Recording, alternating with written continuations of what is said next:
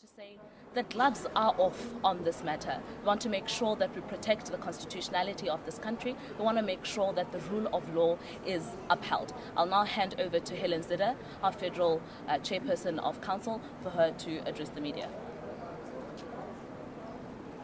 Thank you very much, Karabo, and good day to everyone in South Africa who's also been seized with this crucial issue that indeed affects every single person.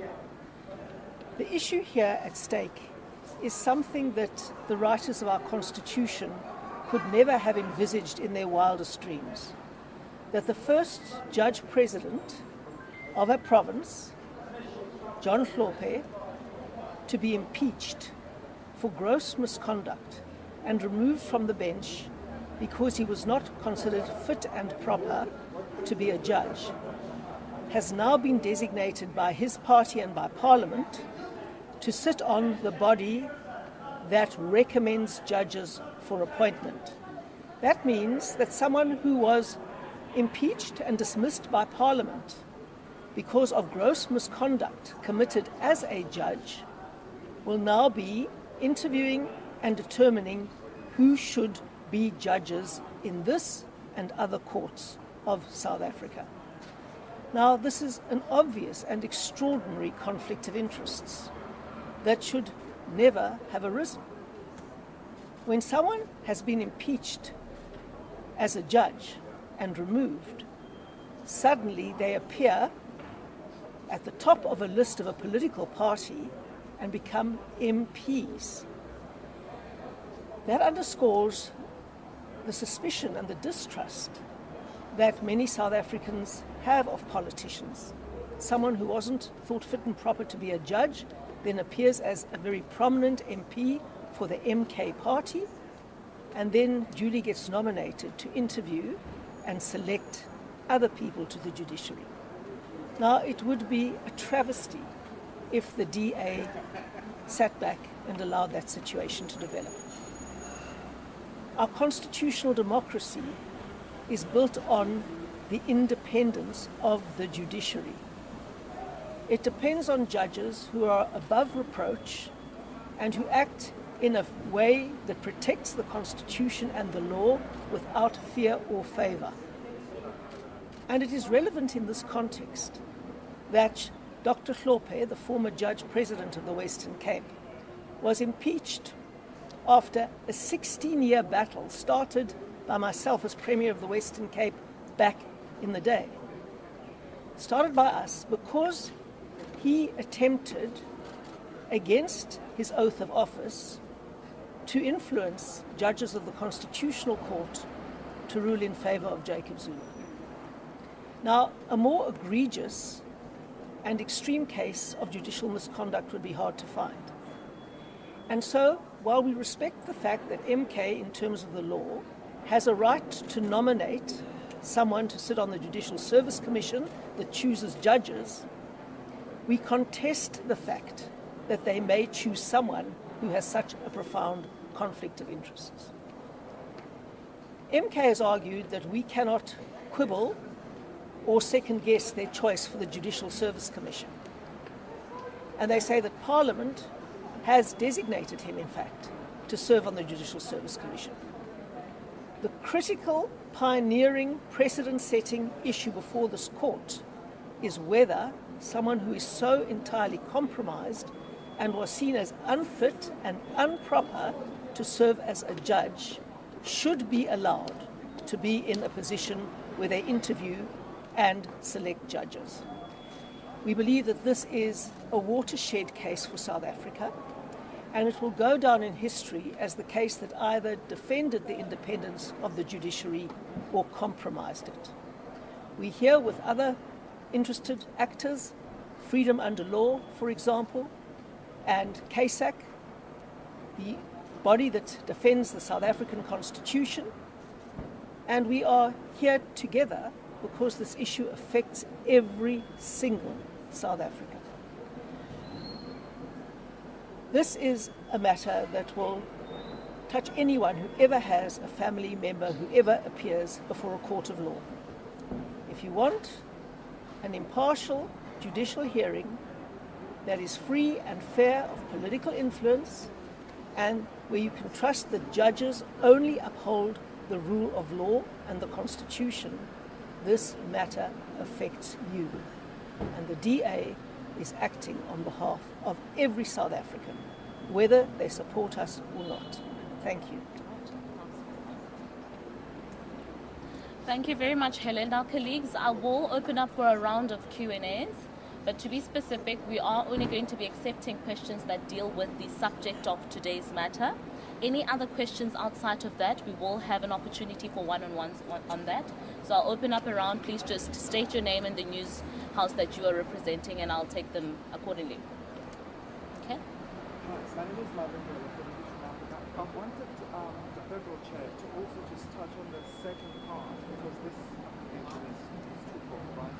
I want to hear about the second part of your application, where you're talking about the National Assembly and the role of the National Assembly. Okay, so that is one, Malungelo. Is there a second one, or should we go directly to a response? All right, Helen? In terms of our Constitution and the law, the National Assembly has the right to confirm party appointments for designation to the Judicial Service Commission. We're saying that Parliament has that right, but it cannot be an unfettered right. They have to consider the fitness and propriety of the persons that are nominated. So we're saying that if MK nominated Dr. Hlophe, does not mean automatically that Parliament is bound to send him and designate him. Parliament must still apply its mind. Parliament has a duty to uphold the independence and integrity of the judiciary, and that is the second part of the case. So, no questions, colleagues? There's one more. Right, okay, colleagues, let me take two more hands. Okay, so there's one. Is there another hand, or is that the last question of the day? Okay, one, yes? And given that there Please state your name and your new house. Yeah. Given that there isn't anything in the law, Helen did mention earlier that the drafters of the Constitution could never have imagined a scenario like this, but that given the fact that it isn't prohibited in the law for an impeached judge to become an MP firstly, and then secondly to be designated in this manner, how strong a case do you feel you have, given that it is not in the law? This is why this is a precedent-setting case. The courts will have to interpret the Constitution in this context. And I'm not a lawyer, but the Constitution is very clear that the judiciary has to be independent, has to be trustworthy, has to be imbued with integrity, and has to carry the confidence of all South Africans.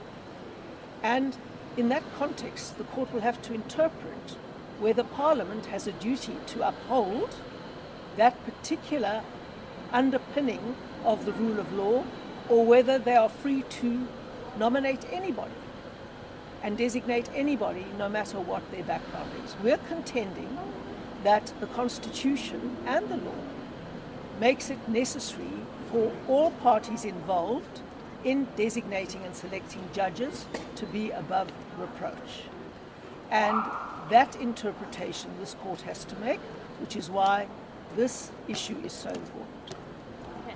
Great stuff. All right, colleagues, that is it. Thank you so very much. I indicated that there will be an opportunity for one-on-one conversations if you wish to have so. Thank you so much for being here today. Thanks.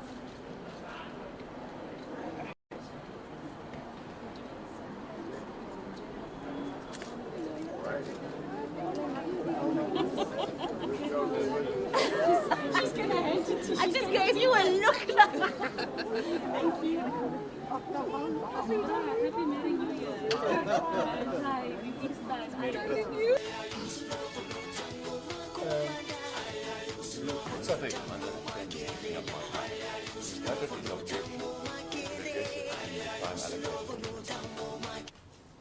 Yes, as indicated also in chambers, Mr. Mpofu, your objection is noted, and as indicated, we we direct that you then can address it fully in the time that is allocated to you.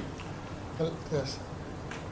My Lord, I really don't appreciate being interrupted. I'm addressing the court exactly on that point as to why I'm raising this particular objection up front.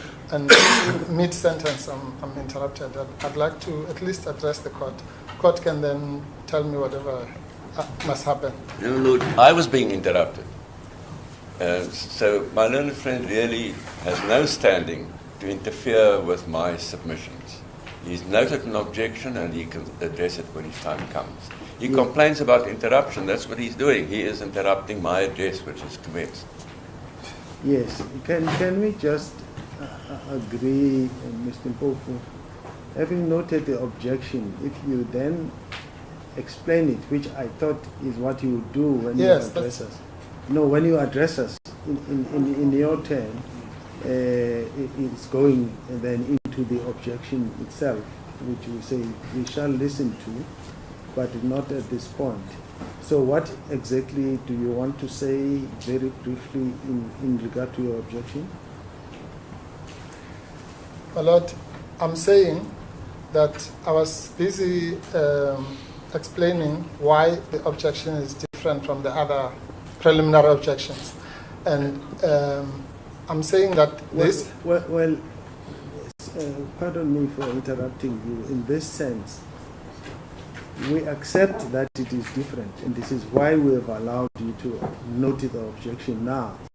Apart from you. So that is accepted, and it's because it's different, and you'll explain to us why it is different. So on the basis that you are accepting that it is different, and we shall allow you to expand on that, do you have anything for it? Yes, I do, my Lord, with respect. And I really didn't want us to spend too much time on this. Please, yes. Yes. But the court has to allow me to place my objection on the record. Yes, you have. Yes. Okay. Yes, you have. Now, not just say I object and I sit down. I'm explaining why this objection has to be raised up front, yes, if I may. Can you do so very briefly? Yes. I would have finished proceed. by now. Yeah. Please proceed. Yeah. All right. Now, yes, I was saying that it will be cold comfort to raise this particular objection tomorrow when we have to address the court, because by then the horse would have bolted.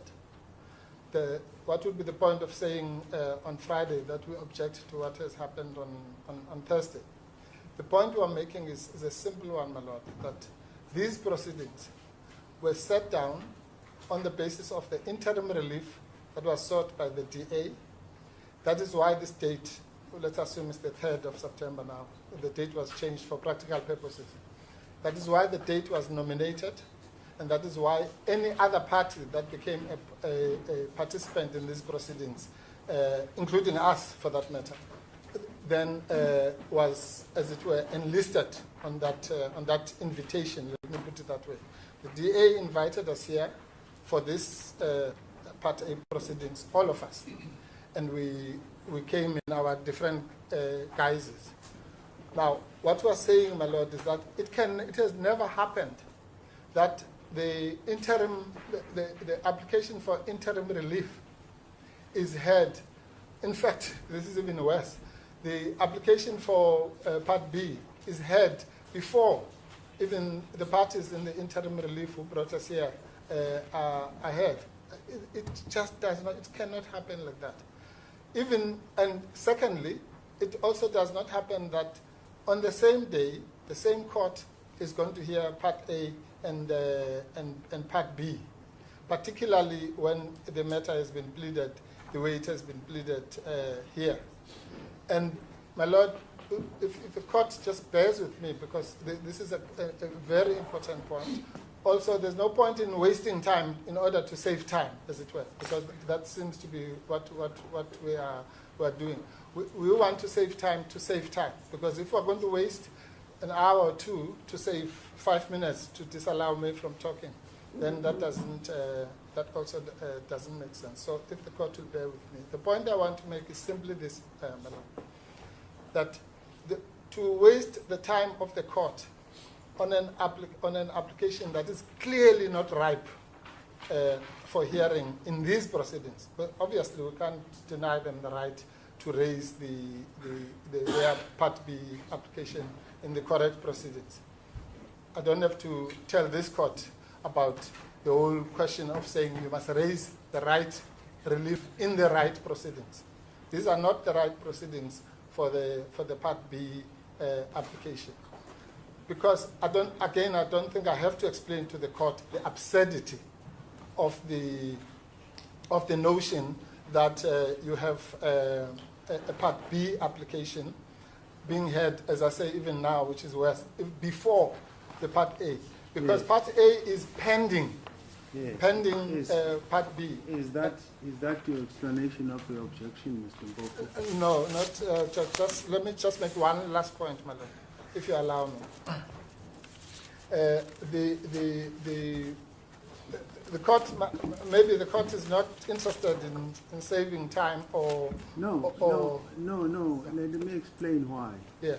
As you know, we have raised this point as the court with the parties, and to the parties, indicated to them that there is that situation.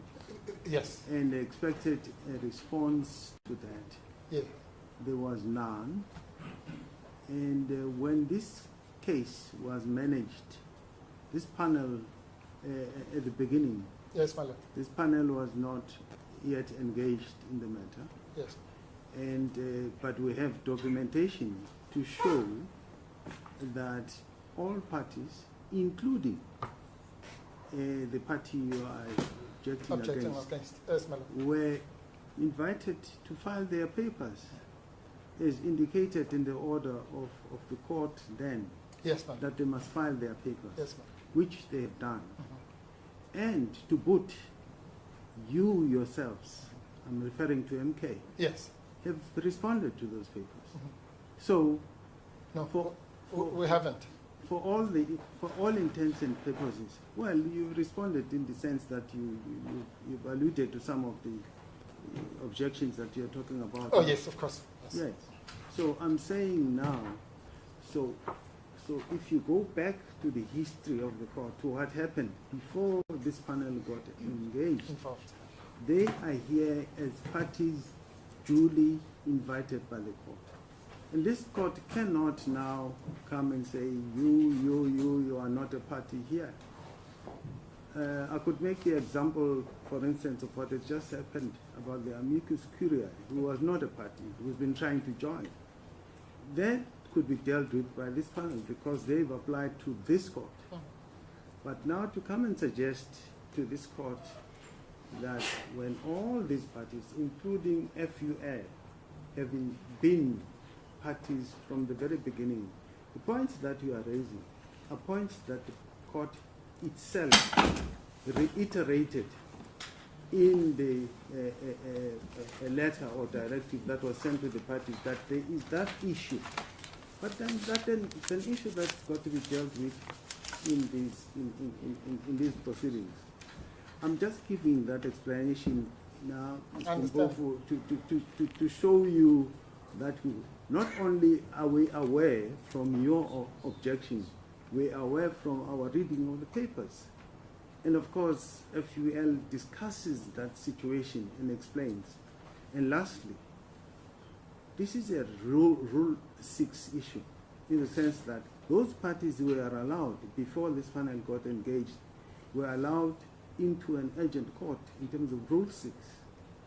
And therefore, I hope that shows you that the court is alive, yes, to the matters that you are raising. Therefore, your expanding on them doesn't help, and in fact, it detracts from the proceedings in terms of the time issue, which you are also aware of. So I'm saying at this point we don't have then to carry on. We've noted your objection. We are aware in what context you are raising it, and why I'm trying to say what I've just said is to assist you to say you don't have to carry on. We are aware of that. No, we are aware I'm from not the carrying papers. on. I'm just making submissions as instructed by my client.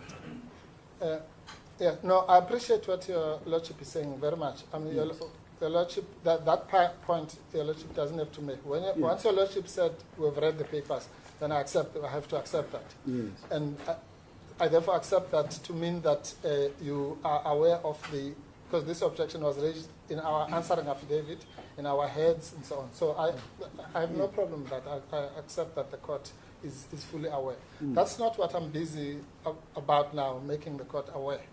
I'm simply saying that I'm making a simpler submission, that it is imprudent, let me put it that way, to allow at least for us, insofar as they've prejudiced us. If the court doesn't mind being prejudiced with time and so on, that's the court's, I'm not involved with that. Yeah. Yes. But as far as we are concerned, we are prejudiced by a party that's going to sit here for an hour and a half or whatever time has been allocated to them when it is not properly before this court. It's a very...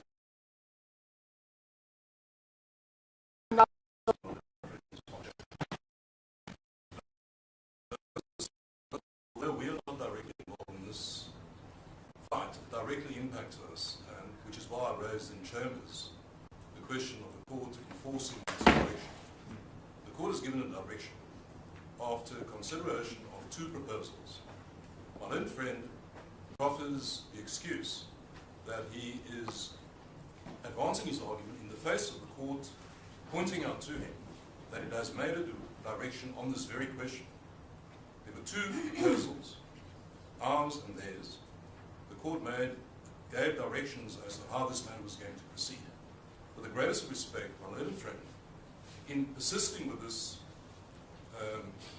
his insistence on not only, as the courts indicated, he may note the fact that he objects, which is done.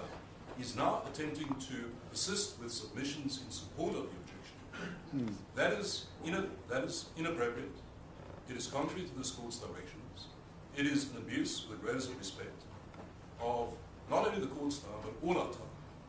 And I'm here to insist, Justices, that the court enforces direction. Yes. Tell Mr. Mpofu tell Mr. Mpofu to cease and desist. Yes. Allow Mr. Trengo to proceed. Because at the moment, we are now 20 past 10, Justice. I'm supposed to start at 11:30.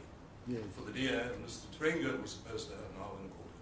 Yes. This entire carefully constructed process is being disrupted by Mr. Mpofu. We object to it. Yes. With respect.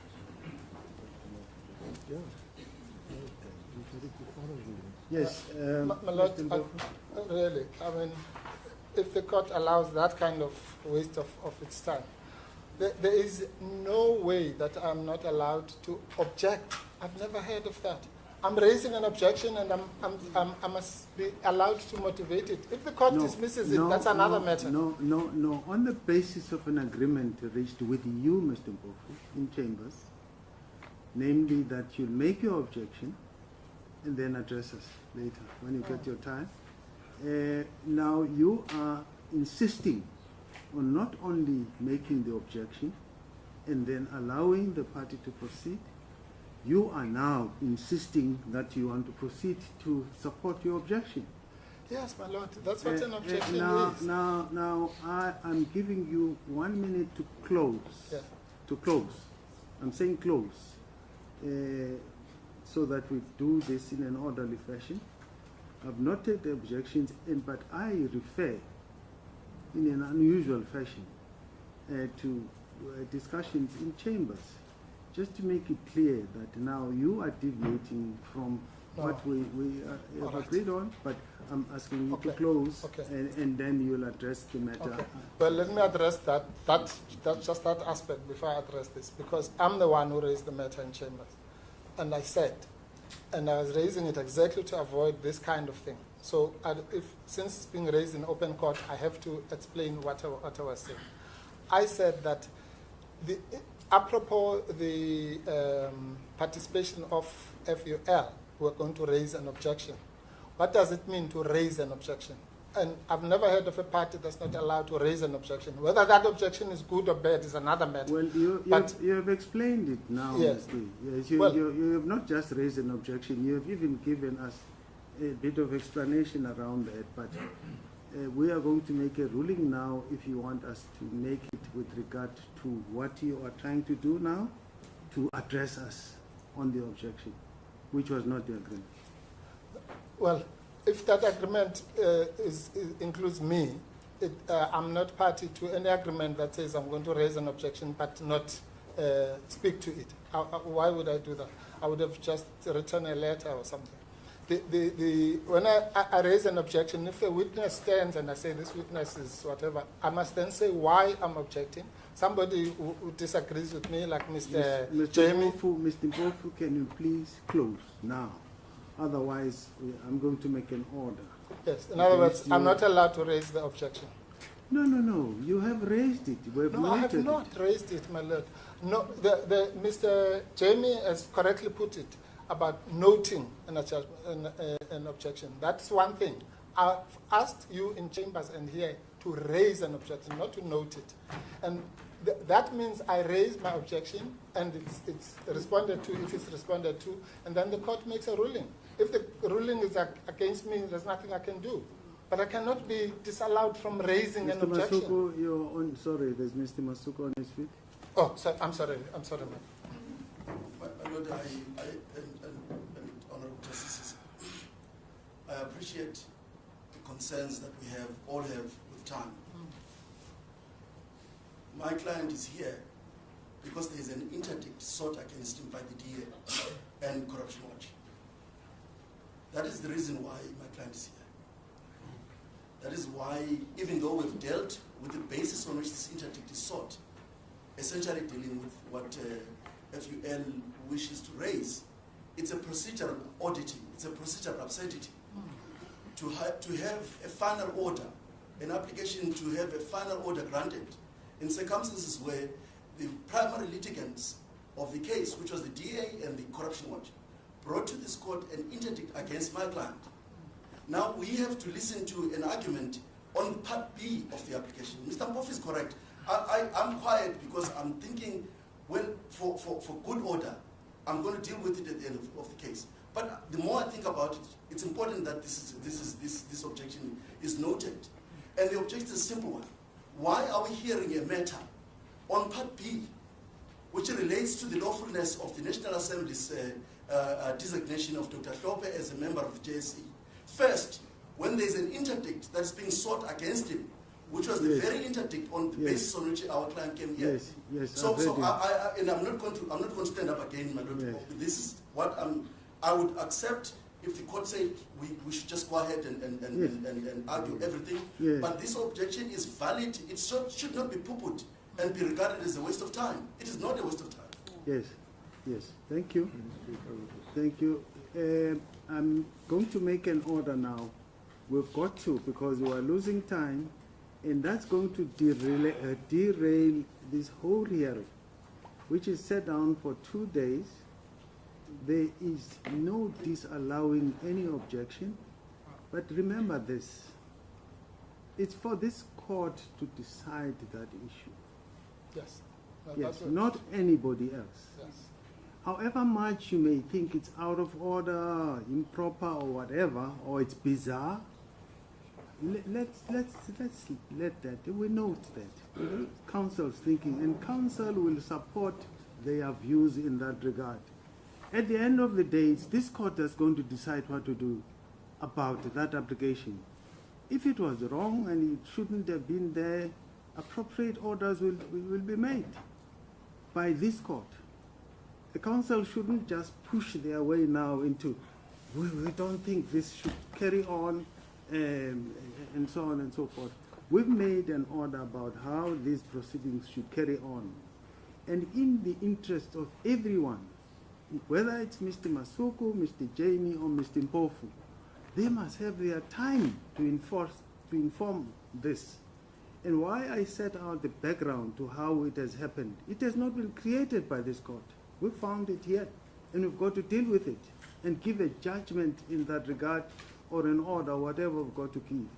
Now, for council to come and be addressing us about how improper it is for this, yes, let's say it is, maybe, in your view. And that's your view, and you're entitled to it, and you're going to have time to tell us about it. But now to stop this court from carrying on with business of the day, including your business of the day, is not going to. This court has got a duty to make sure that this case proceeds and it gets finalized with the time allocated. And will hear all your views in that regard in your time that is allocated. Now, what is happening is that if you allow you further time, Mr. Mpofu, that's going to derail even your case, your interest in terms of time. And we are saying, we've heard you, you're entitled to your views, but let's not now push these proceedings aside in a manner that's going to derail everybody. So I've asked you to close, yes, and then address. Yes. Let me then say this, only this, my lord. The tone of what your lordship is saying suggests that raising the objection is in itself wasting time. But your lordship then has not listened to what I'm saying, because I'm saying raising the objection is an exercise in saving time, right? In other words, what I'm saying is that if we are going to hear a case that could have been happening next door in another court, exaggerating for effect, then that is an exercise in wasting time, because it's like calling someone walking in the street and say, come and address the court. Yes. Because we're saying these parties are not before the court. That's a crucial thing, my lord. The court might take the view that that's wrong, but that's a different thing. But the court cannot disallow us, with the greatest of respect, from raising an objection and label it as all these negative things. We have clients, it's not me, and you're referring to me, it's not me. I have instructions from a client. I've got nothing to do with this. And my client has insisted that I have to say that to save the time, so that we can have enough time, all of us, to ventilate the issues. Let's not invite people walking in the street and who have raised other cases. And you're saying FUL is a party walking in the street? In terms of Part A, definitely. They have not brought a Part A application before this court. We've heard you, and the decision of this court and the ruling of this court, Mr. Mpofu, is that we are going to hear that application, and that we've noted your objection. And yes, you know.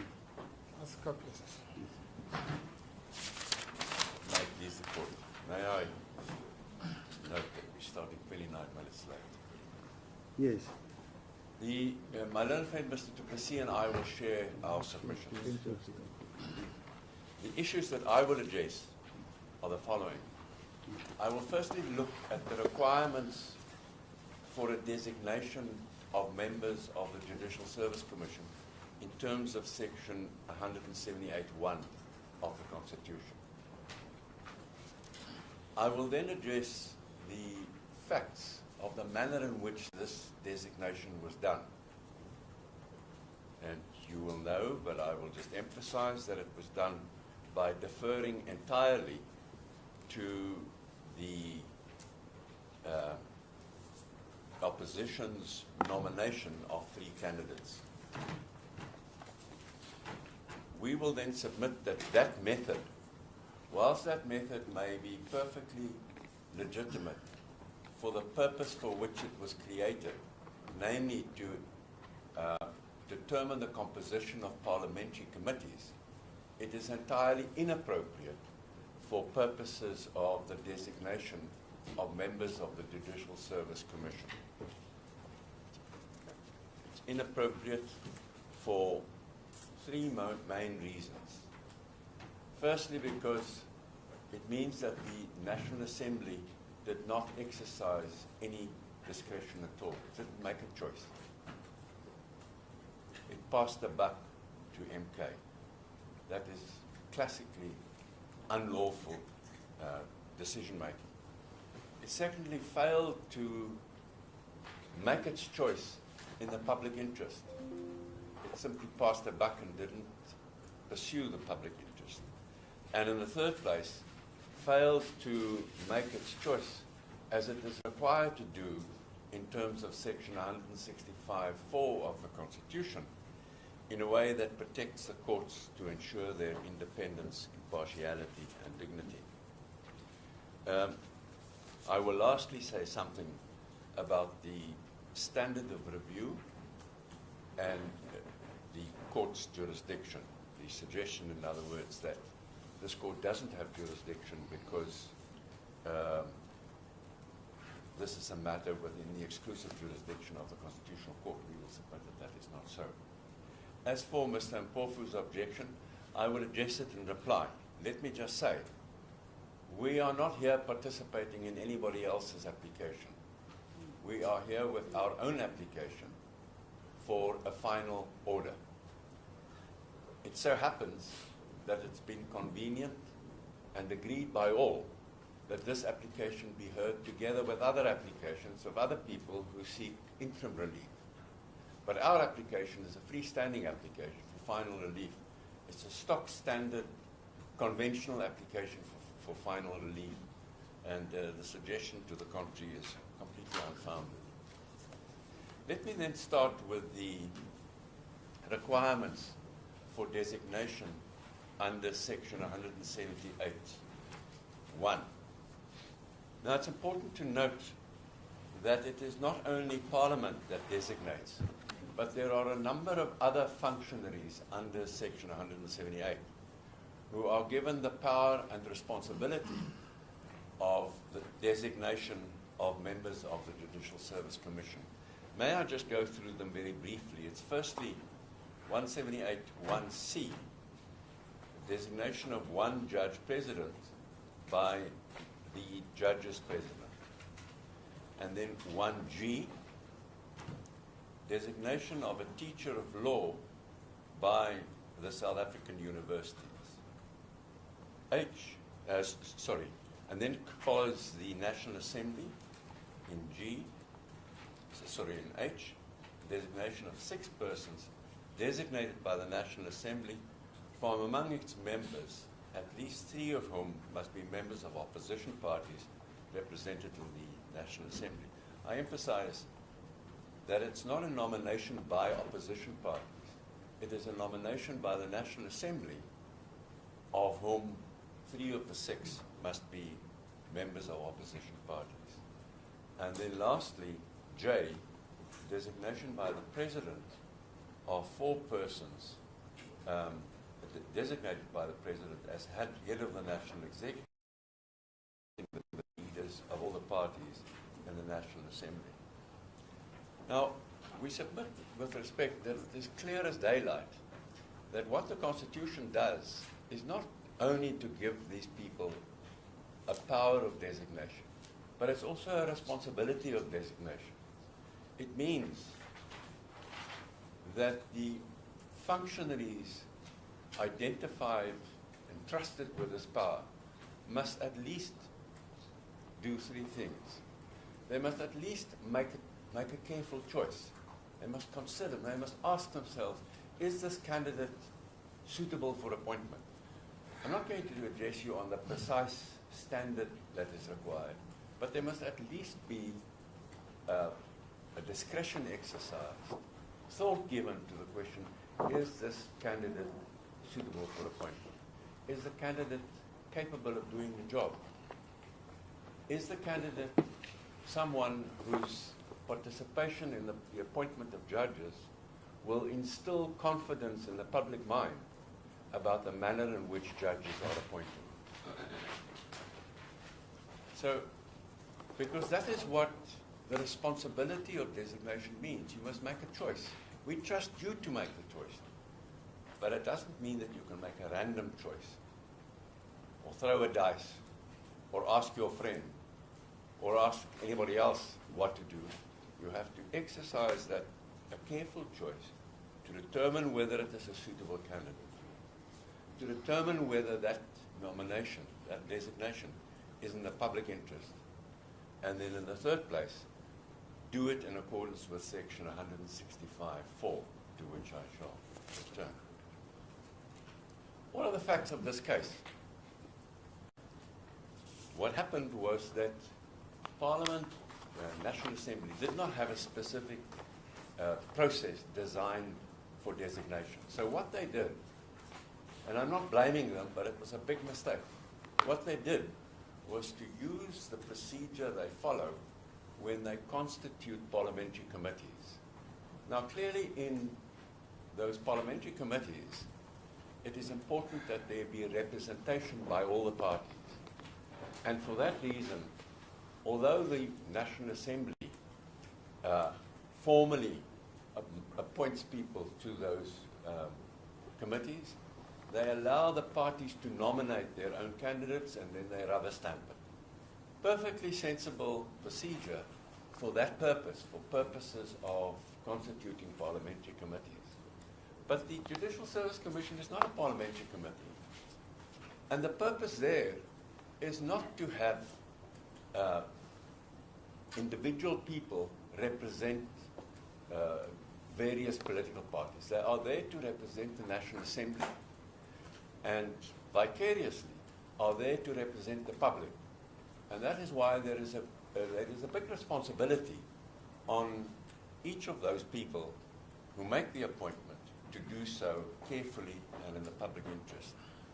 Now, as far as the procedure that was actually followed, if I may refer to the following parts of the papers in which that procedure is described, and you'll see that what it is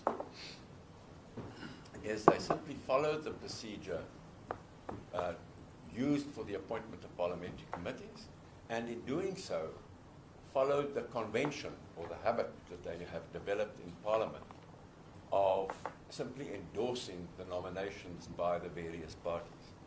Firstly, in the Speaker's answer at page 505-6, paragraph 7, she says, "I wish to emphasize at the outset the complexity and uniqueness of this particular nomination and designation of members of Parliament to the JSC." She makes a valid point. It's a new process. We didn't have a standard procedure for it, and that is why we made do with other ways, with the way in which we normally constitute parliamentary committees. There followed a debate, and Mr. Shabambu of the EFF, then of the EFF, spoke at 05-24 in paragraph 48.3.3. And in the course of his speech, at page 05-25, he said the following: "So, let us respect the fact that a certain number of people in South Africa voted for the MK party and have designated Dr. Hlophe to become a member of Parliament." And here's the important part. "So let us respect that. It is a matter of protocol which we have always protected in the Chief Whip's Forum, for that whatever is designated by a political party must be respected. So we will wish you well, Dr. Hlophe, in the JSC." Making the point that we endorse whatever the parties nominate. The same sentiment was expressed by the ANC's Chief Whip at page 05-29 in paragraph 53. And that is important because other people later confirmed that that is the process they followed. He said, "Madam Speaker, there are just 2 or 3 issues we want to raise on this matter. The first one, that it is correct that the Chief Whip's Forum, we have agreed to work within certain parameters. We have established certain principles. One of those principles is that parties must be permitted to second their own chosen members to specific portfolio committees. That's one of the principles that we have established. It doesn't mean that there would not be a time when we would deviate from that if there was a concern emanating from one of the parties." And then I skip a sentence, and he says in the underlined bit, but our own view as ANC, which is a view that has been consistent in all the committees we have said, the Chief Whip's Forum as well as the Rules Committee, we have agreed that in substance, instances where the rules of Parliament, the Constitution, has not clearly defined a particular position, we are going to have to live on the basis of the established rules and practices of Parliament. So he agreed with Mr. Shivambu that the practice for the appointment to parliamentary committees should be followed. MK agreed with that description of the process in its answer at 06-25, paragraph 60. It said the following.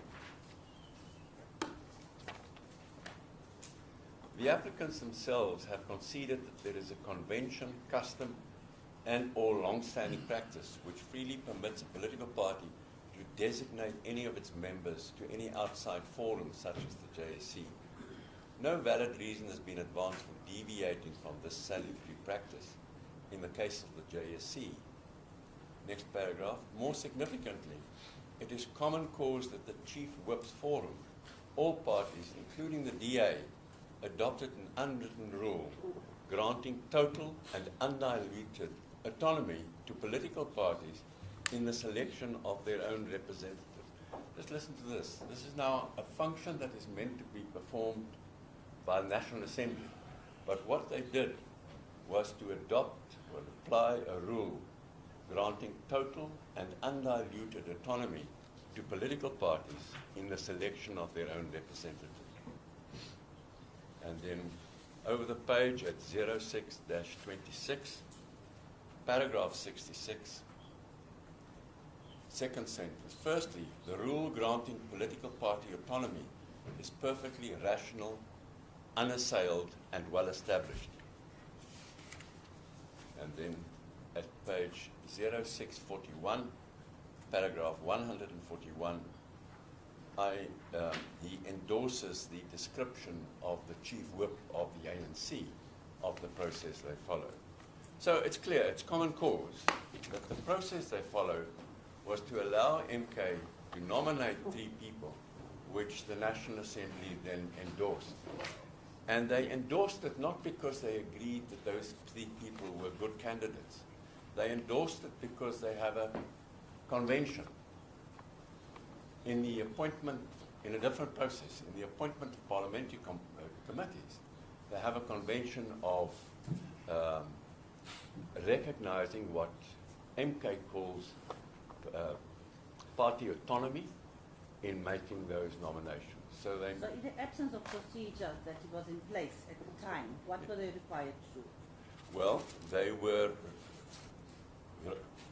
required to consider whether the people nominated are suitable and the best candidates for the job. And, milady, one shouldn't assume that they have to have a set procedure for making these nominations. If they didn't have a set procedure, then they should have followed an ad hoc procedure. What they were not allowed to do is to adopt a procedure designed for a different purpose, unsuited to this purpose. I submit with respect, I will now deal with the qualities that which they ought to have exercised that power. But the one thing they were not allowed to do is to adopt a process designed for a different purpose, which is unsuited to this one. Let me turn to what we submit they were required to do. Each person, each entity empowered to make a designation must in the first place exercise its own discretion. It's easier to understand if I use the example, for instance, of the President. The President is empowered to designate 4 people. Now the law requires that choice to be made by the President. It would be unlawful for the President to ask someone else, his PA, or his friend or a cabinet colleague to give him 4 names and simply to rubber stamp. The President must exercise a careful and responsible discretion to assess whether the candidate is suitable and appropriate for appointment.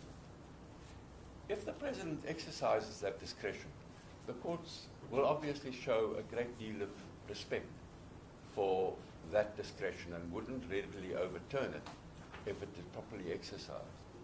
But the first requirement for the exercise of any public power is that the holder of that power must exercise their own discretion. And in this case, it means must themselves think about it, ask themselves whether this is an appropriate nomination. If I may refer in this regard to... Before you make that reference, Mr. Trenko, this is not the first time that Parliament was designating people to the JSC. That is common cause. Yes. And I suppose in that practice, which is common cause, a precedent had been set of applying the same procedure, let's call it the portfolio committee procedure, to the designation procedure. And it has happened without incident. And of course, one doesn't have to think hard as to why it has happened without incident. We have a first-time situation of an impeached judge sitting and falling into the category of 6. Now, when people follow precedent, as we do in our law, can they then be said to be acting wrongly or unlawfully or improperly or irrationally and all those? Let me just say, I'm not clear about the manner in which the National Assembly had previously exercised this designation power. I suspect that you are correct, but what they tell us is that they didn't have a procedure, they didn't have a set procedure for purposes of this function. And the Speaker tells us that this was a unique occasion. So whatever might have happened in the past, it seems that they recognized in these circumstances that there was no prescribed procedure, and they then used the procedure employed for the constitution of parliamentary committees. But let me accept for the moment that they probably did so, that they've probably always done so. Well, then they have always acted unlawfully. An unlawful exercise of a public power doesn't become lawful because you've done it many times. It might make it humanly understandable, but it doesn't make it lawful. And take the very first requirement for the exercise of a public power. The holder of the power must herself or himself exercise that power. You can't defer to anybody else, not pass the buck. And that is the principle to which I propose to refer you.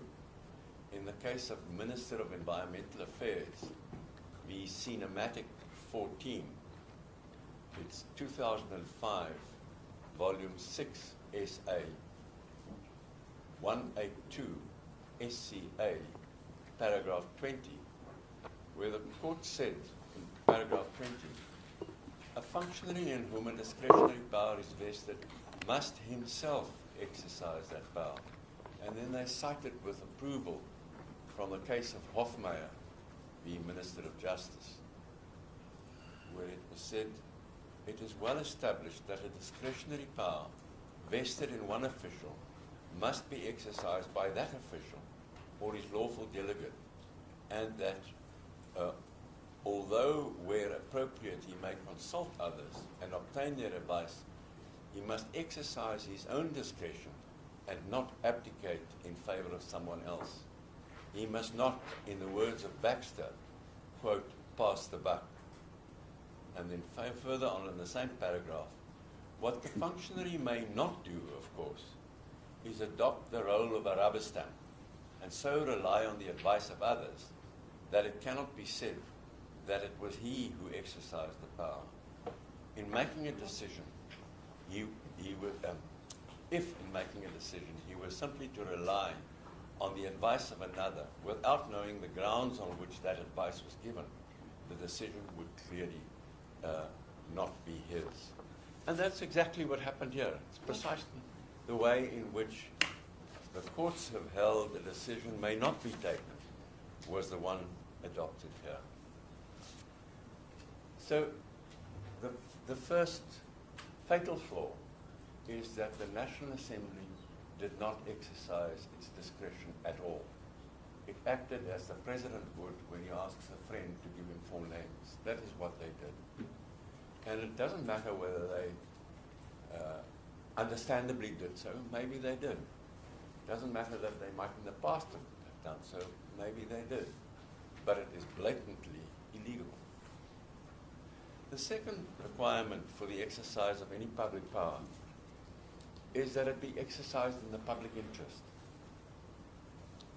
And that really speaks for itself, but if I may just in this regard refer to the case of Helen Suzman Foundation v. Judicial Service Commission, 2018, Volume 4, SA 1, Constitutional Court, in paragraph 37, where Justice Matlanga said the following: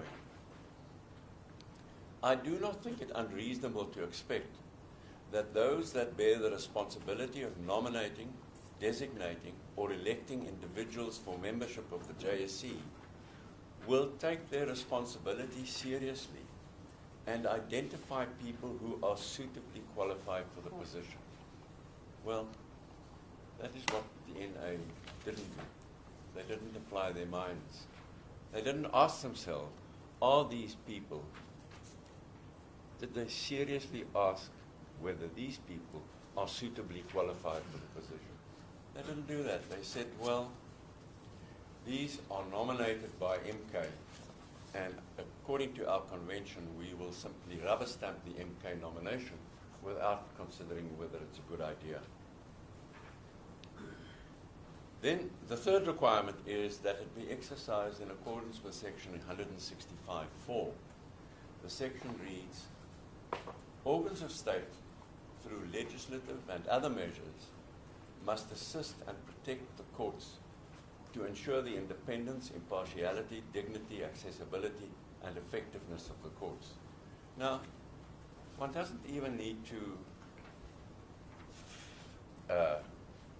contemplate exactly how that duty should have been discharged in this case. But what it does do is simply to accentuate that these functionaries entrusted with these public powers were required to ask themselves whether the manner in which they exercise the power accords with section 165.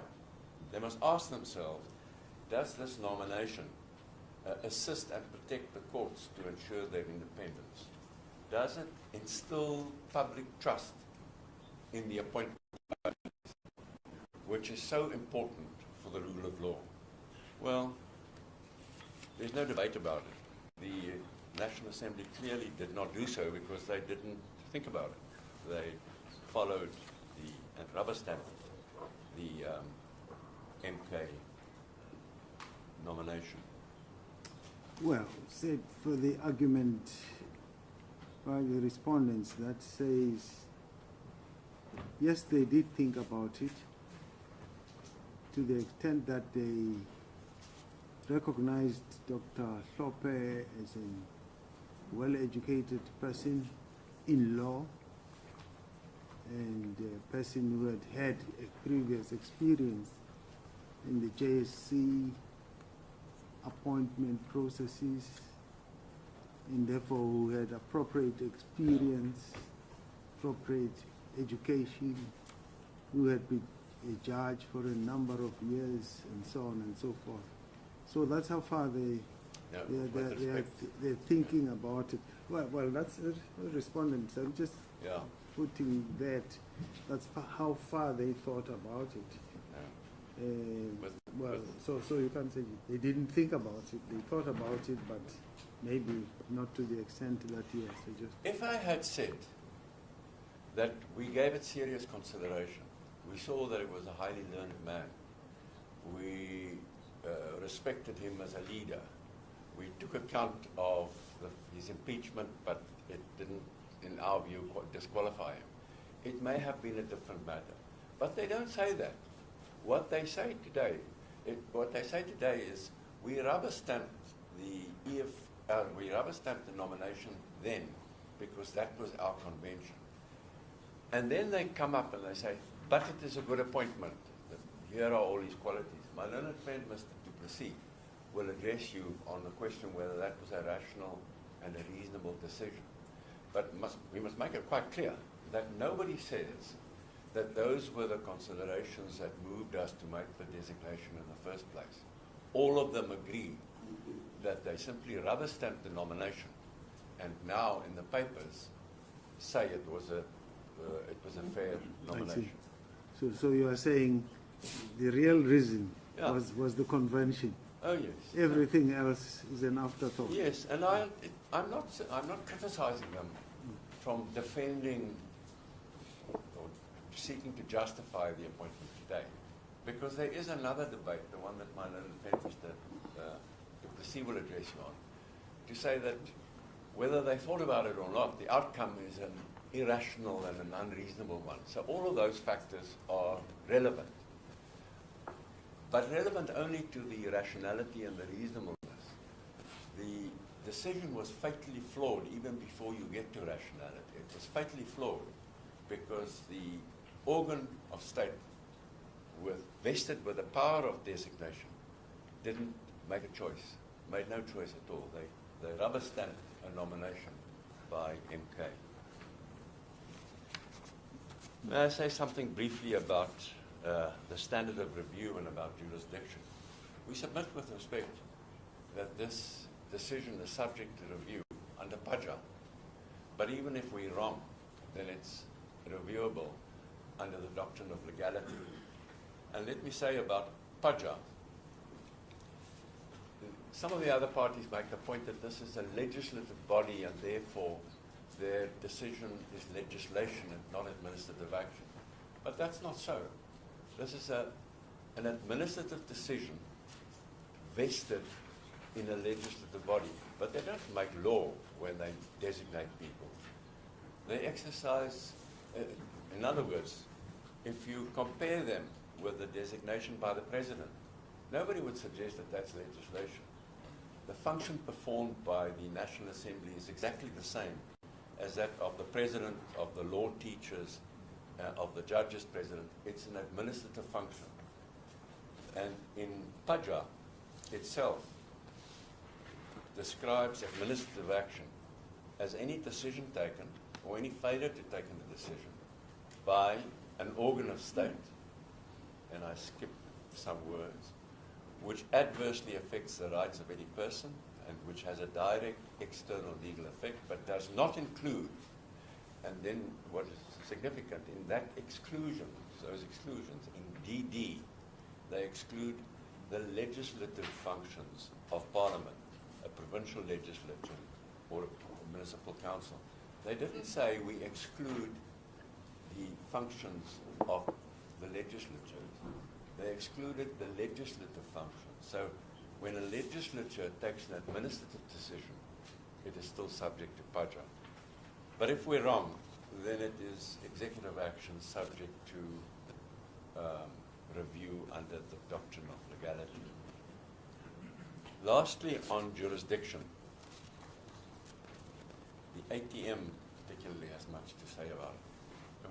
What they say, they argue that this the determination of the lawfulness of this designation is exclusively within the jurisdiction of the Constitutional Court, because Section 172 gives it exclusive jurisdiction in the determination of the question whether Parliament has discharged a constitutional obligation, has fulfilled a constitutional obligation. Now, the Constitutional Court held in the EFF case, that in the Mkandla case, that is EFF v. Speaker, National Assembly, 2016, Volume 3, SA 580, paragraphs 15 to 20, that jurisdiction must be narrowly defined. And you must ask yourself the question whether the obligation we're talking about is one which is agent-specific. In other words, is it an obligation which is specifically imposed on Parliament? Now, our learned friends argue, yes, well, the function of designation is specifically entrusted to Parliament. But that is not the point. The case is not here whether they made a designation or not.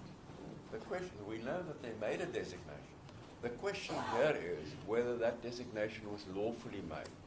Was it made in accordance with PAJA? Was it made in accordance with the doctrine of legality?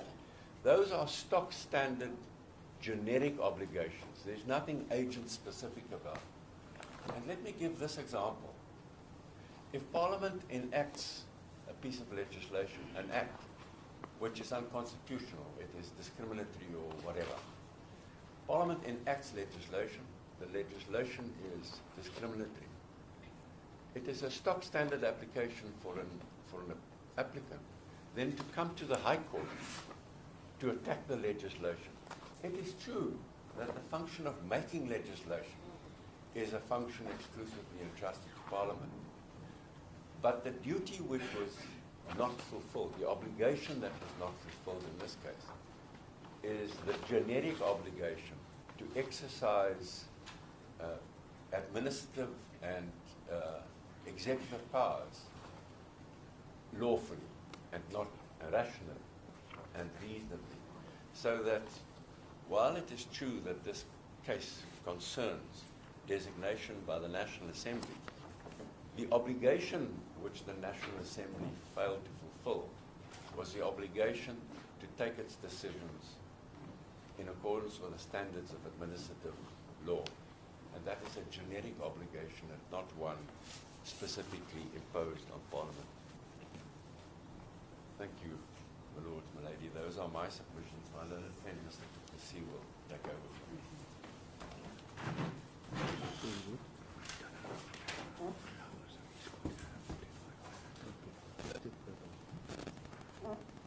Yes, Mr. Thank you. Thank you, Justice Bakwa. I was wondering whether there was going to be a tea break, but I'll continue immediately. Rather no, because we've lost time. I'm very happy. Justices, Mr. Trengrove has shown that the facts before this court demonstrate that the National Assembly failed to appreciate that it had a discretion, as he's explained to you.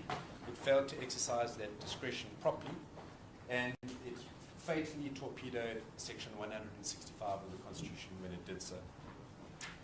He has dealt with those grounds of review. It falls for me to deal with the next two review grounds: the failure to act rationally and reasonably, the first one, and then the manner in which the National Assembly ignored relevant considerations and embraced irrelevant ones. But if I might start, with your leave, Justices, just highlighting what we respectfully submit are governing and clarifying principles of review, because they keep the case, we say with great respect, simple. And for all of the plethora of defences that have been raised by Dr. Hlophe and Mr. Zuma for the MK, the case, we say, remains simple because of those critical principles of judicial review, and each of them, as you will see in a moment, have been stressed by the Constitutional Court and the Supreme Court of Appeal. I don't need to go into them in any great detail. We've raised them in our heads. But I highlight that we've not heard a word from our learned friends in response to these principles in their heads of argument. They've not contested with them. They've not grappled with them. And that is, with great respect, I'm telling, because they don't have an answer to those principles. Three principles stand out. The first principle is this, and for shorthand, I'm going to call it the Similane principle. It dealt with the decision by the President to appoint Mr. Simelane as the National Director of Public Prosecutions. It's in our heads of argument in the Democratic Alliance case versus the President of the RSA. And that principle is the following. It says that for a decision maker, particularly in an appointment process, to act rationally, then the decision maker must do two things. Firstly, it must consider properly all the relevant considerations, precisely to ensure that the purpose of the statute is met. And secondly, and critically, it must explain with proper reasons why it overlooked critical principles that are material to its decision. And the principle works like this in this case, Justices. The decision-making process adopted can render the entire decision irrational if it ignores information that was obviously relevant to the fulfillment of the legitimate government purpose in issue here, which was appointment of people to the JSC. And here we say with great respect that the National Assembly failed to consider properly the serious findings that had led to Dr. Hlophe's impeachment and would obviously have destroyed public confidence in the JSC. So we say in the first place that the Constitutional Court's decision in Simelane make this court's task easy in confirming the unlawfulness because the Constitutional Court said it clearly in Simelane, dealing with an appointment process, and it did so through the lens of rationality. It said that if you fail to consider that consideration, then it has a fatal effect. It colors the entire process as irrational. So it may be that there were other reasons. There may be precedent or practice or past manners in which the appointment was done. That's an irrelevance if there is a failure to consider a serious and proper consideration in the form, for instance, of Section 165.4. So that would render the entire process unlawful. And with respect, the Simelane judgment is important for another reason. We have heard references to separation of powers, and Dr. Hlophe and Mr. Zuma tried to argue that the decision by the National Assembly has to be respected because of some form of deference that the court owes to the National Assembly. But with respect, deference doesn't enter into the picture. The Constitutional Court has shut that line of argument down, and it did so again in the Simelane judgment. You'll recall there it faced the same contentions. There the argument was, but Mr. Zuma's decision to appoint Mr. Simelane should be respected, and the court should show deference to that decision. But the Constitutional Court said that that argument was entirely misconceived. It did so at paragraph 44 of the Simelane judgment. Judges, I'm assuming you have all of those cases available. I don't need to take you to the case lines reference. But at paragraph 44 of Simelane, this is what Justice Jacob said. He said the argument was entirely misconceived. Rationality, which is what I'm dealing with, does not conceive of differing thresholds. The separation of powers, said Justice Jacob, has nothing to do with whether a decision is rational. In these circumstances, the principle of separation of powers is not of particular import in this case. Either, he said, the decision is rational or it is not. And that has been further confirmed in a judgment, or referenced, I should rather say, in a judgment. I think Her Ladyship Justice Collis was in the matter. It was dealing with Zimbabwean exemption permits. It's the case of the Helen Suzman Foundation versus the Minister of Home Affairs, which, of course, Justice Collis will know well. And there it was said by that court in paragraph 146 that they disagreed with the assertion that separation of powers would prevent a court from dealing with a review, because where there is an unconstitutionality, the court has a duty to grant just and equitable relief. So the Constitutional Court, Justices, has made it clear that separation of powers and deference play no role in a review for rationality. And what that means is that if the National Assembly didn't exercise its discretion properly, or at all, in the way that Mr. Trengrove has highlighted, or it acted irrationally, for instance, in ignoring what was a palpably relevant consideration, well, then no amount of alleged deference can rescue it from that unlawfulness. The courts have a duty to declare it irrational and unlawful.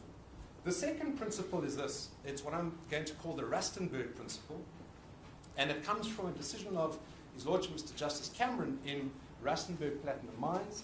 It's in Freedom Under Law's Heads of Argument at paragraph 49, footnote 51.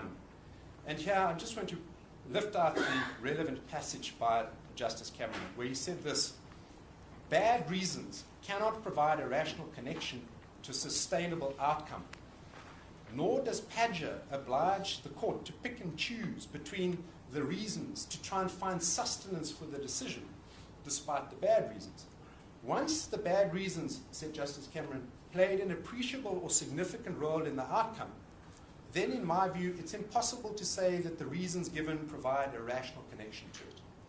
So the rationale is the same really as in the Simelane judgment. It's that if there's a failure properly to take into account a clearly relevant consideration, or there's a failure to properly exercise a discretion at all, in the way that Mr. Trengrove highlighted, then that colors the entire process as bad. It doesn't matter that there may be other reasons, and it's not for you as the court to try and look for them.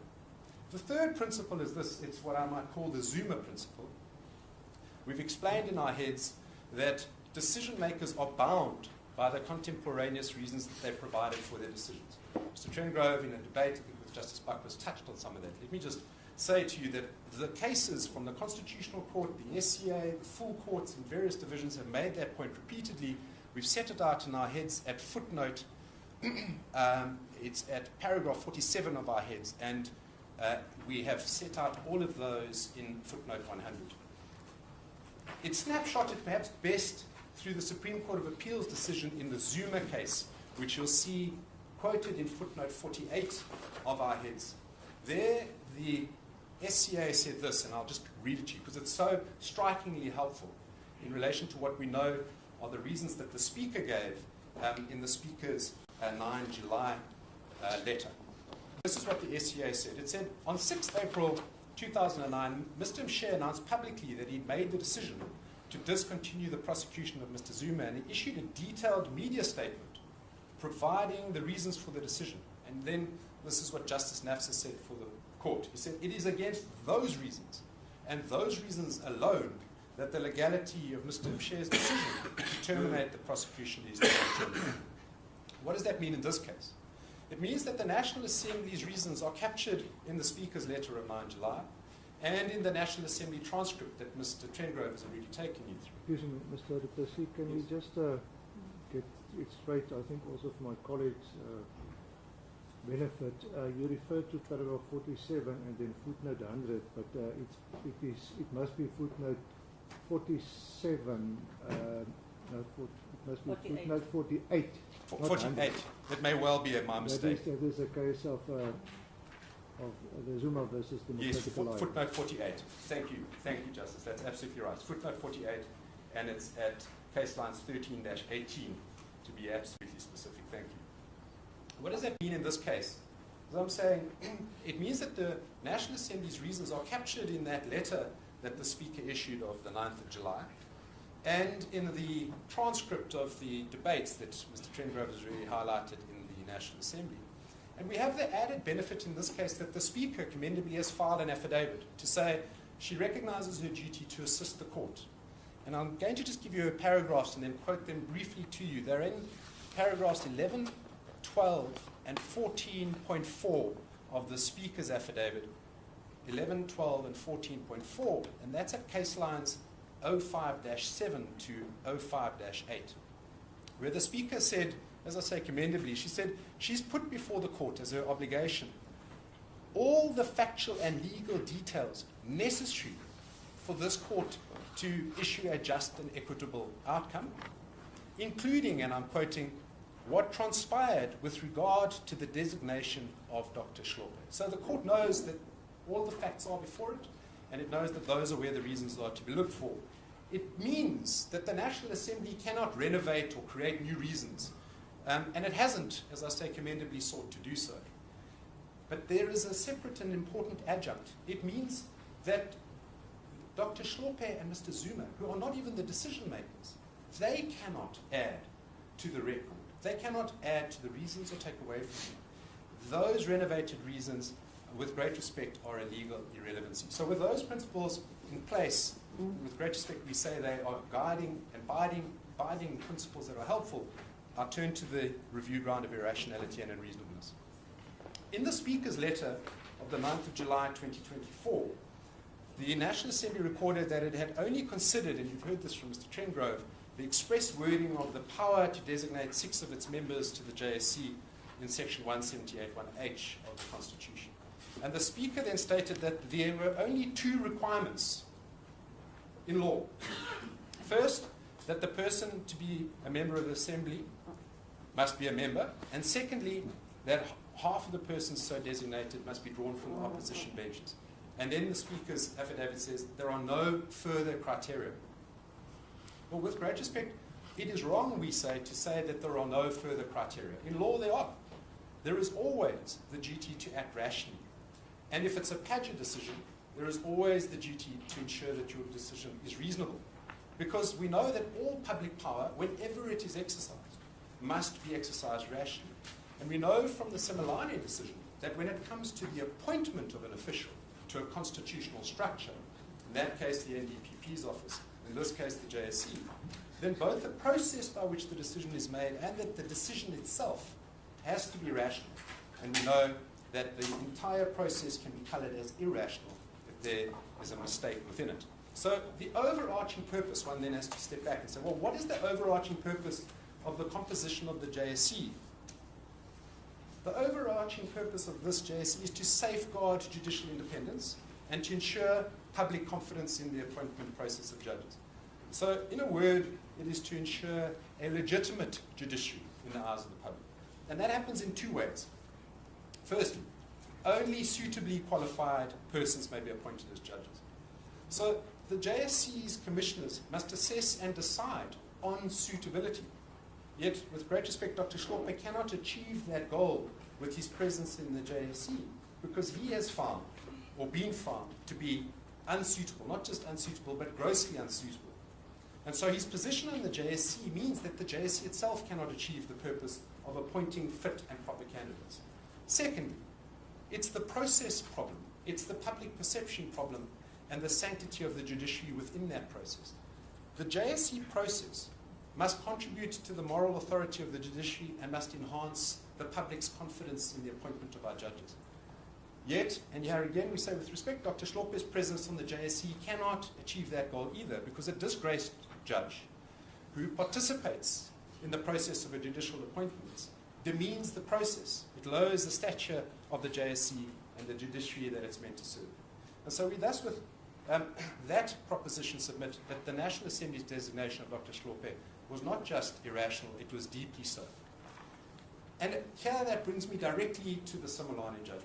We say the present case is analogous to Simelane. And in that case, the President's decision to appoint Mr. Simelane was held by the court to be irrational because the President had not considered clear evidence that Mr. Simelane was dishonest and therefore not suitable for appointment. This is what the court said at paragraph 89. Again, I shan't take you to the passage on case lines, but if you just listen to it and write down that it's from paragraph 89. The court said the President's failure to consider that evidence was wholly inconsistent with the end sought to be achieved, namely the appointment of a national director who is sufficiently conscientious and has enough credibility to do this important job effectively. The means employed accordingly colour the entire decision, which falls to be set aside. Now, Justices, the Speaker has gone on to say in her reasons that in this context, in her letter she said on 9 July, it should be noted that there's no specific requirement, said the Speaker, that a Member of Parliament be fit and proper. And the respondents predictably have latched onto that to say, well, the Constitution doesn't require a suitability requirement. But with great respect, that is flat wrong for 2 Constitutional Court decisions making it so. The first is the decision that my learned leader, Mr. Trengrove, referenced. It's the Helen Suzman Foundation decision of the Constitutional Court, and he read to you from it where the Constitutional Court made it clear that when we talk about appointment of candidates to the Judicial Service Commission, given its critical role in the appointment of judges, it is expected that suitable, that's the word that the Constitutional Court used, suitable candidates will carefully be selected for that particular body. The second decision that puts pay into this idea that there is no... Excuse me, Yes. Mr. Kukasi, are you still you're referring to that paragraph 37 of... Yes. Can we go to that paragraph? Yes. You say that suit be...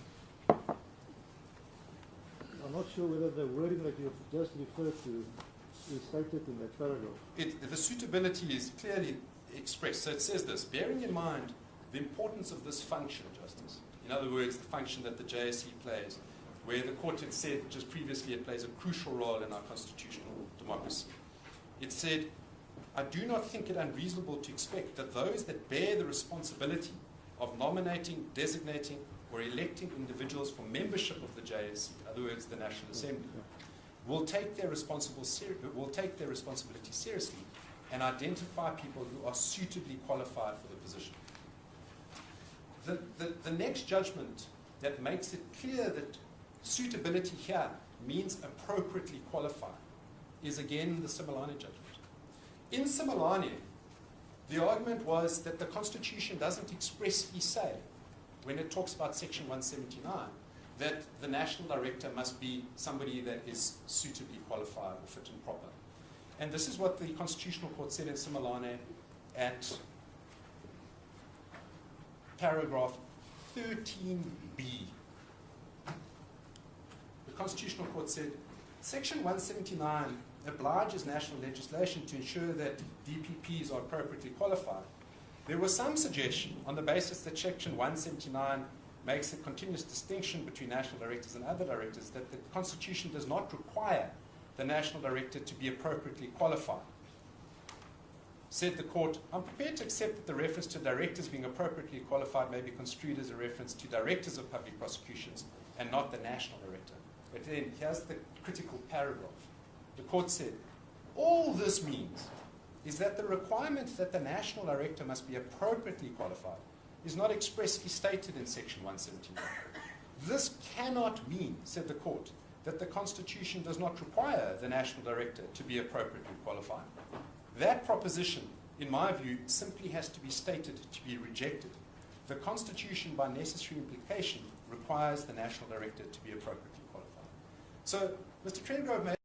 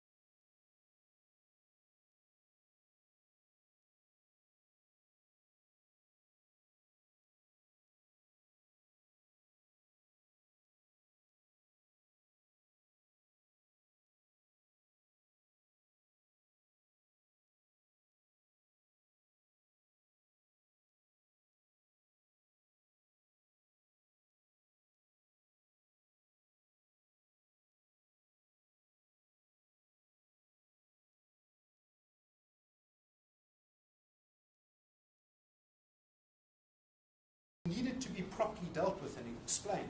And in the reasons, you'll see no discussion of this in the National Assembly. You'll see no reference of this in the 9 July letter of the Speaker. There's none of it. There's no grappling with that important relevant consideration. And by that light, then Simelane is really the end of the case. Because have a listen to what the Constitutional Court said at paragraph 69 of Simelane. It said this: on the face of it, the contradictions reflect on Mr. Simelane's credibility, integrity, and conscientiousness. Here's the court. They were and remain material. Any decision by any person aware of this evidence, and here the National Assembly in our case had to be aware of this evidence, any decision by any person aware of this evidence to ignore it in a decision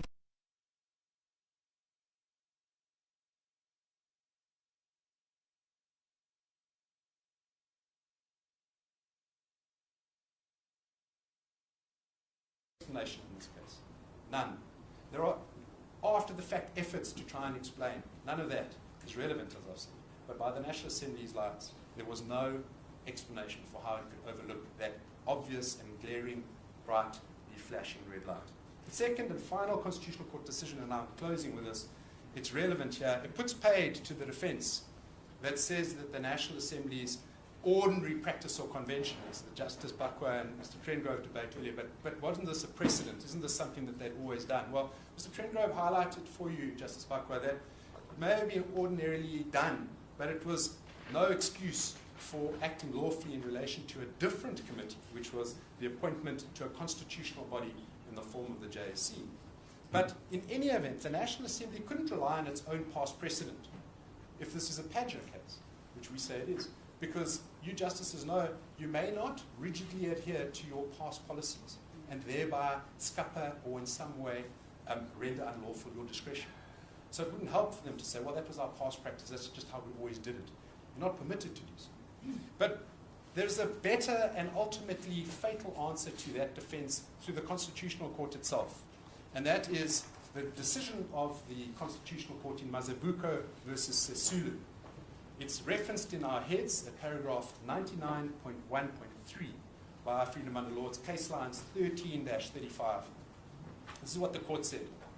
Because you're going to hear a lot about this with great respect, we're sure, from our learned friends about how it's important for national assemblies to be able to have political parties and minority parties debate points and ultimately try and do democratic work. Well, said the Constitutional Court, lobbying, bargaining, and negotiating amongst political parties represented in the Assembly must be a vital feature of advancing the business and mandate of Parliament. However, none of these facilitative processes may take place in a manner that unjustifiably stands in the way of or renders nugatory a constitutional prescript or entitlement. That is so because our Constitution is supreme and demands that all law and conduct must be consistent with it. We may not hold that an entitlement that our Constitution grants is available only at the whim or the discretion of the majority or minority of members serving on the Program Committee or any other committee of the Assembly. The Constitutional Court has had the word on this. It is said it's not sufficient. You may not rubber stamp. You must properly exercise the discretion. You may not allow a minority party in the form here of the MK to effectively dictate the outcome of your processes. And you cannot jettison what I've said to you are rationality standards, reasonableness standards, and a duty to consider relevant considerations, all through the lens of constitutional court authority. Those are submissions from my side. Thank you, Justices. Thank you, Mr. Du Plessis.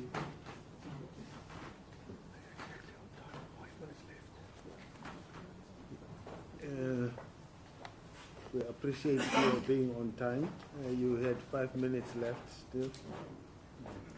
Sorry, I just wanted to ask a question on the relief that you are seeking in the notice of motion. Paragraph 4.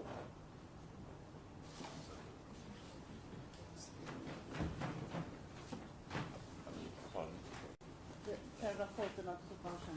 You say that you, if you're successful, you would request of this court to refer the matter back to the National Assembly to take a decision referred to in paragraph 2 and 3 of fresh in accordance with the principles set out in this court's judgment. What are you envisaging the court should do? Well, we submit that when a court upholds a review, it's the normal order that follows would be to refer it back to the decision maker to take the decision afresh. There are sometimes circumstances in which it is justified for a court to impose its own decision, but we don't contend that there is any reason in this case for that extraordinary procedure. So all we have in mind is that we would make the standard order which sets aside the designation of Dr. Hlophe and refer the matter back to National Assembly to fill that vacancy.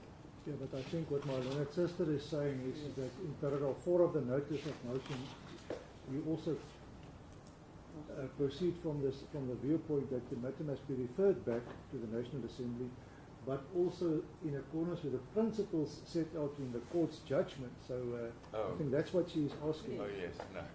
Now all we have in mind is that it is perfectly legitimate for you, if you conclude that the National Assembly did not take the decision lawfully in the first place, in your judgment to give guidance to them about the manner in which that decision ought to be taken. And then in the order to say, I refer it back to you to retake the decision in accordance with the guidance provided to you in my judgment. Yeah. But that's entirely up to you. It's a nice to have, but not an essential. Yeah. Now I ask it within the context of there are JSC sittings at least twice a year in this country. Yeah. So obviously there must be a time frame within which this has to happen. It can't be left open-ended. Quite correct. And then there's another JSC sitting coming up potentially in April next year, and then you're sitting with the same problem. Absolutely. That's the support is with you. Hence I'm asking you, can you give input Oh yes. as to what the court should direct? Certainly, my lady, the new designation must be done in time for the next Judicial Service Commission.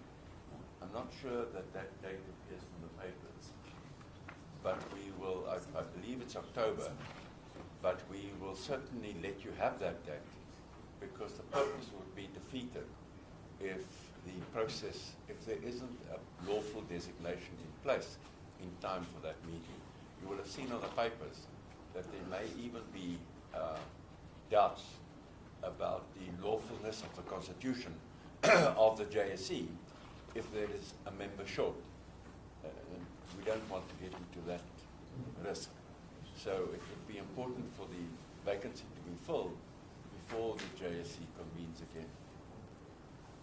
Well, and if we're not prepared to consider and give a judgment on your application, bearing in mind the two other applicants merely asking for interim relief, what must we do then with the application?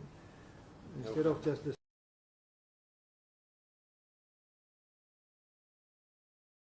application is bad, then you will dismiss it.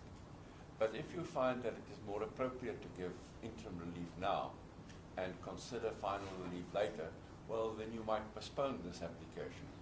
It might even be tempting to postpone it to beyond the Constitutional Court's judgment in the pending matter before it.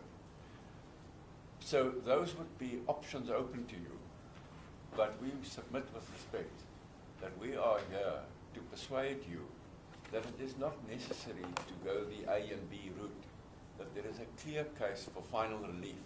And if there is, then we submit with respect that the proper judicial response is to give that final order and not to prolong the process by interim and later final. and your submission in this regard is you followed the Rule 6 route. There's nothing extra to be added to the whole recordings before the NA are there, and that's all record. Yeah, no, entirely so. Interim relief is an appropriate remedy only if the matter can't now be finally determined. But if we persuade you, as we hope we do, that you can now finally determine the matter, well, then the need for the more cumbersome process of interim relief falls away. Yes.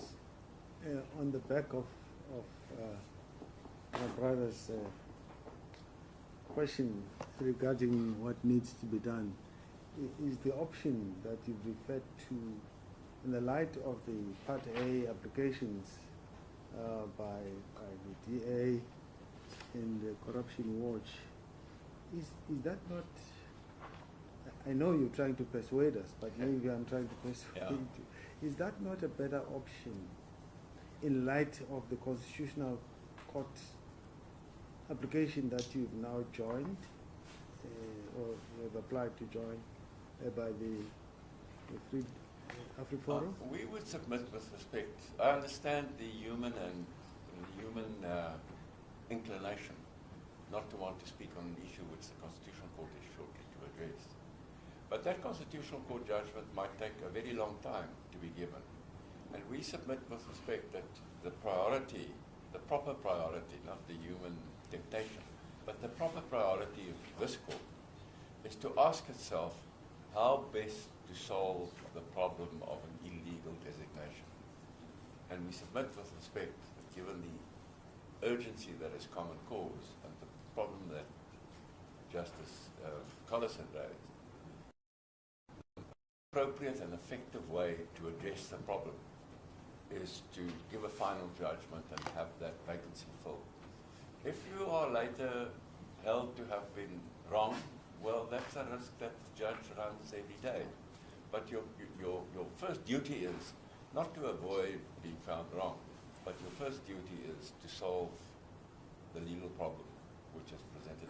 A national problem which must be solved in the national interest. Can you imagine if the appointment of judges were to be held up by a prolonged and time-lapse process? Well, I would still try to get you around to the question of fairness. These applicants have come appropriately so on the Part A, and we've all gone through their papers as you have. And if they make out a case, is that not the fairer? As I say, it bothers me that there is this case at the Constitutional Court, and we must now come in and make a final determination, only possibly to be found to be wrong. Is that the way to proceed legally? Do you want to create such kind of precedents where we have now finally to tell the Concord says no, that doesn't. My Lord, is that not the procedurally proper and fairer way of doing things in light of the specific circumstances of this case, looking at it, including there? I mean, it is the... I'm not excluding the possibility, nor am I prejudging that you have not made out a case. Yeah. But I'm just I appreciate considering the question, postulates. I appreciate that. But let me say about that is of course the burden of every judge that they might be found to have been wrong on appeal. But that is a burden that you bear with fortitude, and a burden that should not dictate the manner in which you perform your judicial function. And we submit with the greatest of respect that the proper performance of your judicial function in this case is to ask yourself how best to solve the problem before you. And we would submit with respect that if a case is made for final relief, then the proper judicial response is to grant that final relief. Interim relief does not make sense if a case for final relief is made before you. So that we would submit with respect that if you do find that that a case has been made for final relief, that you are bound to grant final relief, because that is the proper judicial performance of the functions entrusted to you. I understand the temptations otherwise, but I submit with respect they should be resisted. Yes, and also finally on this issue, there seems to be a view, particularly as you are aware from the respondent side, who are saying we have come here primarily on a case by these applicants, your other applicants, and to answer that, which we have done, and maybe that's the matter that we've come to answer. The other is coming in.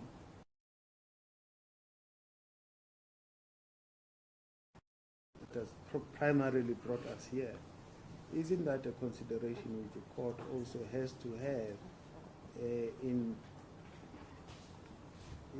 if you can imagine a situation where you made out a case and they have also made out a case? I don't know if that's possible, but... with the greatest of respect, if they say they came here to answer a Part A case, well, they're just wrong. They came here to answer 3 cases. One of them is a Part A case and a Part B case, but another one is our application. Our application is for final relief. And I won't take the chance of asking you to ask them. I'm sure that a rational litigant who is here for interim relief would say to you that if my partner application, the other applicant, I didn't want to call it partner application. Yeah, you might want to we're not partners. Not partners with it here.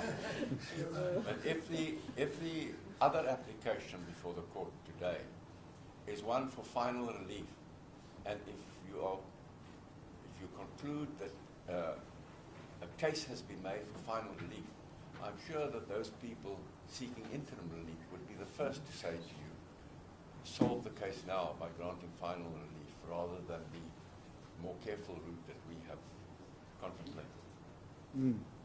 Yes. No, thank you for those responses, but we don't have the chances of saying what would you prefer. No, I appreciate that. We don't have that. So we've got to just look ahead. Yeah, but you asked me what would the other party say, and is it fair to the fellow applicants? My answer to you is that we brought our own case for final relief. It's a freestanding case, unconnected to any of the other cases. And if you were to find that final relief, a case for final relief has been made, then there really wouldn't be any good sense in not granting final relief. Yes. I know, obviously, no brief to what's named, but ultimately, they're saying if you grant interim relief, and the relief that is being sought by FUL is similar to Part B, then we have a chance then to face that case and answer it maybe more properly or have more time to deal with it. And that's the order of things, and that's the manner these Part A and B applications proceed in anyway for review. That's how it happens, and then we'll have that. They will have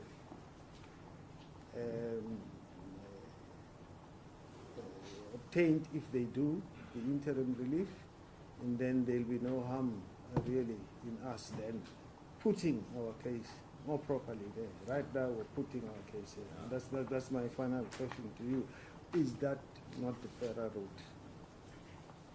We submit with respect that if you conclude that that Full has made a case for final relief, then it would be wrong and an incorrect exercise of your judicial function not to grant final relief, but to grant interim relief merely because other people have brought applications for interim relief.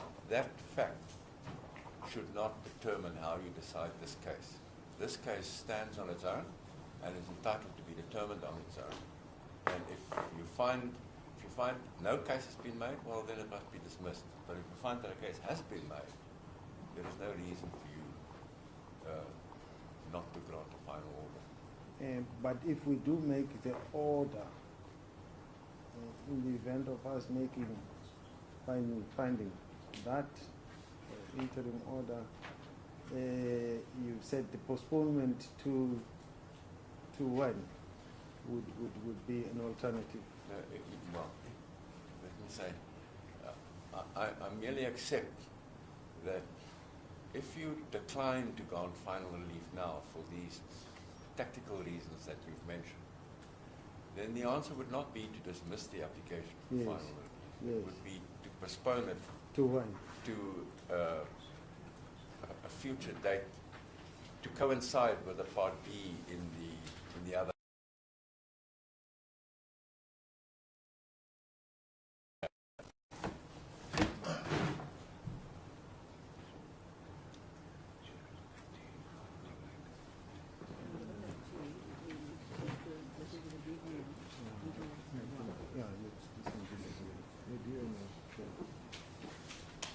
Mr. Hlophe? Thank you, my Lord. This time it is for noting, you'll be glad to hear. It's simply to say, I know I'm not the timekeeper, but they've gone over by 20 minutes. But apart from that, my Lord, the point I really wanted to make is that Mr. Hlophe has now said that this is a separate application altogether, nothing to do with the other applications. But if that is the case, then, my Lord, when are we going to deal with this separate case? Is it now, is it part of the other case of the DA and CW? Because then the time allocations are completely skewed against us, if indeed we're here for two different cases. Well, in terms of these cases which have different numbers, Mr. Hlophe, yes, which were set down today, and we are called on to adjudicate upon them, all three of them. This is what we are doing now. We have allocated time accordingly, and that's it. That's the way it's going to go. And we are having DA now to address us until.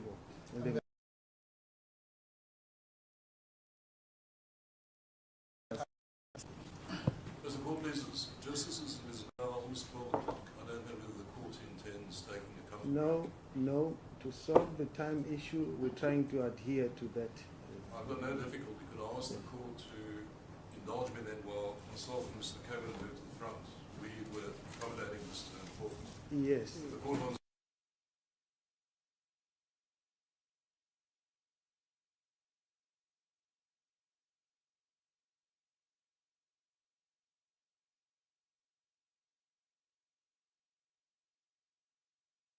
Only 5 minutes over his time. This is also the questions that we asked later on. Yeah. Because we started at 12:30, and we were supposed to finish at 11:45. So we are.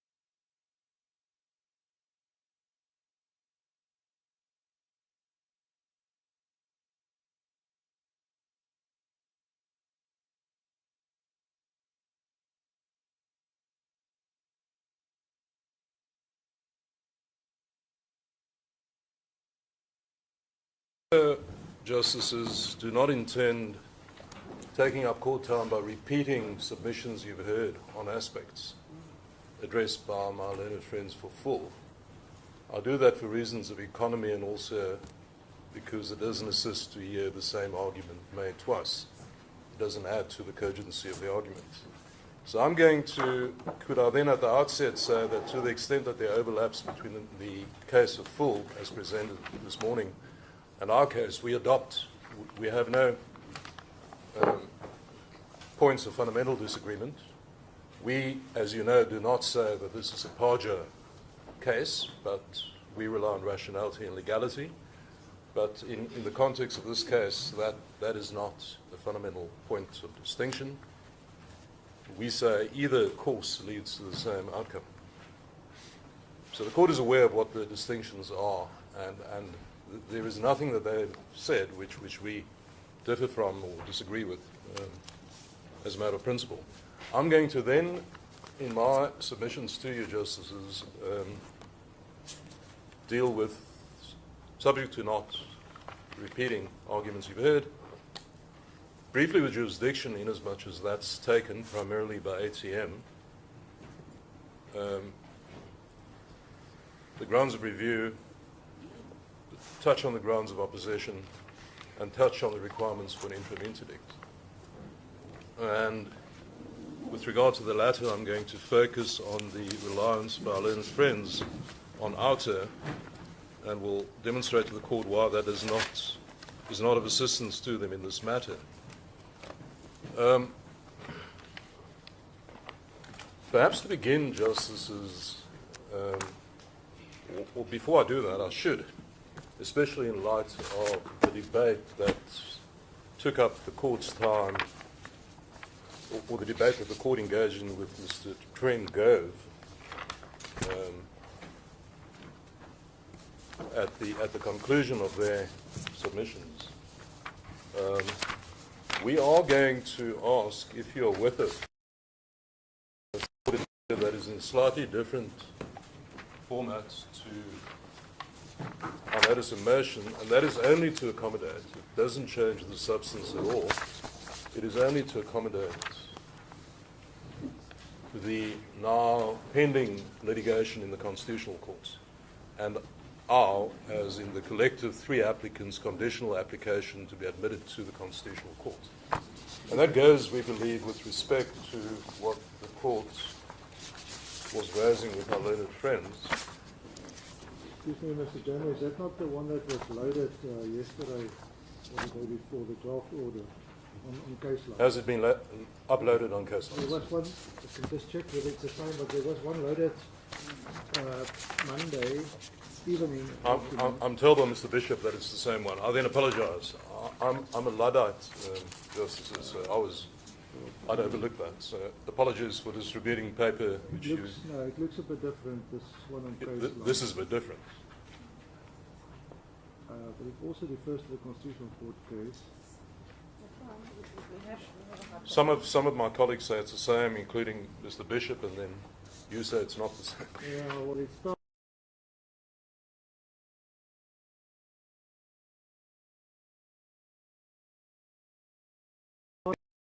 Must we work on the hard copy? You must work on what I've just handed you, Justices, if you will. I apologise for any confusion in this regard. Work on the hard copy. So the relief that we now move for, if you're with us, Justices, is that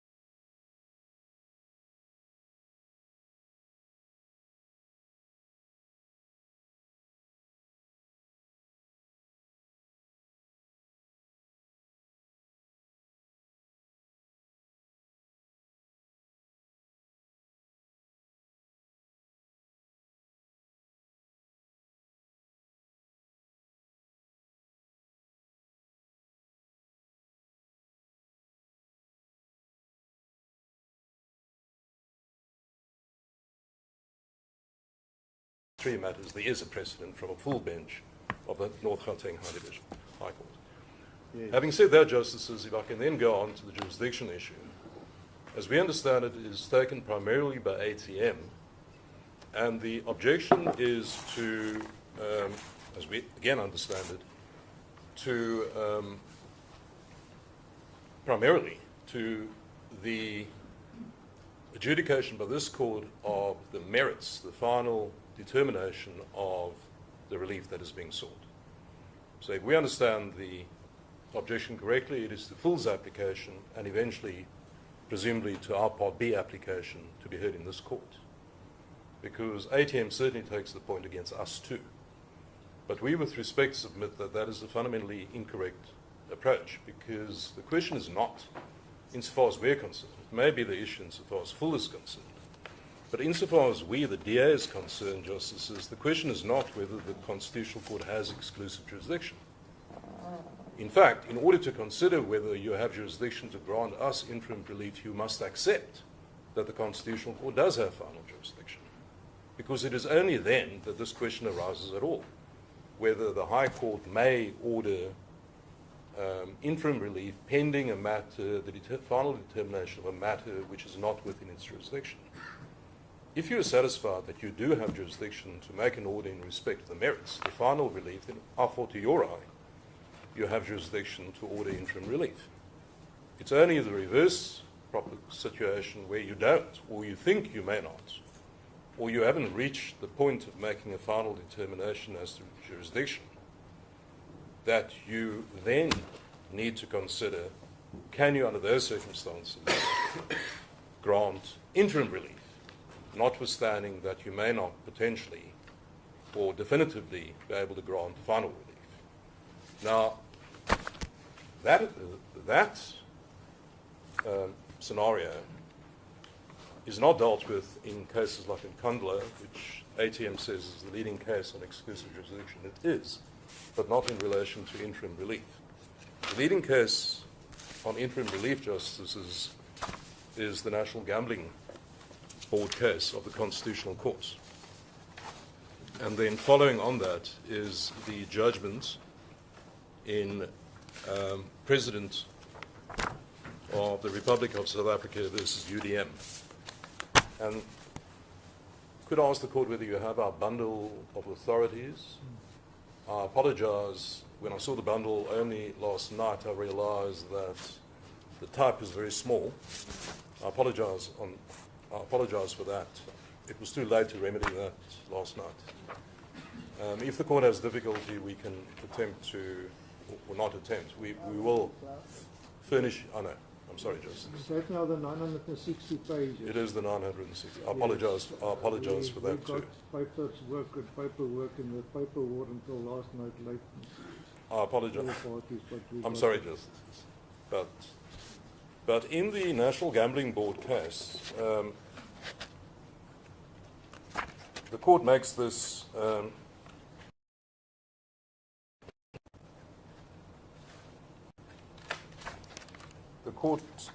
clear.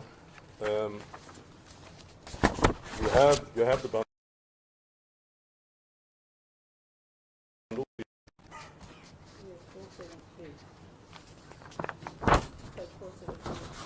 It starts at page.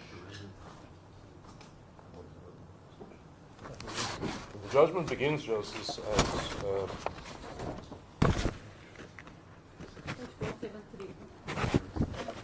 It begins at 465, Justices, and I'm going to be referring to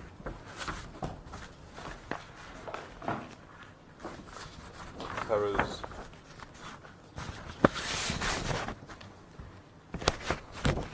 Yes.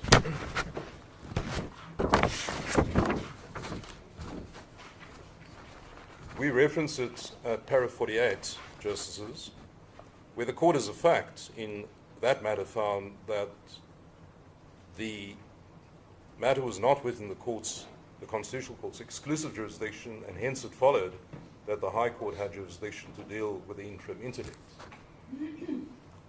So, strictly speaking, it's unnecessary for it to then deal with this question, but it proceeds to do so because it says it's important to give guidance. and then proceeds to give the guidance. The guidance is what follows in the justices. In para 49, the point is made that a court order preserving or restoring the status quo pending the final determination of the rights of the parties does not involve the final determination of these rights and does not affect their final determination. And the dispute in an application for an interim interdict is therefore not the same as that in the main application to which the interim interdict relates. In an application for interim interdict, the dispute is whether, applying the relevant legal requirements, the status quo should be preserved or restored pending the decision of the main dispute. And then it concludes that common law court's jurisdiction to entertain an application for an interim interdict depends on whether it has jurisdiction to preserve or restore the status quo. It does not depend on whether it has the jurisdiction to decide the main dispute. In para 50, it then goes further and explains how that approach is to be applied.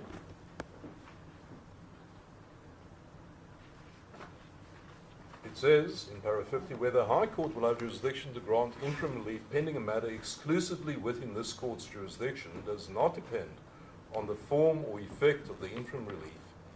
It depends on the proper interpretation of the relevant provision and on the substance of the order. Do you have that, Justice Hlophe? Yes. I'm sorry. I've got it, and I've got it on the case lines as well. As the court is. Does not depend and on the substance of the order. Does it involve a final determination of the rights of the parties, or does it affect such final determination? And here is the relevant part. If it does not, the High Court will, depending on the provision that grants exclusive jurisdiction, have jurisdiction to grant interim relief. And then it adds the caveat, it does not follow the High Court will always have jurisdiction to grant or refuse interim relief, pending the decision of a matter exclusively within this court's jurisdiction. To decide whether the High Court has such jurisdiction, the provision in terms of which this court has exclusive jurisdiction must be interpreted. And then, if I could take the court down to para 52 and the last two sentences of that paragraph in 52, a court hearing an application for an interim interdict can obviously only decide the main dispute if it has jurisdiction to do so. A court that does not have jurisdiction in the main dispute will simply determine whether the applicant has a prima facie right to the relief which is to be sought in the court having jurisdiction to deal with it. And then in para 53, Justices, the last sentence, or the last two sentences, as a general statement of the position, there is no reason why the ordinary common law should not apply, provided that a High Court is not called upon to decide a dispute within this court's exclusive jurisdiction. It has jurisdiction to grant interim relief pending the final determination of such a dispute. Now, I must immediately point out that in para 54, the court expressly records that it's not deciding the question that arises in this case, because it says, in particular, we did not decide whether the High Court would have the power to grant interim relief to prevent an amendment to the Constitution from coming into operation, which is what this case was concerned about, section 1674D, or in circumstances where Parliament or the President has failed to fulfill a constitutional obligation, section 1674E. And that is what this case is concerned about. The court says these provisions confer very special powers upon this court, which may give rise to different constitutional considerations. There's no need to consider those questions now. So our submissions, Justice, is based on National Gambling Board, is that the court is stating a general approach, which is applicable, but it expressly does not decide the question in relation to a 1674E issue, which is what we're dealing with. Then the next case, Justices, is at the end of our bundle, and it may be a second version of the bundle, which has President of the Republic of South Africa versus UDM. I think it is one of a series of those cases. You see, it's at the end of this bundle. We uploaded, it's page 953, Justice. We may have uploaded two versions of the document, but it's on page 953. Yes. As the court details. That case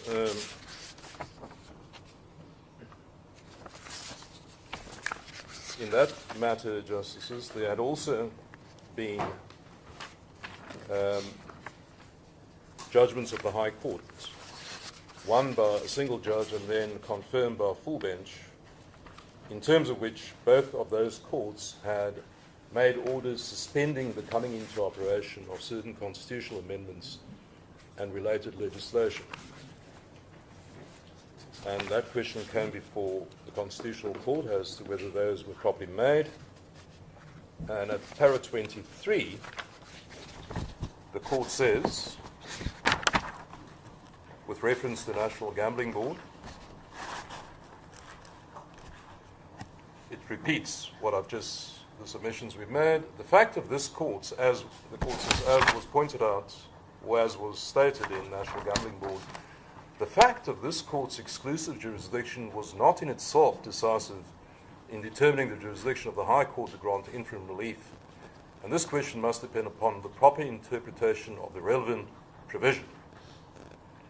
So that was the applicant's or the appellant's argument, and the respondent submitted that in this case the High Court did not decide whether the legislation was unconstitutional, and thus there was no trespassing upon the powers of this court, etc. And the court in 25 says that these are important and difficult issues to resolve. As we read the judgment, Justices,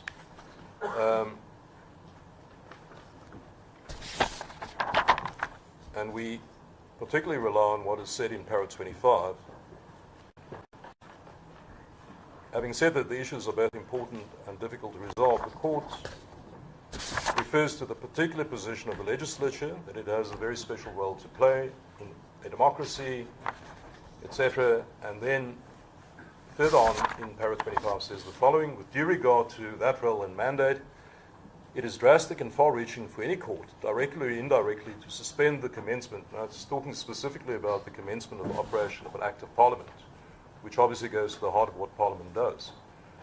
And especially, so even in the very heartland of what Parliament does, or this is a reference to the heartland of what Parliament does, the court says, it is drastic and far-reaching for any court, directly or indirectly, to suspend the commencement or operation of an Act of Parliament, and especially one amending the Constitution, which is the supreme law.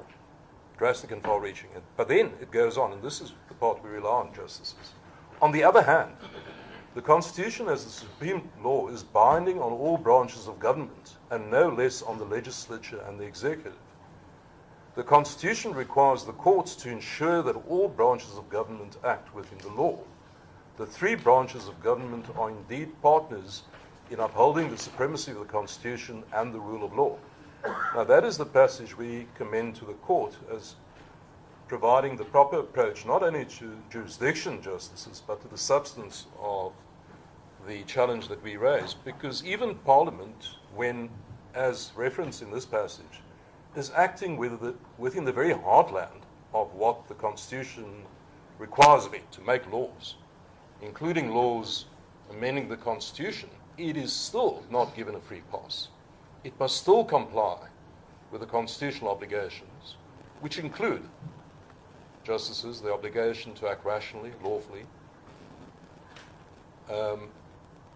and it is subject to ultimate control by the courts. No one in this country, we have no free pass, Justices, for any organ of state, from the President, from the highest to the lowest, includes Parliament. Now, this is an unusual and difficult and hard case, potentially, but it still does not give anyone a carve-out from the ultimate control by the courts of their conduct and an assessment of their conduct. So we commend that passage to you in that context, as well as the context of jurisdiction.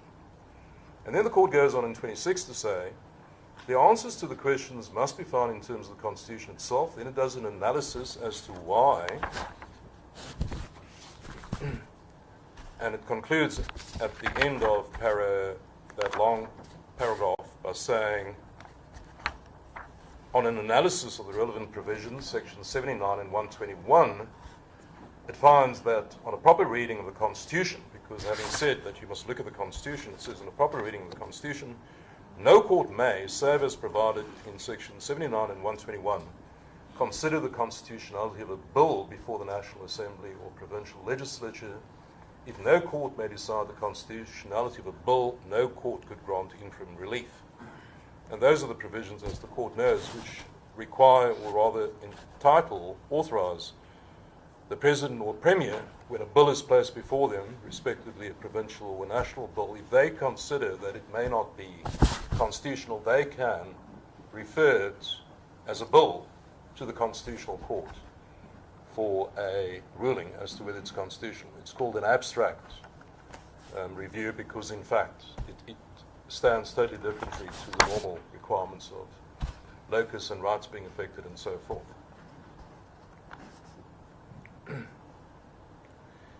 And in that context, at the end of paragraph 27, the court says, in the case of an abstract review in terms of section 83, this court, and it alone, is empowered to suspend the operation of the impugned provisions pending determination of the challenge. And I emphasize the word the operation. Whether the High Court, and herein lies the point, whether the High Court nevertheless has jurisdiction to suspend the operation of an Act of Parliament, whether before or after they have been published, is a question which it is not necessary to decide in this case. In what follows, we shall assume that there might be exceptional cases in which the High Court might grant such an order. So in other words, even in the context of section 83, where the High Court, where only the Constitutional Court may suspend the operation of the impugned provisions, the Constitutional Court assumes that there might be exceptional cases in which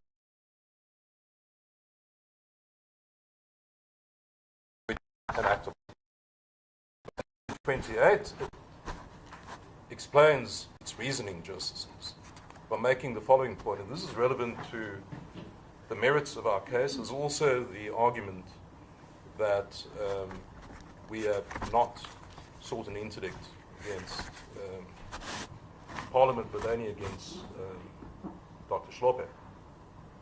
The court says legislation, and especially legislation which amends the Constitution, does not usually have an immediate effect on persons or their rights. More often than not, it establishes a framework in terms of which public officials or individuals take action or modify their conduct. When such, and this is the important passage, where such legislation is impugned as unconstitutional, and this is the part we emphasize, it appears that action pursuant to its terms is imminent and is likely to cause serious and irreparable prejudice. In all but the most exceptional cases, interim relief could be designed to prevent such prejudice pending a decision by a court having jurisdiction to decide on the constitutionality of the legislation. In making such an order, a court would not have to decide on the constitutionality of the legislation. If the legislation is such that its constitutionality may be considered by the High Court under section 172(2), the order could be made pending such consideration, and if found unconstitutional, pending an application for confirmation by this court. The jurisdiction to make such an order would be consistent with the approach enunciated by this court in the national gambling case. I would emphasize that such an order would not have the effect of suspending the coming into force of the impugned legislation. And that is the essential distinction, justices, that's relevant in this case. Even under those circumstances where exclusive jurisdiction vests in the Constitutional Court, the court is saying, while the High Court may have no jurisdiction to suspend the operation of the legislation coming into effect, it can still grant an order in relation to interdicting actions and the consequences of actions that are taken pursuant to the impugned legislation. In other words, it draws a distinction, a common sense, practical distinction. This court, the High Court, may not have jurisdiction to either make an order finally, because the Constitutional Court has exclusive jurisdiction, and also because of the separation of powers and the important role of Parliament, not even have the power to make an order suspending the coming into operation of the legislation. But even under those circumstances, it would still potentially have the power to make an order that interdicts or affects actions taken pursuant to the impugned legislation. Mr. Jamie, you have now taken a lot of time to deal with that judgment, but is the conclusion of the court not in paragraph 32? I have taken some time, and in paragraph 32 of the court... Where in that paragraph? It is indeed, Justice Hlophe. And we submit that in line with the National Gambling Board case and this judgment, this court definitely, we submit, has the power and the jurisdiction to grant interim relief, as we seek. If I can then, Justices, go on to the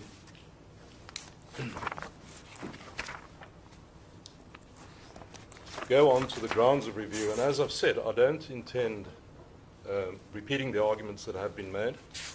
We've set out the grounds of review, and unlike FUL, we have three grounds of review, Justices. The first is that the designation by the National Assembly of Dr. Hlophe was substantively irrational. The second is that it offended, it did not advance, as it was required to do, the obligation on Parliament to comply with Section 1654 of the Constitution. Instead, it undermined and was retrogressive in respect of Section 1654. And the third is the ground, which is also common to FUL's application, that there was that there was an error of law in this matter. And that error of law, we submit, arises from, as you heard argument, we adopt the same position, arose from the misapprehension on the part, certainly of the majority party, the ANC, that they had no choice but to comply with a practice and or to act in the situation where, according to them, there was a lacuna in the rules or the Constitution. And that those assertions by them form part of the record. On irrationality, Justices, it's a trite proposition. We deal with the authority at footnote 17 of our heads. I'm not going to take you there. That for a decision to be rational, there must be a rational connection between means and ends. That's, in essence, the requirement. And in looking at means, the court looks both, and the court can also consider the process arriving at the election of the means to achieve the end. Now, in that context, we have made submissions about the purpose of the designation by the National Assembly of its component of the members of the JSC. And we agree with our learned friends for FUL that that purpose is to foster respect for the judiciary and to reinforce the moral authority of the judiciary. I just want to emphasize one aspect, and that is the judgment. It's in our bundle of authorities, State versus Mamabolo. I'll give the court the reference right now.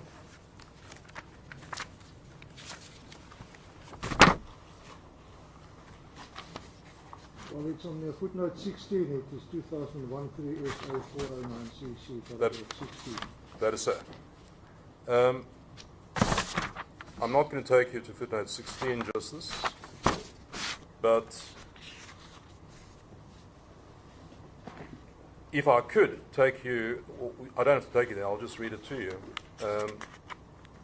At para 19 of that judgment, after describing the way courts function, the court says the following, and this is a passage that we submit as of application in considering this matter.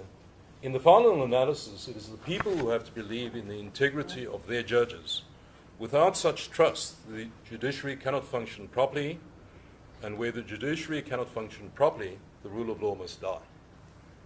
Now, that is relevant because, with respect, and this would be apparent, we submit, to a person totally unschooled in law. If they consider the object, and we in our head say there are only three relevant facts really in this matter: the removal of Dr. Hlophe for gross misconduct, his designation by the National Assembly to serve in the JSC, and the fact, well, really they're just those two facts. Their juxtaposition in time, that they were so close to each other, is not an elemental fact, but it is also a fact. We add one further caveat on that first fact, that he was removed, Dr. Hlophe was removed for gross misconduct by the National Assembly in terms of the Constitution, that notionally it might be possible to, if one could do that, to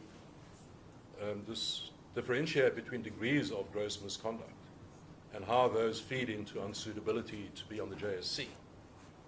So it's at least conceptually possible, you could say the judge was removed for gross misconduct, but that doesn't obviously disqualify him from being on the JSC and selecting judges.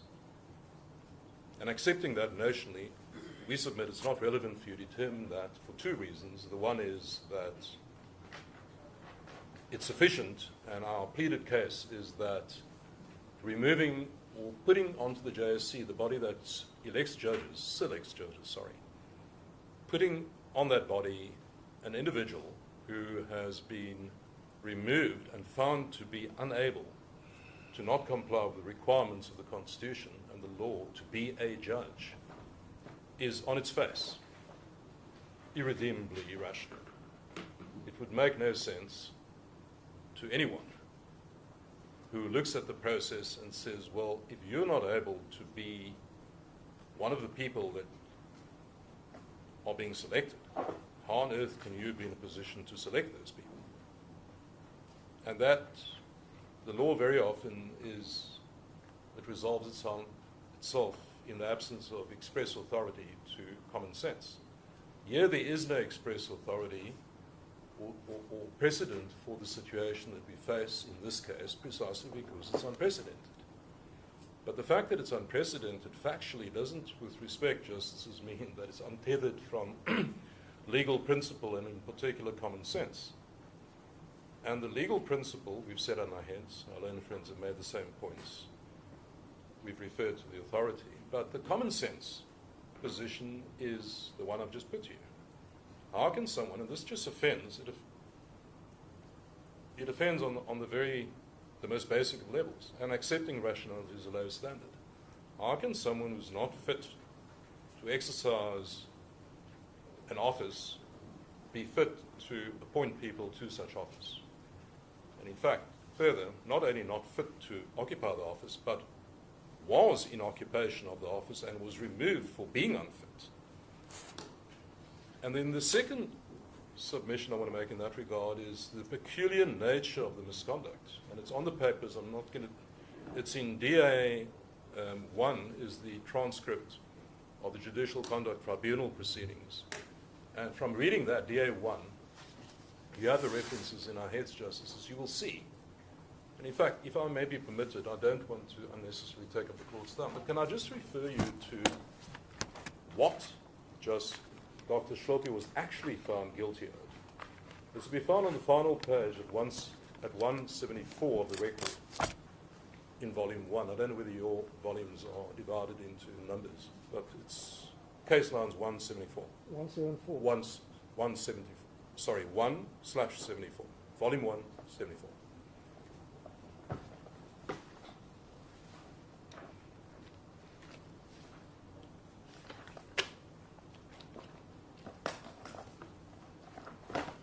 You have a justice. This was the conclusion of the Judicial Conduct Tribunal, which, as we know, was affirmed, was accepted by the JSC. Judge President Hlophe's conduct breached the provisions of Section 165 of the Constitution in that he improperly attempted to influence two justices of the Constitutional Court to violate their oaths of office. That is what he was found guilty of. And that led to the conclusion in 124 of gross misconduct. Now, it is difficult, with the greatest respect, Justices, to conceive a more fundamental dereliction and violation of your oath, your judicial oath, where you're found guilty of attempting improperly to influence two other judges to violate their oaths of office. You could not be more untethered from the requirements of a judge and be more unfit to choose other judges. Anyone, and I make the submission at that level of generality, anyone faced with the bare bones facts that someone found guilty of that has now been put by Parliament into the position of selecting other judges would say, how can that be? That makes no sense. That's what the ordinary person in the street, we submit, it's a submission. I'm not leading evidence before you, will say that. How can that be? And that is the standard of irrationality. There is no connection. It doesn't further any of the purposes behind having a carefully calibrated, constitutionally ordained JSC with all those different constituencies having to sit in the JSC that brings the various interest groups, etc., their interests into play when judges are selected. But it's all designed to end with a rational purpose, which is to uphold the integrity and the moral authority of the judiciary, without which judges and courts can't function as the authorities that we cite in our heads say. And in that from that viewpoint, it was fundamentally irrational. That's our first ground. Well, that will have to be considered objectively. Yes. Because you're referring to the man in the street, but what we know here is that the MK party obtained 15.4% of the voters, and they were that party nominated their MP, Dr. Hlophe. So from their point of view, there was nothing irrational about that. From the MK viewpoint or their voters? Well, the MK that were people that were voted into Parliament. Oh, I see. Yes, no. We know that, but that of course can't be. I'm talking about the standard justice defer, not the. Sorry, rationality is an objective. That's the point that I want to make. It's an objective. It's an objective criterion it must be, and my submission to you is that objectively. So it's quite apart from what MK thought, because we accept that MPs may vote. MK certainly may vote. It was their nominee, as they see fit. But the question is that, and we've made the submission, no action. So it's not an answer, with the greatest respect, to say, well, it was a political decision.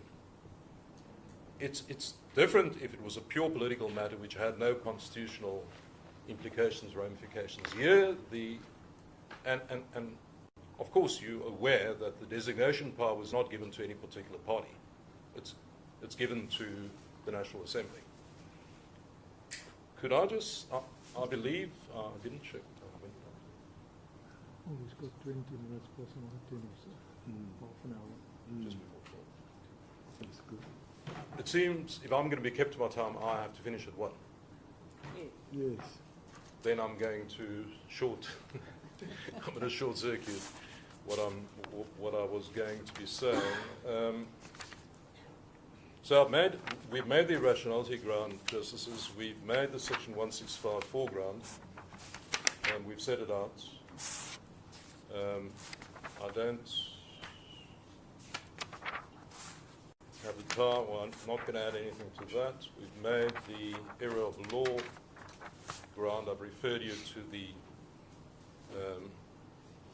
underlying facts there.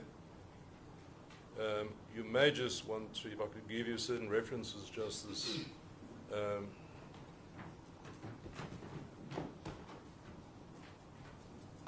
514 and 532 of the, sorry,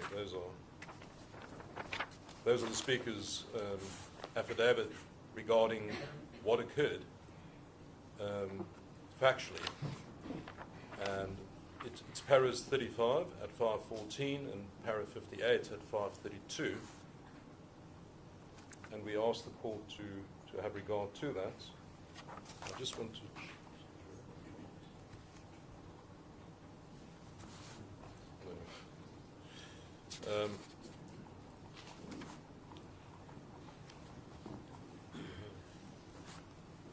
could I just ask one?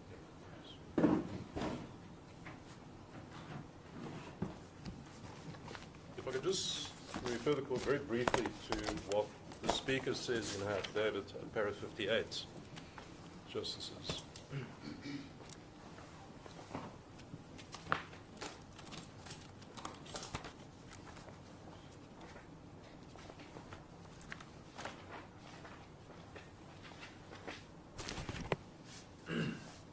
And I do just want to make brief submissions on this. At para 58 of her affidavit, the Speaker, and it's to be found at 5/32, where the Speaker says in para 58.1, as a general proposition, courts are not concerned with the motives of members of the National Assembly who vote in favour or against a particular motion or legislation. We agree that as a general proposition that is the case, but here of course we know why at least the ANC voted as they did. I'm not going to take you to that again, but the passages in the record which my learned friend Mr. Trengove took you to earlier make it very clear that the ANC thought they had no option, that they had to vote because there was either lacuna in, as they put it, the rules or the Constitution, capital C Constitution, or they said, well, there's this practice and we can't go against the practice. So, and thus we agree that they didn't exercise a proper discretion, but the point is we know why they did, why they voted as they did. In 58.2, it must be accepted that the nomination of Dr. Hlophe by the MK party is purely a political decision of that party. We agree. That's outside the remit of this court to interrogate. But then, importantly, however, it does not necessarily follow that a choice of a political party must be rubber-stamped, i.e. rubber-stamped by the National Assembly. And we totally agree with that. And that is a fundamental statement which is not disputed by anyone in this matter, including the respondents. The National Assembly was not bound by the nomination of the MK party. And what we say, Justices, is even if there was a parliamentary practice in terms of which, in matters of this sort, well, firstly, the parliamentary practice which, when you read the Speaker's affidavit, and if you read the record in this matter, and especially it is DA1, it is quite clear from that the practice that they are talking about is a practice that related, as my learned friend Mr. Trengove submitted, to the appointment of parliamentary subcommittees, portfolio committees. And they said invariably parties have a right to nominate who they want to be on these committees. That may well be a question of parliamentary process. But we agree with the submission that this is not a parliamentary committee, the JSC, obviously.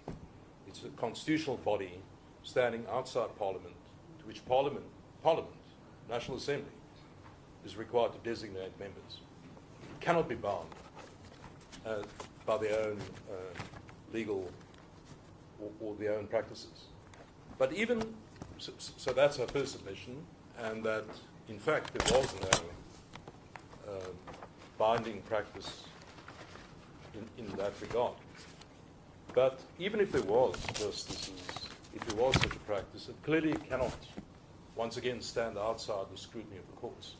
And if that practice led to an irrational result, as we say it did, for all the reasons that we and the other applicants say it did, then that is the end of the matter. It wouldn't withstand scrutiny.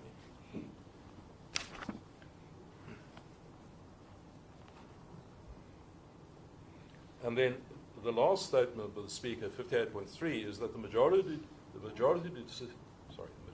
decision of the National Assembly on 9 July as the designation of Dr. Hlophe is also at the very least a political decision and an expression of duly elected representatives in terms of the electoral system, etc. And while that might be so as a general proposition, Justices, here, on the facts, you know that the majority party, being the ANC, I repeat, thought they had no choice. And that's why they voted the way they did. Had they known that they had a choice, had they appreciated that they had a choice, on the numbers, we've averred in our papers that the ANC has 159 members. The court can take judicial notice of the fact that the DA has 87. The most elementary, well, it's a fact of which the court can take judicial notice. The most elementary Google, as I did last night, shows the numbers in Parliament. There are 400 members in terms of Section 77, I think, of the Constitution. And the ANC is 159 and the DA is 87, plus the 9 that are shared between Freedom Front Plus and ACDP, both have voted against Dr. Hlophe, would comfortably be majority votes. So in other words, the error of law here made a difference. To the extent that there's a that the ANC is not the National Assembly, fair enough, we accept that. But the error under which the ANC acted when it took the decision here, when it decided to vote, made a difference. So those are those submissions. With regard to submissions on the merits, with regard to the grounds of opposition, we will respond. We've set them out in detail in our heads. I'll respond to anything which is particularly raised, which we haven't covered in response. With regard to outer, I think Dr. Hlophe especially, both Dr. Hlophe and MK, criticize us for not pleading outer. Well, outer's law, Justice. We don't need to plead the law.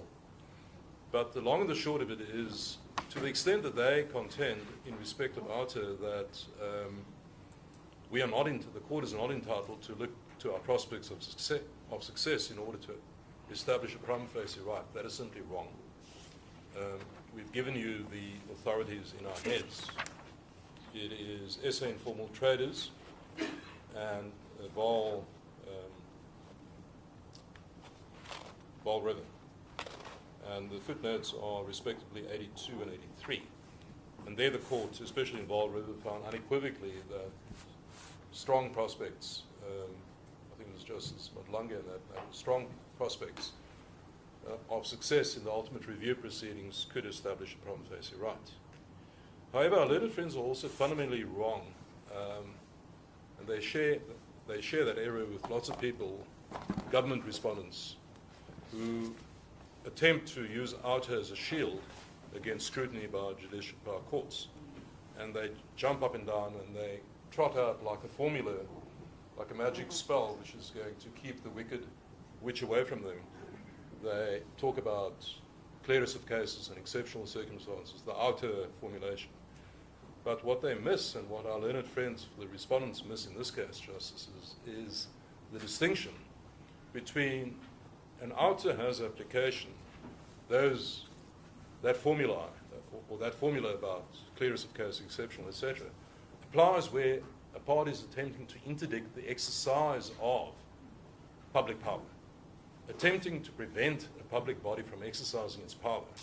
And the more policy-laden and polycentric that power, the less keen a court would be to do that, to intervene and prevent a public body, especially a body like Parliament, from exercising its power. But here, those are not the facts. Parliament has exercised its power. It designated Dr. Hlophe. And that is done and dusted. Parliament is not going to do anything further in the matter. And hence I referred to the distinction and went to some length, and I apologize for that, Justice Defoe, to some length in the UDM case to demonstrate that there's a distinction between the power and or the initial power and conduct flowing therefrom. Here, what we seek to interdict is Dr. Hlophe acting in terms of the designation by the NA. But we can't interdict the NA because there's nothing to interdict. The NA has acted. It's not going to act any further. What we are seeking to interdict is Dr. Hlophe. We do target, or not target, that's the wrong word, we name Dr. Hlophe in our Part A, whereas in Part B we name the NA. But that is understandable and entirely logical because of the facts. It is Dr. Hlophe who, in going to the JSC, in pursuant to what the NA has done in the past, which we can no longer interdict, it is that gives rise to the harm, not the NA's designation per se. Had Dr. Hlophe in his wisdom said, I see what you've bestowed on me as the National Assembly, but I feel I cannot take it up for all the reasons that we've raised, then of course there would be no harm. But he has taken it up, and that is what causes harm, and that's why we want to interdict that, which addresses one of the major issues raised by Dr. Hlophe, but more importantly, on the question of the stage at which you seek an interdict, the authority pursuant to ARTA is EFF v. Gordon, 2020, Volume 6, SA 325, Constitutional Court at Para 60, where the Constitutional Court makes it clear that the ARTA standard, the formula that I've referred to, only arises, or sorry, does not apply where the exercise of power has already occurred and only its implementation is being interdicted, sought to be interdicted. And that is the case here. Can you just give me that citation? EFF, Justice Defoe versus Gordon. Oh, yeah, the Gordon case. 20, do you have it? 2020. So we say ARTAs are no assistance there. Can I just check something?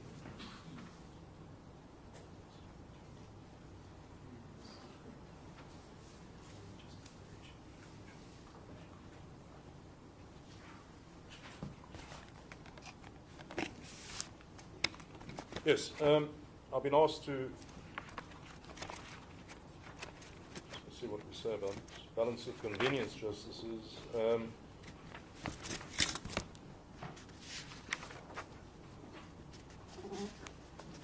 We've made our submissions on balance of convenience, and to the extent that that is something that Dr. Hlophe especially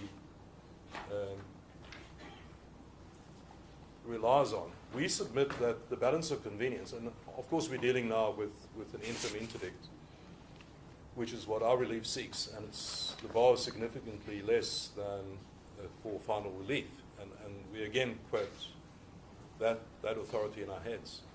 But one of the aspects the court will consider is balance of convenience. Now, the balance of convenience we submit clearly favours the applicant, the Democratic Alliance. If you're with us on prospects, which we submit you should be, Justices, then if an interdict is granted in the format that the draft order postulates, it will be pending the determination by this court or the Constitutional Court of the merits.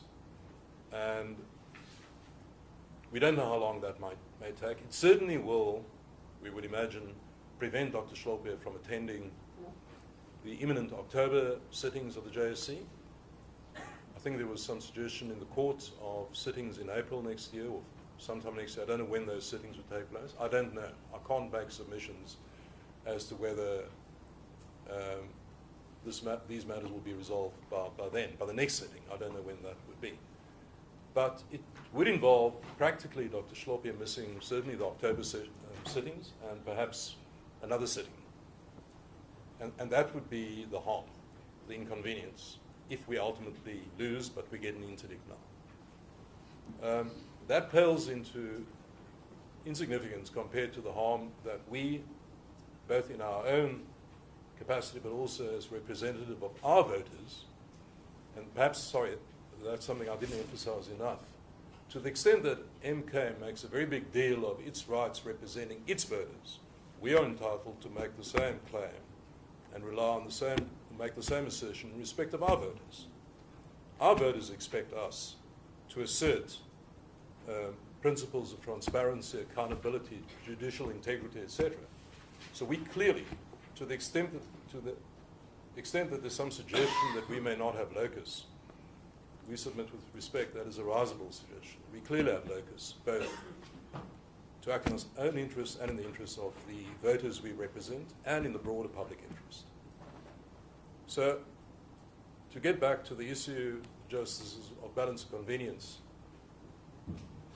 as compared to the inconvenience of Dr. Hlophe, the inconvenience that we would suffer if we do not get an interdict but are ultimately successful in the review, in whichever court, is that Dr. Hlophe would have sat in matters where his presence and participation fundamentally taints the selection process in those sessions, where there's always going to be, without any, through no fault of their own, those judges who have been appointed by JSC, including Dr. Hlophe, will, with respect, forever go through office or occupy their offices with a bit of a question mark as to, well, was this entirely above board?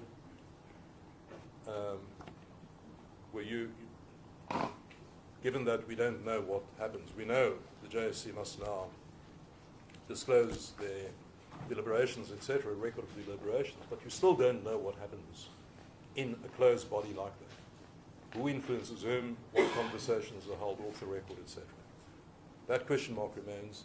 It affects the independence and the regard in which the judiciary should be held. There is no reason to impose that burden and that burden on the judges concerned, but also on the justice system.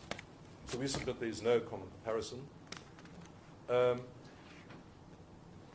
the extent that, it's just one thing I do want to emphasize, we make the submission in paragraph 53.4. To the extent that anyone, the respondents, want to rely on separation of powers harm, I've already made the submission, there is none. But as we say in that paragraph, that cuts both ways. Because if there's a separation of powers issue, given that this concerns the composition of the judiciary, which is one of the pillars, the three constituents of the separation of powers, and maintaining its integrity, arguably separation of powers demands court intervention to protect the integrity of the justice system and the judiciary, which is one of the three arms of government. So far from pointing away from relief, it supports relief.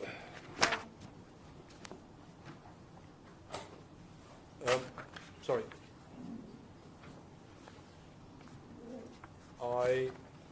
And then those are submissions on merits, Justices. We submit that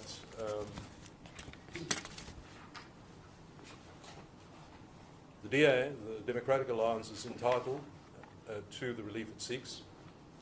We submit that relief is appropriate in the circumstances. We elected not to seek final relief at this point, and we did so for the reasons that I think we've articulated in our heads. We thought it more appropriate to ask for interim relief so as to get the benefit of the full record, to allow the parties to make their averments on full papers, and most importantly perhaps to give the court the opportunity to give proper consideration to its determination of this very important, unprecedented matter.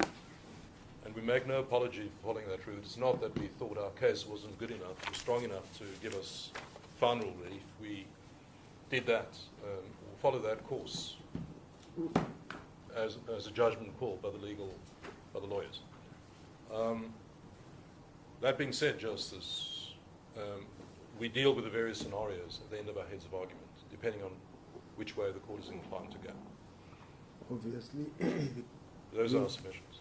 The flip side of that submission is that that would be the fairer route as opposed to what is submitted by FUL. I wouldn't want to rain on FUL's parade, Justice. Mr. Kringo was a fearsome. Well, no, I'm not saying it would be fairer. I'm saying, in my case, which is yes. the only case after advance, we submit it entirely appropriate, really. that is an answer, Mr. Jamie, let's say. Close the door, please. Unless there's anything else, just. And then costs. I'm terribly sorry. Costs. Justices, if you're with us, then we submit the application. Our application should be granted with costs. And in that regard, I must submit to you that, in particular, given the egregious nature of the allegations made on the part of the respondents, but primarily on the part of MK, and which allegations or slurs and scurrilous attacks on the applicants, including my client, are made in the heads of arguments, and particularly paragraphs 4 and 5 of MK's heads of arguments, where there's an entirely vile reference in our submission to the abominable murders which occurred in a farm in Limpopo, where the victims were allegedly fed to pigs. The attempt to make some connection between our clients and their motives in that case is entirely unacceptable. It is conduct that should not be tolerated by any court. To the extent that the respondents complain of abuse of process, that is an abuse. And we submit the court should signify its distinct displeasure, in particular with the way MK has conducted this litigation by granting a punitive order against them. Against MK only.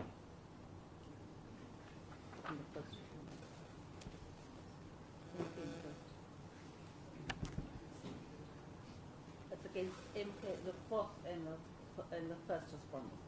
The first, or do you seeking? You Yes. say first and the fourth. Is it the first and the fourth? Yes, I'm told that is so. My instructions are to move for such an order against first and fourth. My instructions are to move for such an order against first and fourth. I'll leave it in the court's discretion as to whether the first respondent has so conducted itself as to warrant such an order. But my firm submission is that fourth has. Unless there's anything else, Justices, those are our submissions. Thank you, Mr. Jamie. Appreciate that. Thank you for keeping time.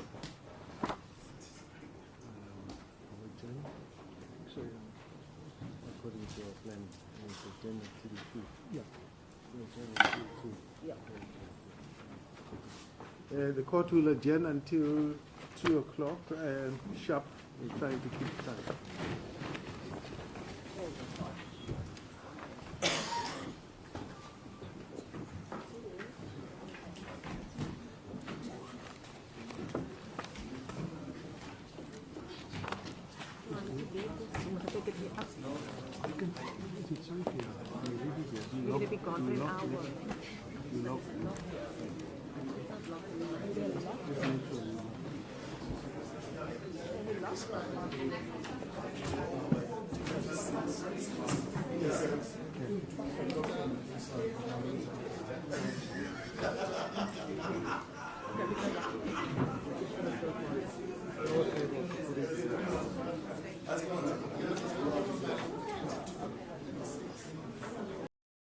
Subsection 2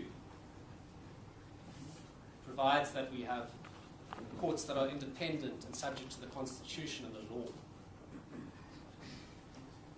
Section 34 of the Constitution gives everyone, not just citizens, but everyone in the country, the right to have their disputes that can be resolved by law decide on a fair public hearing before a court, or where appropriate, another independent and impartial tribunal or forum.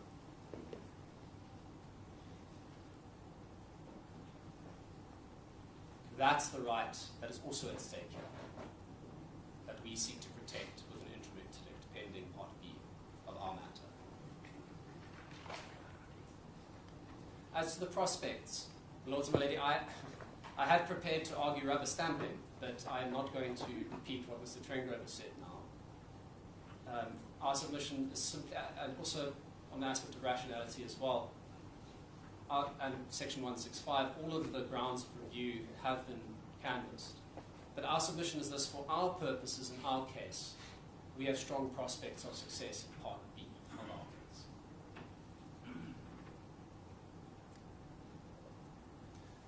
That's my first topic. My second topic is the composition of the JSC.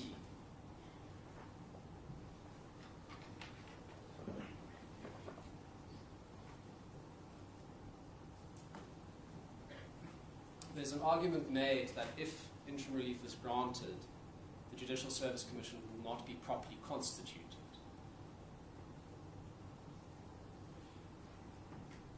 And we say that that's a bad submission. In our heads of argument, we quote a case between Dr. Hlophe and the Judicial Service Commission. I'd like to take the court there briefly. It's on page 1431 of the heads of the bundle.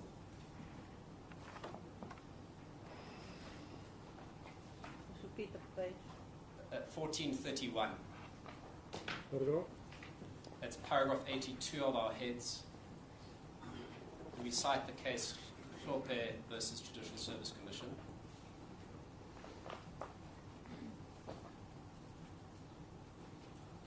In that matter, point was taken that because certain members of the JSC were not present due to conflicts, the JSC was not properly constituted when it made a decision pertaining to Dr. Hlophe. And the full court in Gauteng rejected this argument. And I can just go to paragraph 39. They deal with a lot of case law, including JSC versus Cape Bar Council, the Nuclex judgment from Justice Chaskelson. In paragraph 39 there says that what emerges then from these cases is the inference that proceedings will not be regarded as a nullity if there are justifiable reasons for absence or exclusion of a member entitled to sit. If this court grants an interim interdict, that is a justifiable reason for Dr. Hlophe not to sit. Does the JSC have a specific quorum?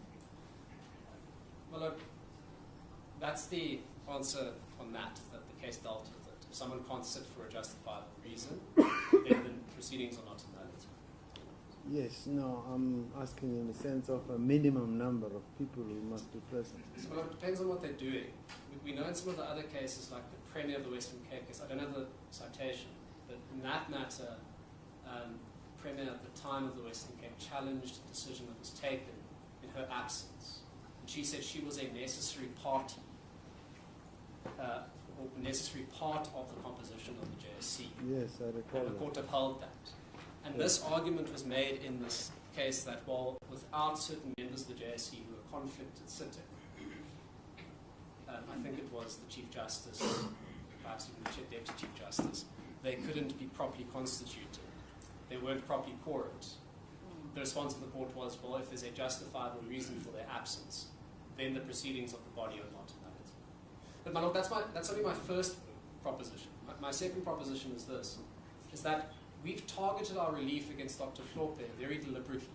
And much is made of this. Much is made of this in the answering affidavits about not suspending the effect of the decision.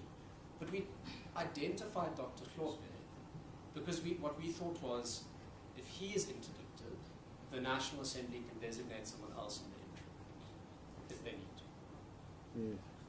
So there's no question that the JSC will be properly constituted if this court were to grant interim relief, as our client asks. Yes. Well, those are my submissions. Now, Ms. Marriage-Pillay will continue. Thank you, Councillor. Yes, Ms. Marriage-Pillay. I intend to deal with three issues. First, the issue of harm. Second, and allied to the issue of harm is the balance of convenience. And finally deal with the issue of standing that has been raised as an eliminate point by the MK party. Yes. In relation to harm, we submit Corruption Watch has demonstrated the harm that will be suffered is irremediable and irreversible in character. This is an interim interdict that's being sought pending the outcome of the review. And this would mean that a favorable outcome by the court reviewing what we claim to be objectionable conduct cannot be made in order, cannot then make an order that effectively undo the harm that we allege in Corruption Watch's founding papers.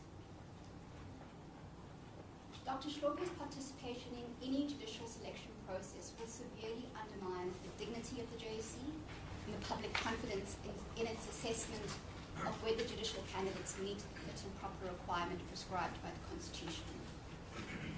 We submit that permitting him to participate in the judicial appointment process as a member of the JSC, particularly in the upcoming October 2024 interviews, would then compel other members of the JSC and judicial candidates to spend considerable time convening and participating in proceedings which may lack legality if the decision to designate him to the JSC is ultimately set aside on review in our Part B.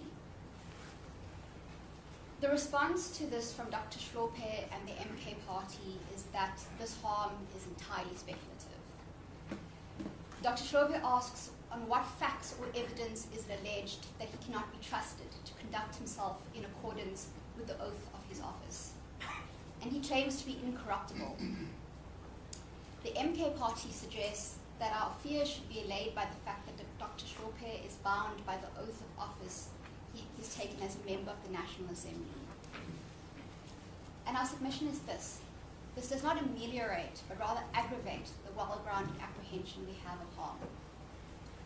The current oath Dr. Hlophe has taken as a member of the National Assembly is set out in Item 4 of Schedule 2 of the Constitution, and that includes obeying, respecting, and upholding the Constitution. This isn't different from the oath that he took as a judicial officer. It's also set out in Schedule 2. He was found to have breached Section 165 of the Constitution in that he improperly attempted to influence two justices of the Constitutional Court to violate their oaths of office.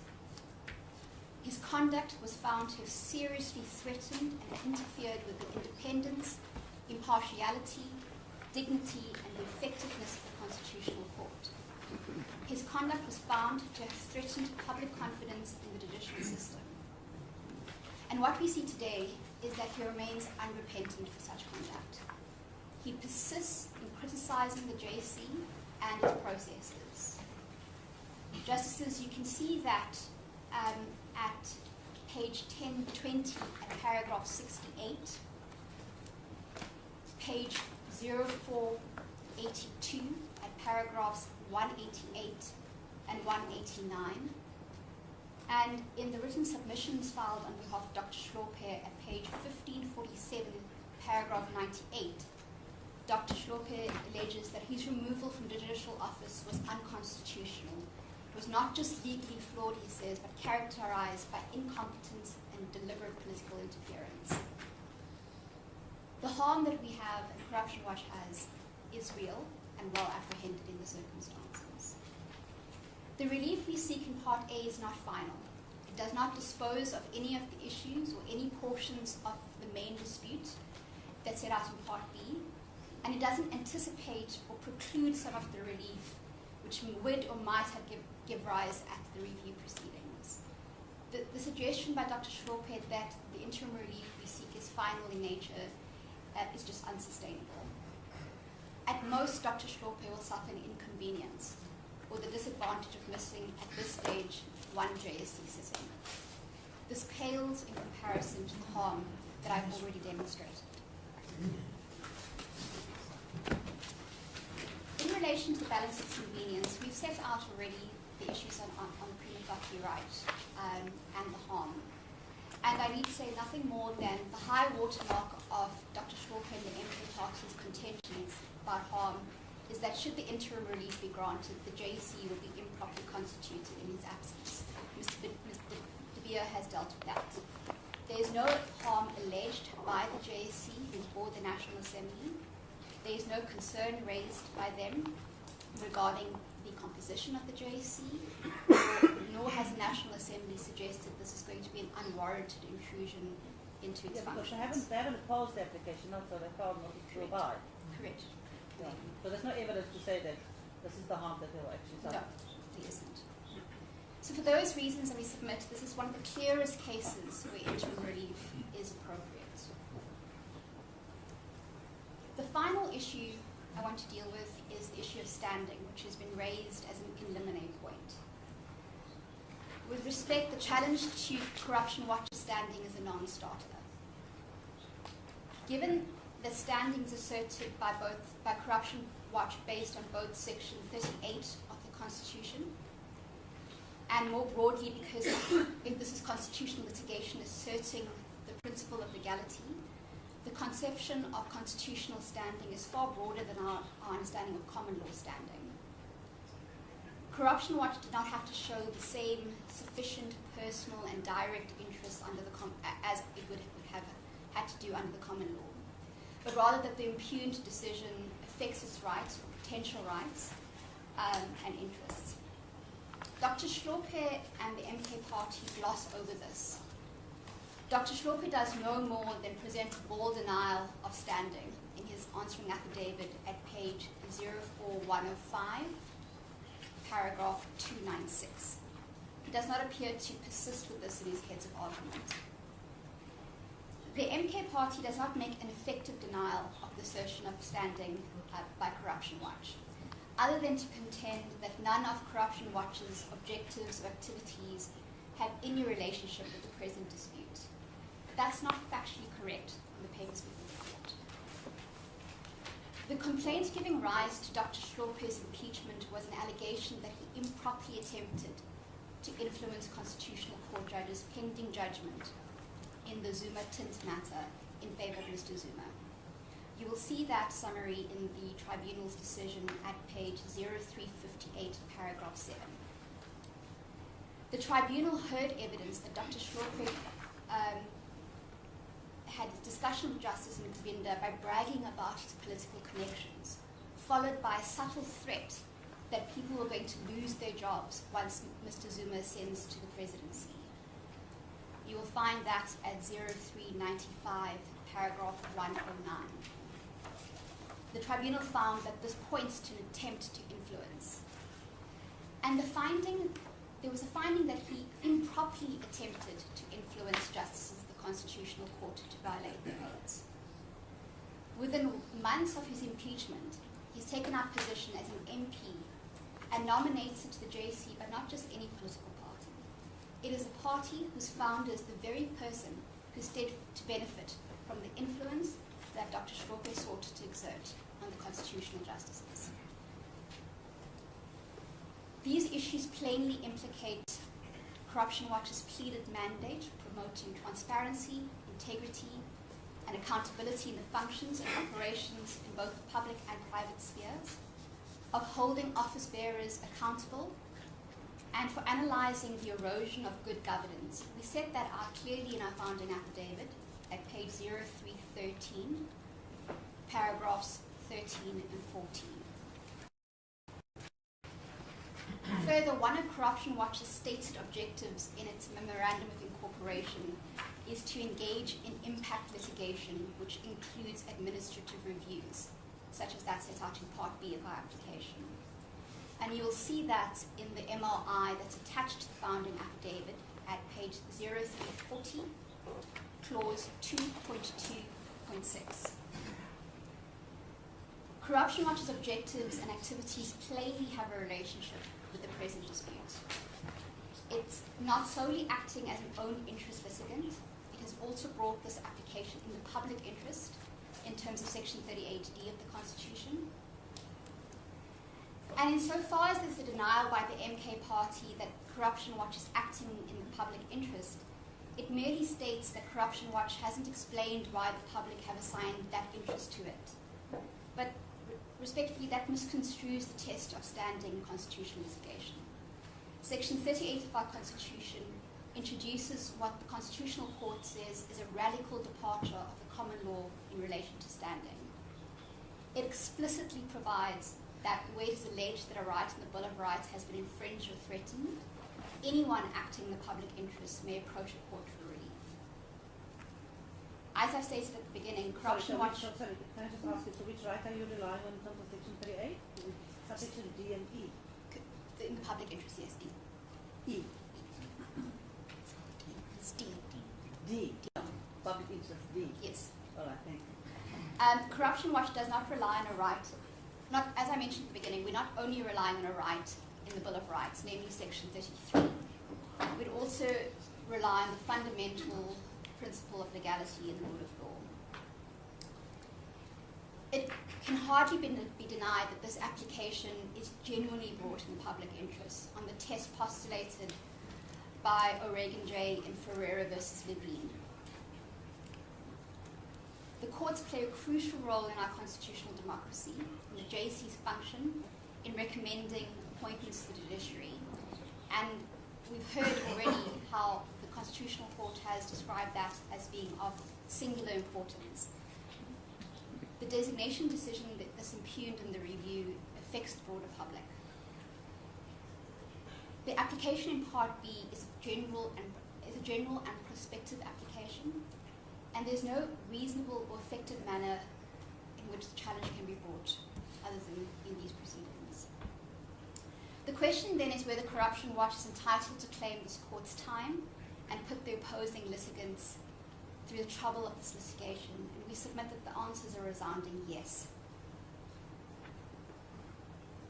The interest asserted by Corruption Watch is neither hypothetical, it is real, it is true, it's not academic, it relates to a real and practical situation, and the injury claims to suffer is the rights to just administrative action and the undermining of the principle of legality.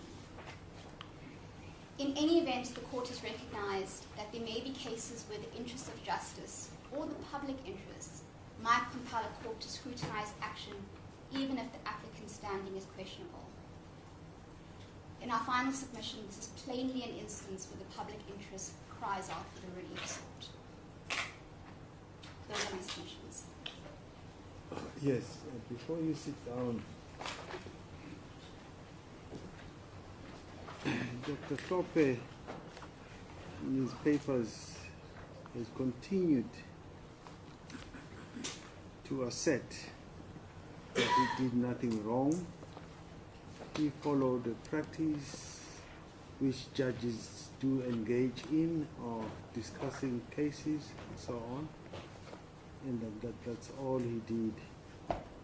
Now, to the extent that he pursues that and alleged that I've got an application at the Constitutional Court pursuing still his innocence and an appeal at the SCA, I know that those matters may have fallen away. But he says that this whole issue about his being a judge who has been removed and therefore unfit is not closed yet. What's your views in that regard? Of course, he was using those cases, but we know the one case has lapsed and the Constitutional Court has dismissed his application for direct access. But he has made that assertion that, look, this matter is not closed yet. Can this court have then a debate about what has happened when actually it's known that he has been removed and so on? No, my lord. It remains a binding decision until it's been set aside. There are no pending applications that we are aware of that are challenging it. There's no concern regarding a possible contradiction between the finding between this court and another. And if anything, this demonstrates why there's a concern regarding Dr. Hlophe's designation to the JSC. This is a person who remains unrepentant, a person who questions the integrity of the very institution's processes. Yes. No, of course, There's a question of him having referred to some practices in foreign jurisdictions. Any comment on that? We've set that out in our heads of argument very briefly, that they provide no assistance. They are distinguishable from the facts that we're dealing with here. And I can direct your lordship to the relevant paragraph. Yes, no, we are aware of this. You don't need. They provide no assistance. And one can't transplant simply examples, foreign examples, which one are distinguishable, without having regard to our own constitutional scheme and our constitutional values. Yes, you have addressed individually the examples he makes in the respective countries, and the answer is not applicable. Yes. Yes. Just for sake of clarity, it's on page 1428 that you will find those submissions in order of our heads of argument. Yes. There's lastly a matter which I have pursued with the other council with regard to the other application. Do you have any comment as to which way we should go in your views? My Lord, I wouldn't want to weigh into that debate other than to say that we're dealing with separate applications. You've heard the submissions, and I don't think it would be appropriate for me to... You plead the Fifth Amendment. I do. Yes, I understand. Thank you for all.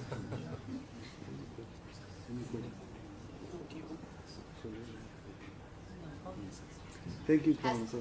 Thank you.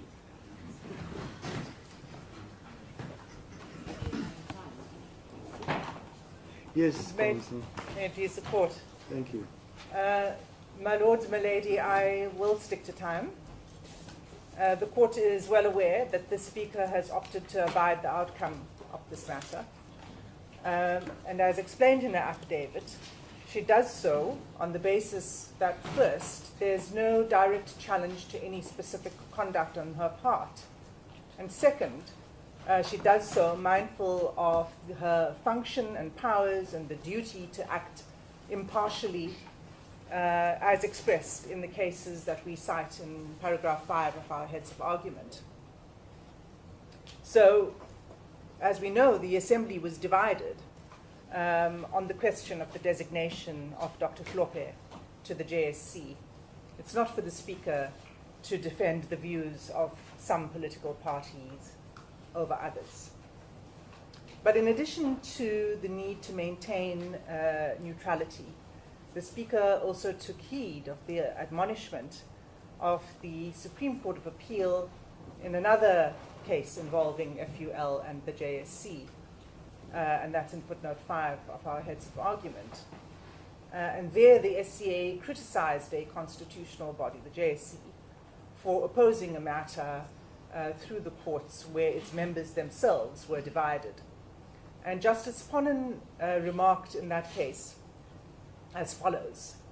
He said, the JSC chose to oppose both the application in the High Court and the appeal before this court. This, despite the evident difficulty that the matter had occasioned it, having split 8-6 with one abstention. Moreover, there had been serious dissensus within its own ranks. It is thus somewhat surprising that it resolved to defend the majority decision instead of simply abiding the decision of the courts. And the Speaker made reference to this case in her affidavit. But she doesn't merely abide without more. She has sought to assist the court by describing the events as they occurred, and has provided the court with the Hansard record relevant to the decision and the relevant parliamentary rules for the court's assistance.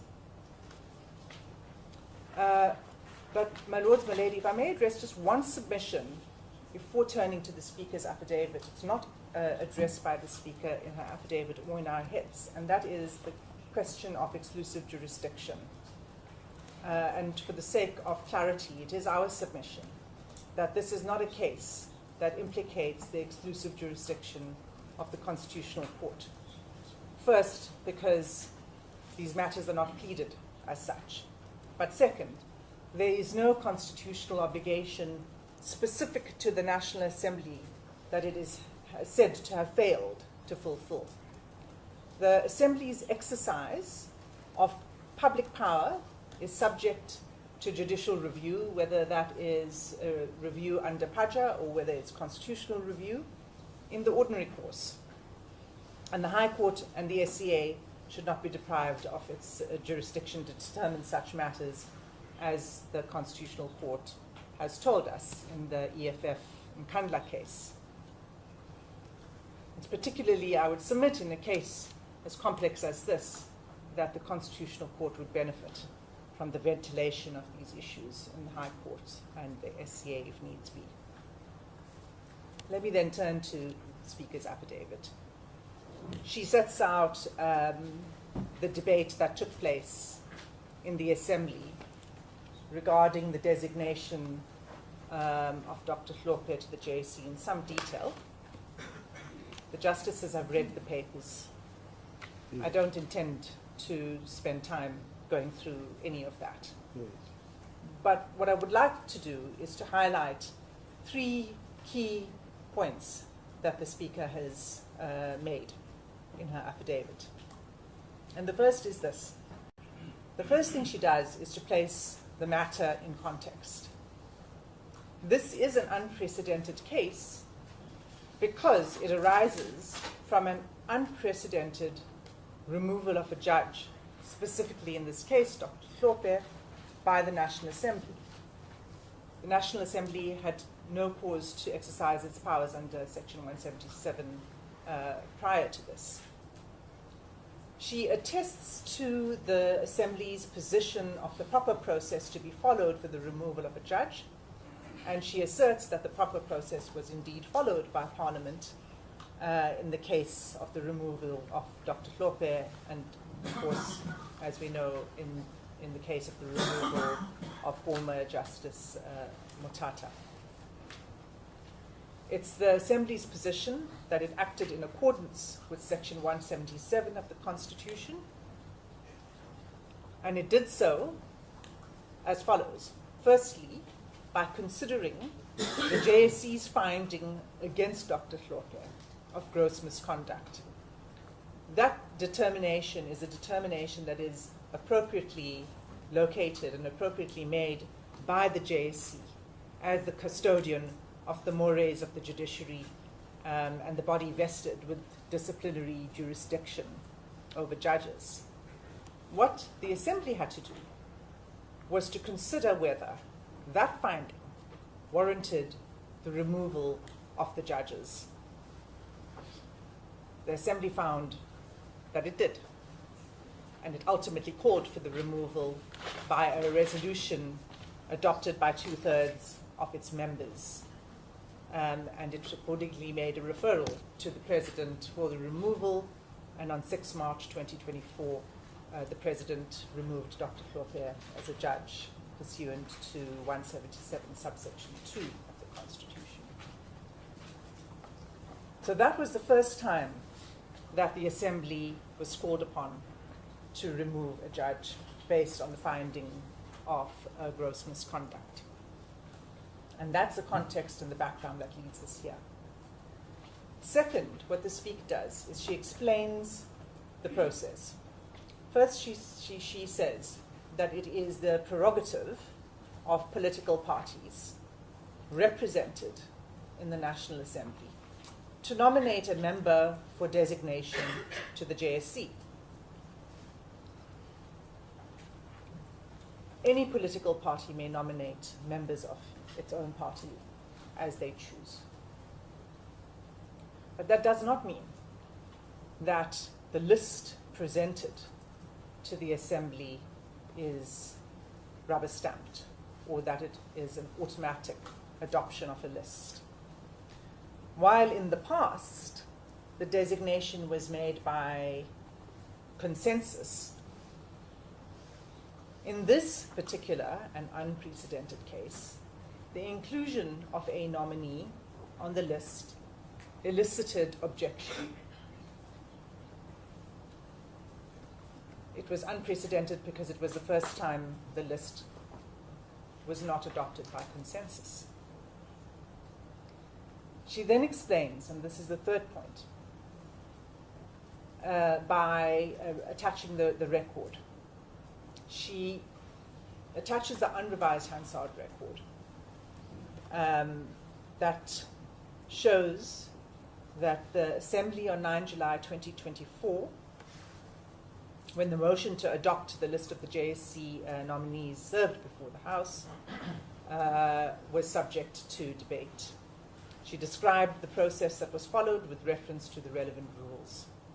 These rules are to be found on case lines at 5-44, which is where Chapter 6 of the rules are appended, and Chapter 6 deals with decisions of questions by the National Assembly, and then Chapter 7 is appended at case lines 5-53, and that is the chapter that deals with motions.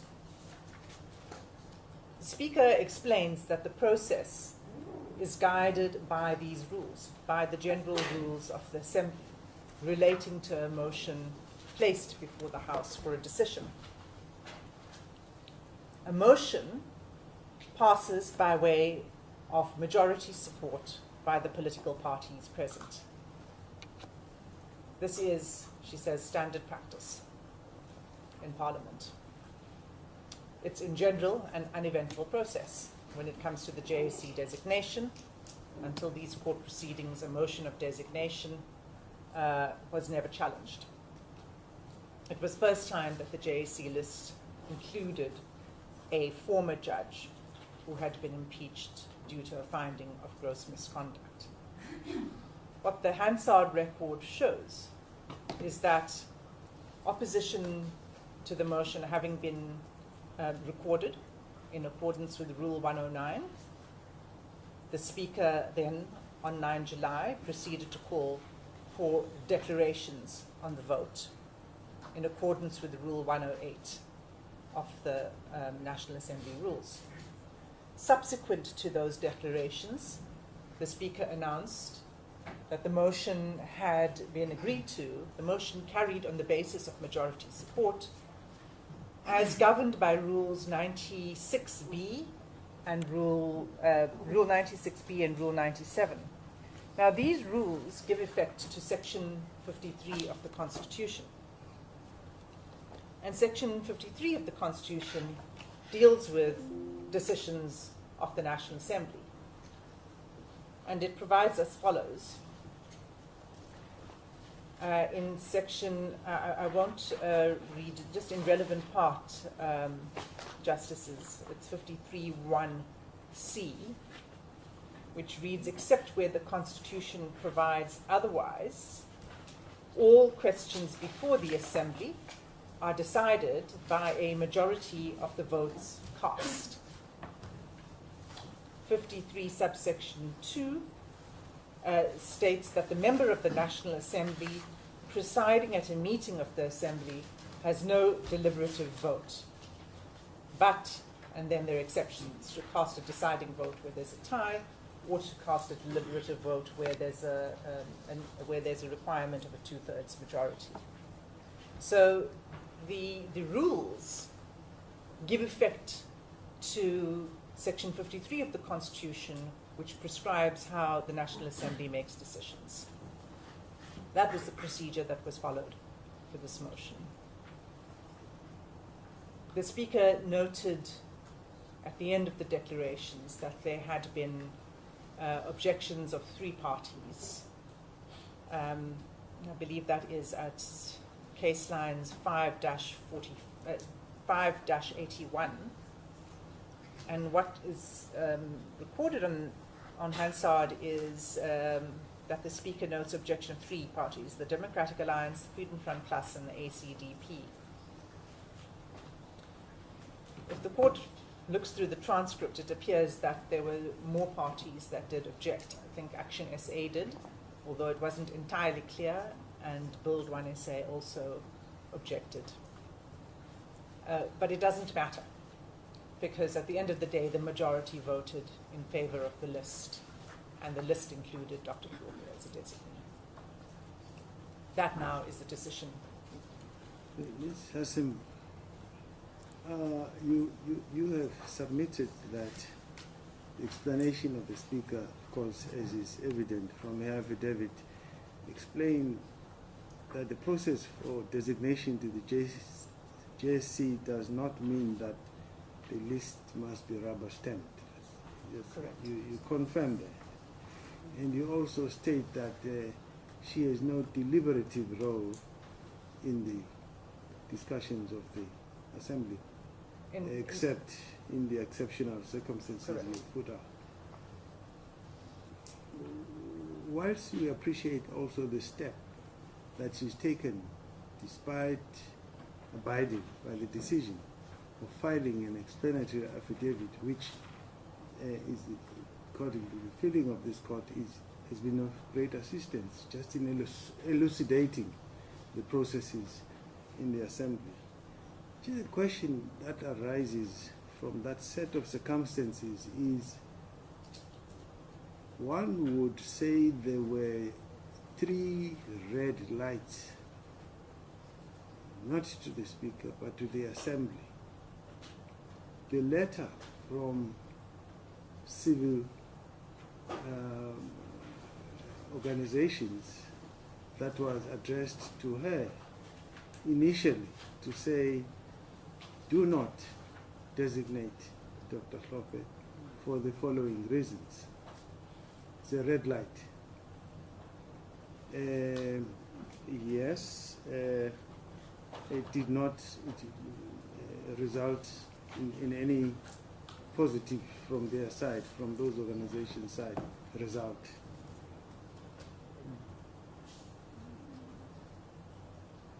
But the also common cause factor that was known, especially to members of the Assembly, that this was a unique situation. A judge had been removed, and so on and so forth, until we reached that point of designation. This was no ordinary person, if I may put it that way. To all the members, they knew that this was no ordinary person. So this was a case that was demanding a stop and think attitude. What do we do here? So I'm calling it another red light besides the letter. But the further red light in the Assembly, when they are deliberating this issue, is the objections that come in the Assembly. That's saying, maybe one of the council referred to it, this calls for an ad hoc process, not a reliance on a convention or whatever you call it, the practice that had been adopted, where we expect members to say, this is a different case. Let's stop. Is this correct and so on? But you just get what you got on Hansard, a recitation of endorsements of this. Nobody saying, yes, but really this is a different case. This is going to chart maybe a different course. And most importantly, we are dealing with a structure that is not a portfolio committee or a committee of parliament. This is outside parliament. And even if you are thinking in terms of separation of powers, this is a structure that affects or touches on that. And we've got to look at it differently. Now, whilst this question is not questioning the Speaker, who is an objective arbiter over the affairs of the Assembly, is the Speaker not called upon to say, wait, not because she's taking sides, but to say, wait, members, honorable members of the Assembly, we've got to think, to advise, or so. Hasn't she got that role to say, we've got to think, especially because of what she says, that she understands that this did not or was not supposed to be rubber stamped. Just to advise, not to tell them. Say, no, we've got the convention, but shouldn't we think twice? Why did not, or doesn't she have that capacity to advise in that sense? My Lord, let me start at the end then of your input, and that is that the Speaker does remain above the fray. There are options, and it's probably a question that's better placed to address to the political parties represented in court today. There wasn't a request for whether it was for a division of a vote or for what there was a request for a postponement. So if we take a step back, the matter had arisen for decision. There was a postponement of the tabling of the motion because of this concern that had arisen. It was dealt with in part by the Chief Whip's Forum, and the redacted minutes are in the record. The Chief Whip's Forum, as is evident from the minutes, debated the issue and did not come to an agreement. What was then decided was to place it on the order paper again, but this time in a manner that is different from convention. So the convention wasn't followed. It wasn't just accepting that this is the list and we're going to adopt the list. Mm-hmm. It did actually depart. The Assembly did depart from its previous practice by the Speaker calling for declarations. And that was done in accordance with the rules, and that's what followed. Now, in that debate, in that process of the declarations, the views that your Lordship has put to me were discussed in the debate on both sides. The arguments in relation to the designation of an impeached judge and the propriety of an impeached judge serving on the JSC was exactly why those declarations were called for, and then there were counter-arguments. At the end of the day, and the Speaker doesn't deliberate in that process. At the end of the day, the vote was what the vote was, and the majority carried. There may have been other options, and it would have been for the parties present to activate other options, whether that's calling for a division of the votes or calling for a separate process, but that didn't follow after the initial vote was conducted. So that's what I'll say on behalf of the Speaker. But I do think that the question really is why the other political parties didn't do something more, whether it's calling for a division or another process. It wouldn't have been appropriate for the Speaker to halt the proceedings. As far as the letter goes from the civil society organizations, what the Speaker, and I can only say what the Speaker has explained, and that is that when she received the letter, she responded, and she took the view that it is the prerogative of political parties to nominate any member to be on the list of designees to the JSC, and that she could not prevent that. So the call was to stop the vote. And so she took the view that it would not be appropriate for her to stop the vote because anyone can be nominated. The question of who gets onto the list ultimately must be decided by the House. That was the approach that she took, and then the rest followed. That's all I can say on behalf of the Speaker with regard to that decision. There's no question that this is an issue and an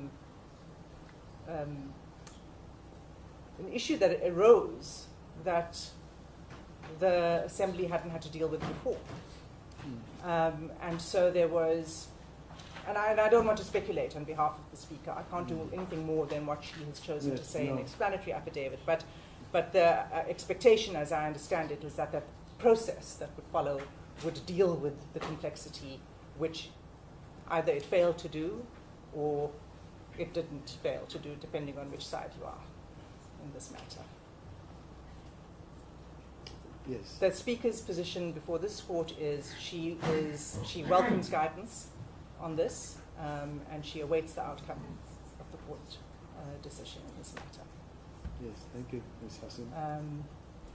And as far as costs go, none of the parties are seeking costs against the Speaker. This is not a case in which, particularly given the Speaker's stance before this court, in which costs would be appropriate. Yes, are those your submissions? Those are our submissions. Thank you, Ms. Hassan. Thank you.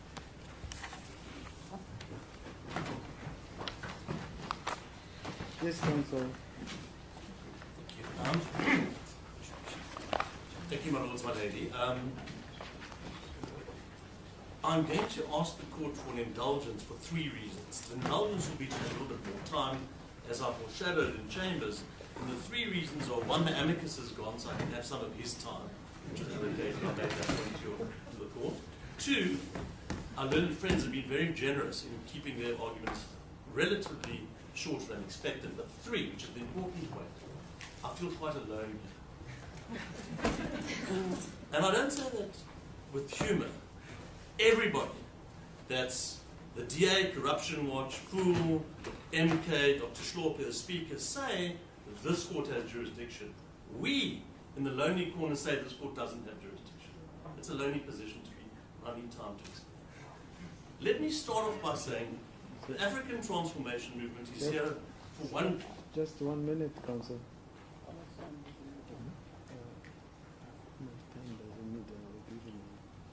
Because there was the issue from both who asked that they divide the time that the period of time. So you are shooting to that and adding half of it. You just got time from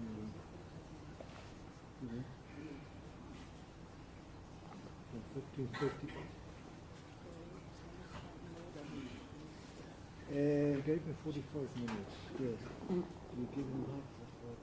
From the half from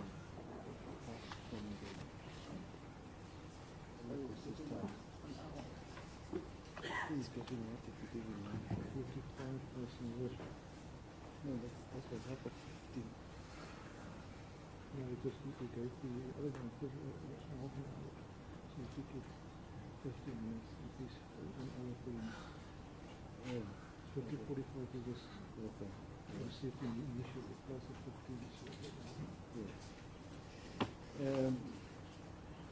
Counsel, yes, we have considered the matter.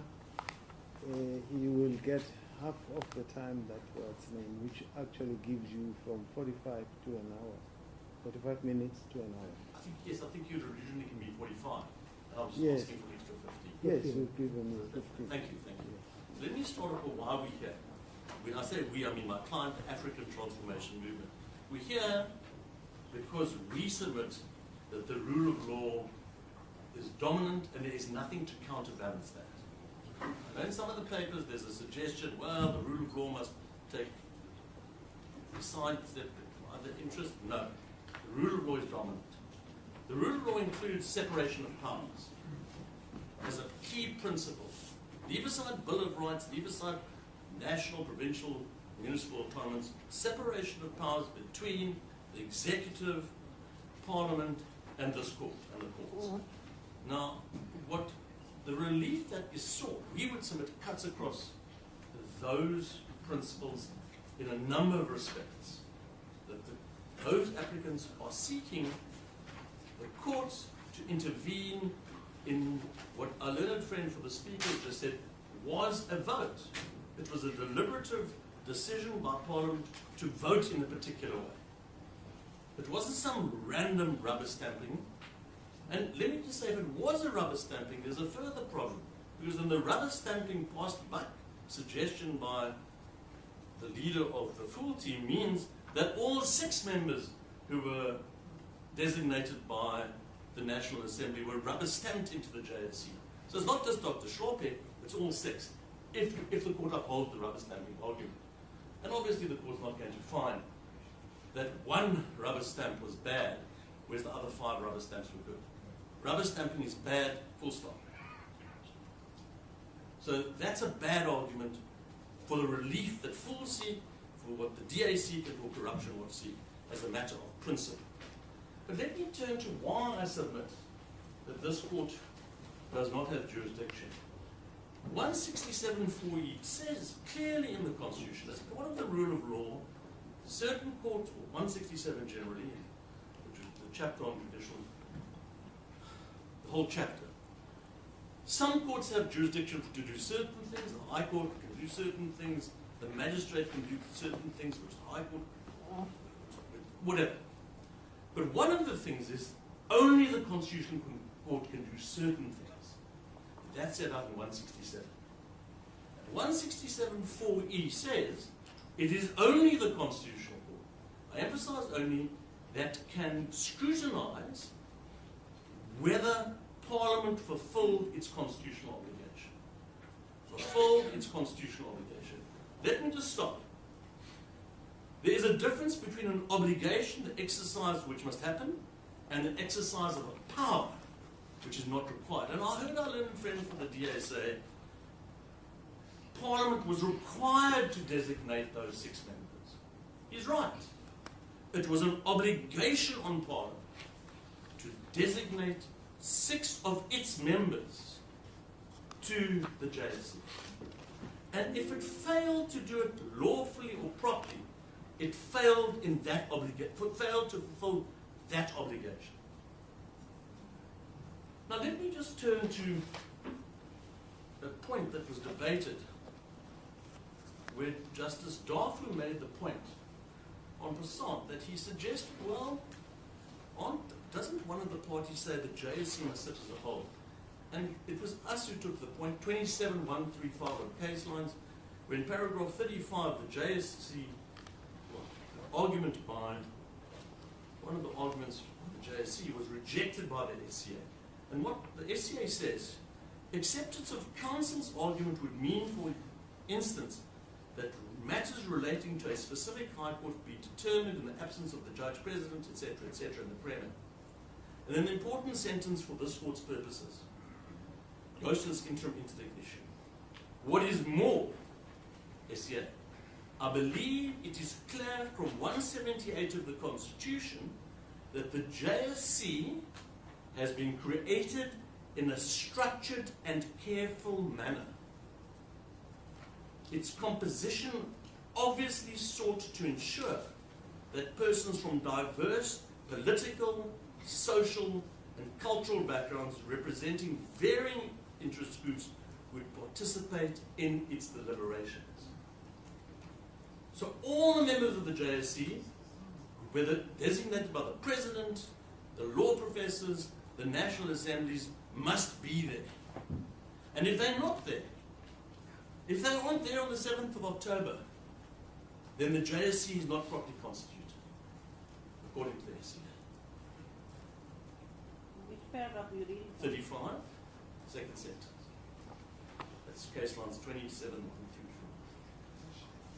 34. Now the question then becomes, well, it's a very serious matter we're dealing with. The JSC is sitting on the 7th of October to determine, for example, who's going to be the Judge President of this division.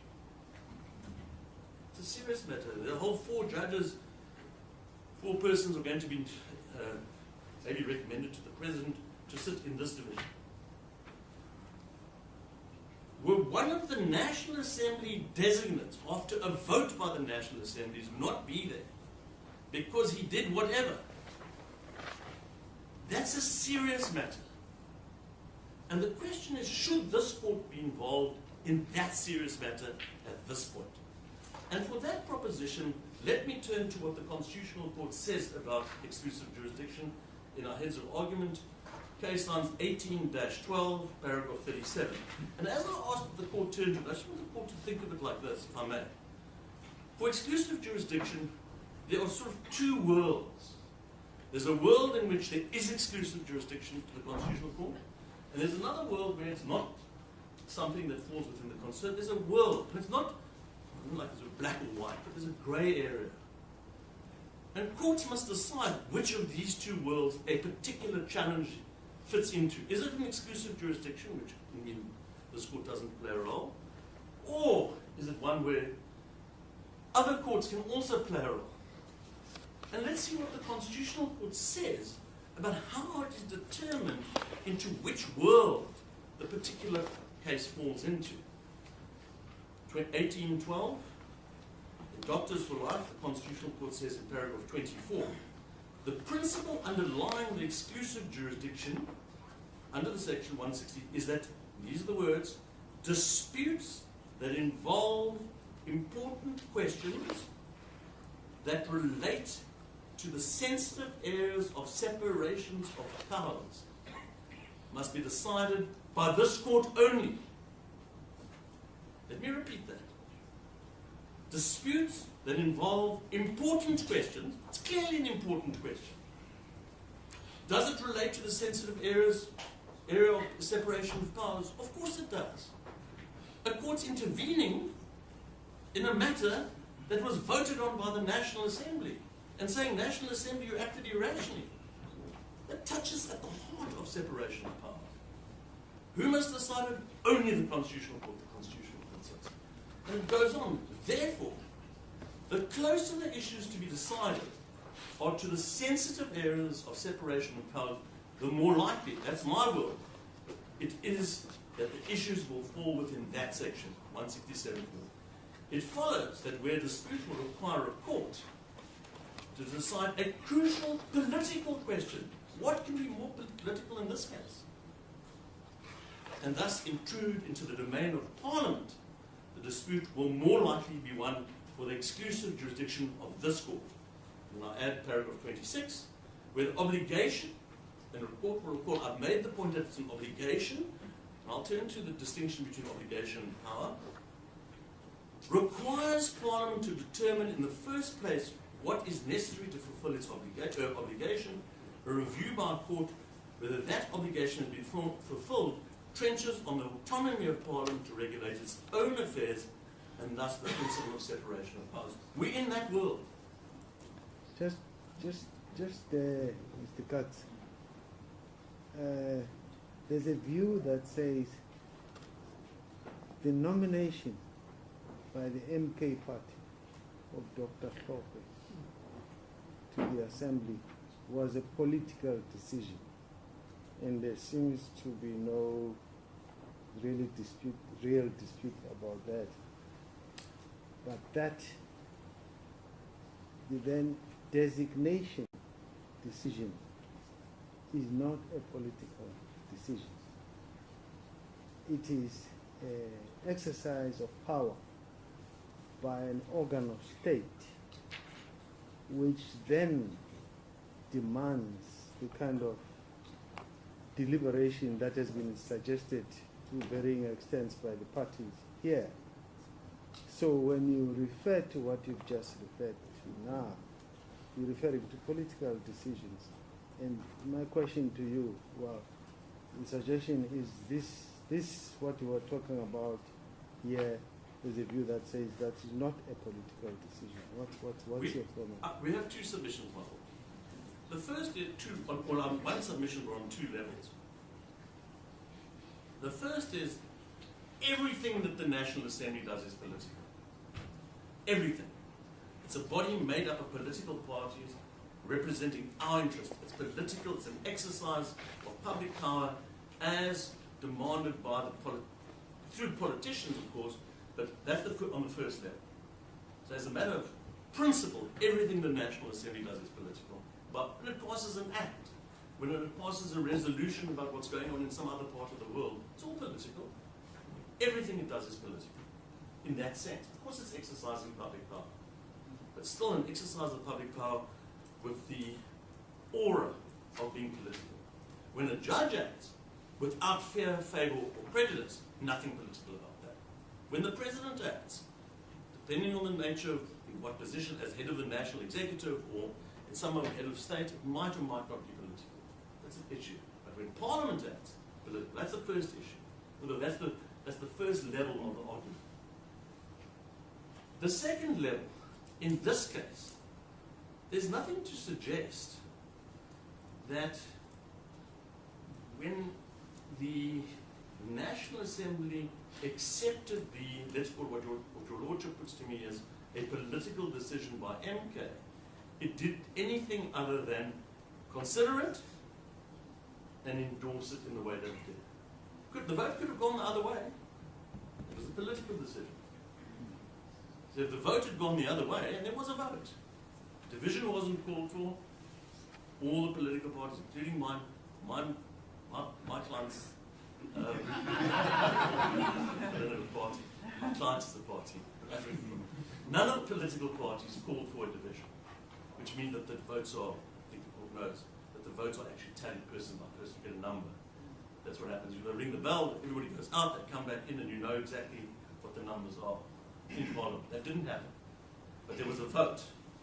And the vote went one way, could have gone the other way. Political decision. Happens every day of the year in Parliament. Unlike what courts do. So that's the first proposition, the second level of that proposition. I just want to turn to another aspect of this debate. I find it ironic, and we made the point in our heads of argument. In this court, I, acting for the ATM, brought a case against the Speaker for not having a closed vote in a motion of no confidence against the President. The Speaker in this court took the point that we were in the wrong court, we should have gone to the, let's say we, Mambi and I and Brian ATM, should have gone to the Constitutional Court, exclusive jurisdiction. And this court dealt with it in a case called African Transformation Movement versus Speaker, National Assembly and others, 2022 to SA 468. It's that case signs 240. And the judge, as a single judge, rejects the Speaker's exclusive jurisdiction argument and upholds our argument that it wasn't an exclusive jurisdiction point. It's kind of ironic the other way around. But the important point of the case is this. In doing so, the court reasoned why this court does have jurisdiction. That reasoning, we submit, will tell this court that this court doesn't have jurisdiction. That's exclusive jurisdiction. Let me explain why. It starts on 26. And remember what happened in this case on it's page 26241. There's a preliminary issue. Let me just go, just to remind back. The court upheld my argument that the court did have jurisdiction, but it rejected me on the merits. Then the case went to the SCA, and the Speaker abandoned the exclusive jurisdiction point, and we won on the merits. But the point is, on page 241, and just above the letter, well, above the number 2, letter here, the preliminary issue jurisdictional point. And you will see, my lords, my lady, the Speaker said up front that this court has no jurisdiction to hear this application. As a consequence, this point eliminates dispositive of the claim. The Speaker could, in this case, about whether the National Assembly, as one of the two houses of parliament, is fulfilling its constitutional obligation to hold the President to account, etc. In the Speaker's view, this case is also about whether the National Assembly has achieved its obligations to allow Parliament to exercise their rights under the Constitution to vote on the President or not. And it goes on, there's about 3 or 4 pages describing all the cases dealing with exclusive jurisdiction. And I just want to read the last paragraph. It fits into the notion on this point. That's paragraph 25 on 26243. 2 paragraphs. 24. In the same way, I'm of the view that 102 of the Constitution, that's motion no confidence section, does not endow members of Parliament with the constitutional obligation envisaged in 167(4)(e) to perform a specific act or function, thus triggering the jurisdictional exclusivity of the Constitutional Court. Let me repeat that. The High Court found that a motion of no confidence debate doesn't trigger the obligation to do whatever was being called upon. here, we're not in that world. They have to do it. And if they don't do it, as I've read to you from the SCA, the acting chairman of the JSC versus the Cape Bar Council, you don't have a JSC. They have to do it. And if they don't do it, they're not fulfilling a constitutional obligation. And then it goes on to 25. To this end, I agree with the views expressed by Jafta J in his dissenting judgment in Mazibuko, that's Mazibuko versus Sisulu NO, where he stated that a 102 motion of conference does not impose a duty on the Assembly to perform a specific act or function. 102, that's the motion of no confidence. It comes if a political party raises the issue. Instead, it confers powers on the Assembly to pass a motion of no confidence in the President if the majority of its members support the motion. The learned judge found in that case the alleged failure to make rules does not give rise to a claim falling within the exclusive jurisdiction. We're in a different world. That's why I say we have these two worlds. There, Parliament was exercising a power, no obligation to do whatever under 102. Here, there's an obligation. Anoint 6, designate 6 of your members to the JSC. Now, the respondents say, well, I don't come home on this point because they've pleaded it differently. Huh. In our heads of argument, we make the point that it's not how you plead that counts. And if I may turn to our heads, 18-9 of our heads. In Nkandla, which is the leading case, or at the time was the leading case in exclusive jurisdiction, in paragraph 17, this is what the Constitutional Court said. An interpretation of section 1674E that is cognizant of the imperative not to unduly deprive these other courts of their constitutional jurisdiction would be loath to assume this court has jurisdiction. And here's the important words. Even if pleadings state strongly or clearly that the President or Parliament has failed to fulfill the constitutional obligation. The point that they make is this. You might have a pleading, an application with an affidavit, and the affidavit says the President or Parliament or whoever it is failed to fulfill a constitutional obligation. That's the pleading. Strongly and clearly. That's what the Constitutional Court says. That pleading doesn't give rise necessarily to exclusive jurisdiction. You look at the substance. What are they asking for? It's objective. They're asking that the National Assembly's vote failed in its obligation to properly designate 6 members to the JSC. That's what they substance of what they're asking. That's why we're here. By choosing one member of the 6 who they say was not suited to be on the JSC. That's what we're about today. However they may couch it, however they may plead it in their notice of motion, which keeps changing, etc., etc., that's what they're here about.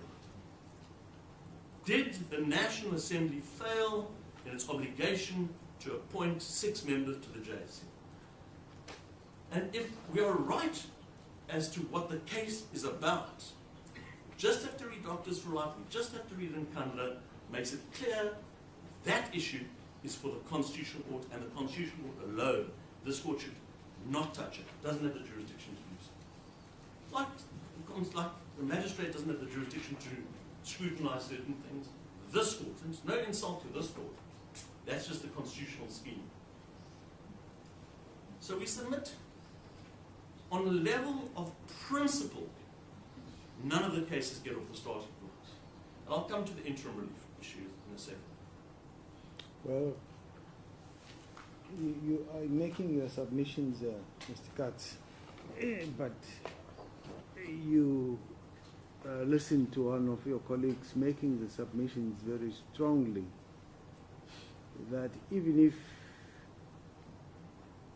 this court, as you submit, does not have jurisdiction over the final relief sought, the court has the jurisdiction to grant interim relief pending an application to the Constitutional Court for that final relief, and that was specifically held in the matter of economic freedom fighters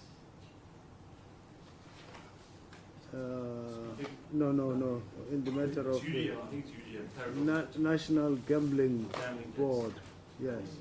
There are 2 2000. cases. I'll come to that. I will come to that. Yes, if you cover that, yes. I think it's a National Gambling Board and then followed by the UDM. Yeah. So, my Lord, may I turn to the actual relief, that the last bit of relief that we now see having changed a number of times, but that's fine. Paragraph 2. In paragraph 2 of the relief, they ask for pending and determination of the merits of the review. Well, then there's a bit of a wobble. Because what they say, either in Part B or the Constitutional Court case. So, and it's important, my Lord, that this distinction. Because what we submit is what the Constitutional Court said in Gambling Board and in UDM, is that this court doesn't have, if the court's with me on exclusive jurisdiction, then this court doesn't have jurisdiction to give an interdict pending a review in this court. What it might have, and I'll come to that, so therefore Part B is a dead letter. The Constitutional Court has turned its face against that. So then we're in another world, which is interim relief pending what? Pending the Constitutional Court decision. That might be okay, and I'm not saying it is, but I'll come to it. But the first proposition, the authorities that I've heard, the Gambling Board case and the UDM case, are certainly not proposition for the idea that this court, not having jurisdiction in Part B, can give interim relief pending court.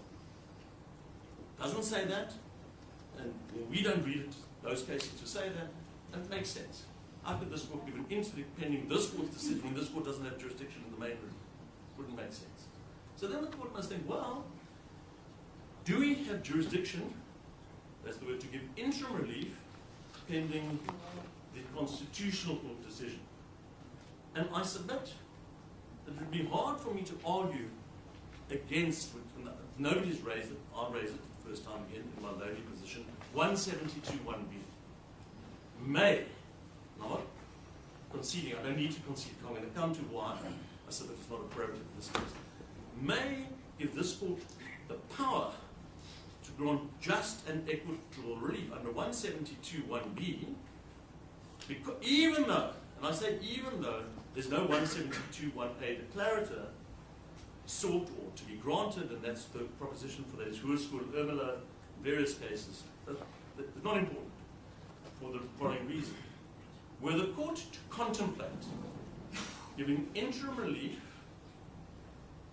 which is just and equitable in nature, as suggested by the applicants, pending the Constitutional Court decision, which may or may not be available to this court, the court would have to consider this.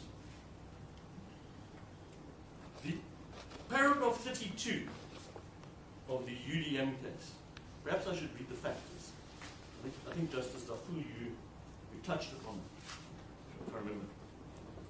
You said, Justice Dafu, isn't that summarized in 32? Now, assuming I'm right on all of these different aspects, you would have to think, is it just and equitable in these circumstances to give an interim interdict saying one member of the 6 can't sit until the Constitutional Court gives its decision?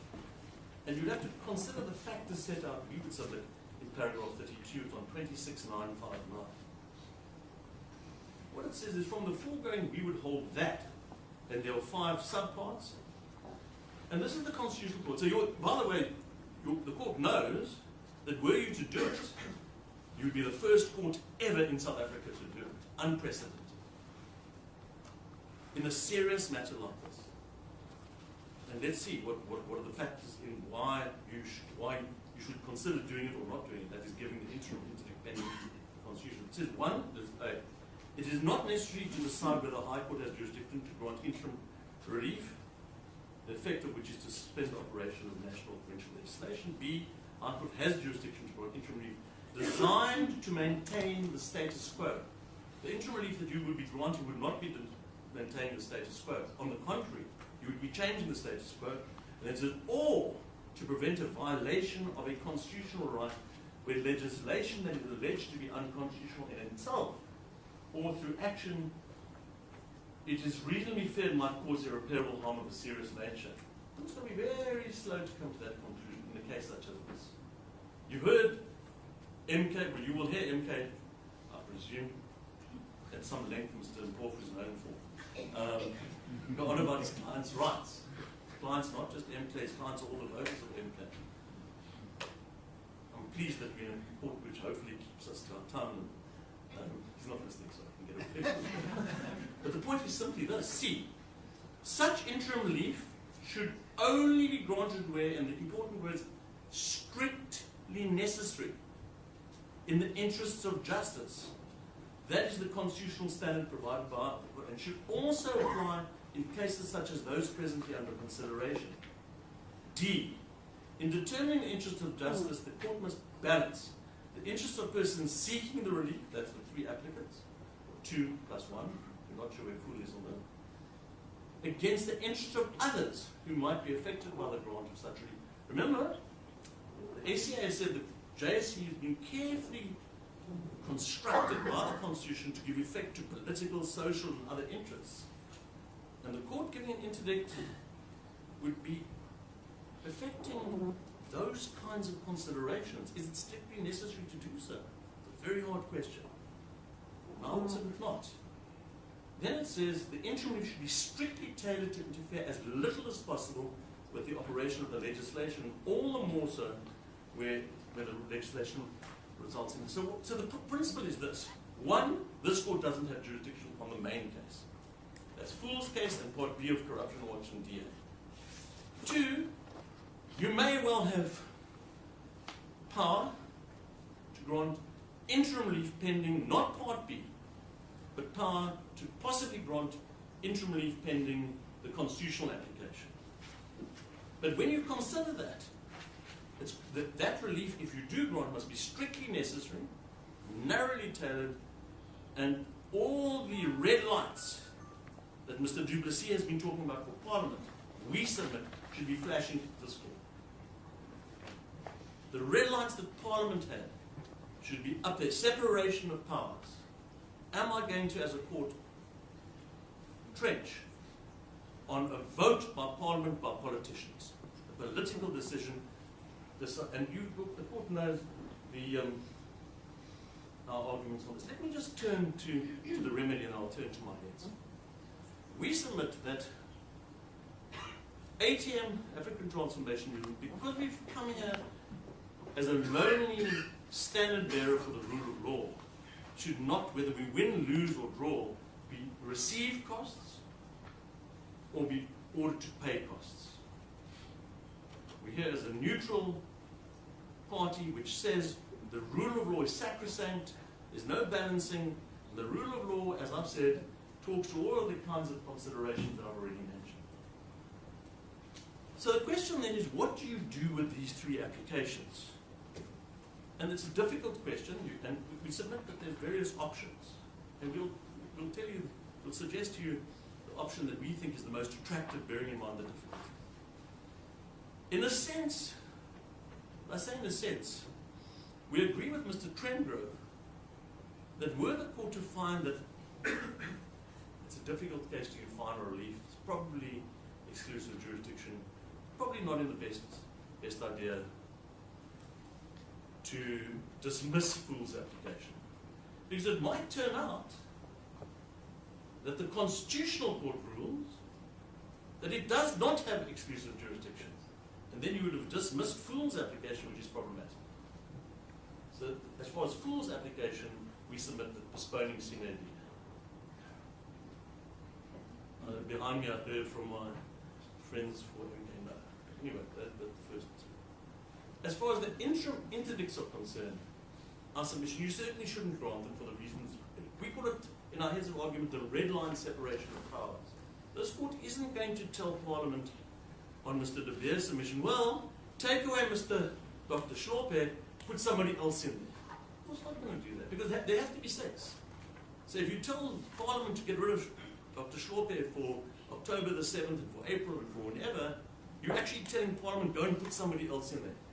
We're not going to do that. We said that's, as Fool's heads say, inappropriate substitution. There have to be 6. If you take one away, somebody's got to put the extra one in there. And who is that? That's Parliament. You're not going to tell Parliament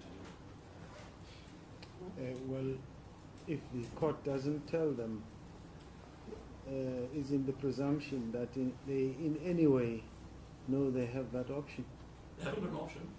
There's no option. That's my point. The SCA says to the world, there must be the composition. Well, it suggests, and I've read passages before. It suggests the composition of the JSC has been carefully calibrated and tailored to give power to political, social, and other groups in a particular way. And one of them isn't there. It's not the JSC, it's something else. You have to have 6. 3 from the opposition. Can't have 5. So as soon as you say one can't be there, it means if a sick person, I've read this, it's paragraph 35 of the SCA draft. It have to be 6. What is more, it is clear from 178 that the JSC has been created in a structured and careful manner.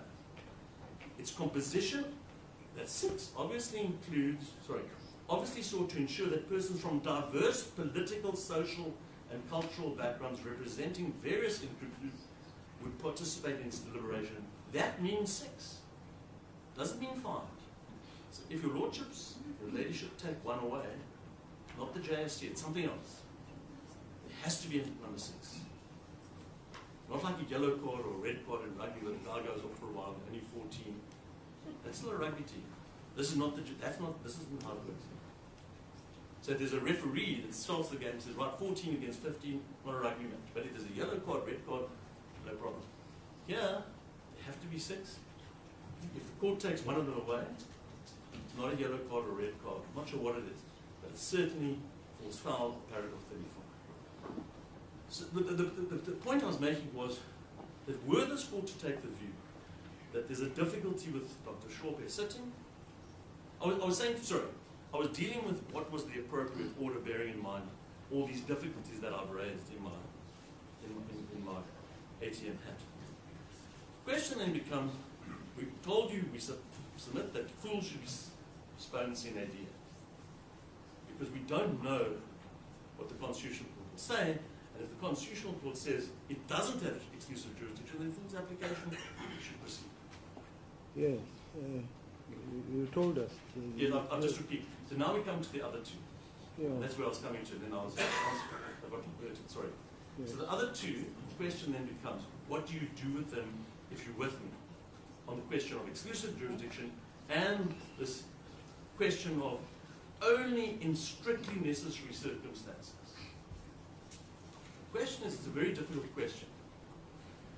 But my submission is, similarly, that the DA in Corruption Watch's application should similarly postpone sine die, because it would be inappropriate to give any relief pending a Constitutional Court decision of the kind that we've gone through in circumstances when this court doesn't have jurisdiction. If you're with me on it, and now they can't get interim relief pending Part B, because this court doesn't have jurisdiction in Part B. But now they've got a question: do they get interim relief pending the Constitutional Court application? Now I run into the same difficulty that I ran into in my opposition to full, because if the Constitutional Court reject my exclusive jurisdiction argument, then they might be able to get relief pending Part B. Part B then is alive. So it would be inappropriate to dismiss the relief in that sense. I know that sounds mathematically jigsaw puzzle, but that's good. So we say all 3 applications, from our perspective, should be postponed sine die. Let the Constitutional Court deal with this question of the world of exclusive jurisdiction. A very sensitive world, a very difficult world to live in. Separation of powers, the red lights that should be flashing before this court. Let them decide the Constitutional Court. And then, when the wash comes out, full can have a full go at its final relief. DA and Corruption Watch can have a full go. That would then maybe final relief as well, maybe interim relief. They can decide then. So let me just conclude. I'll be very quick.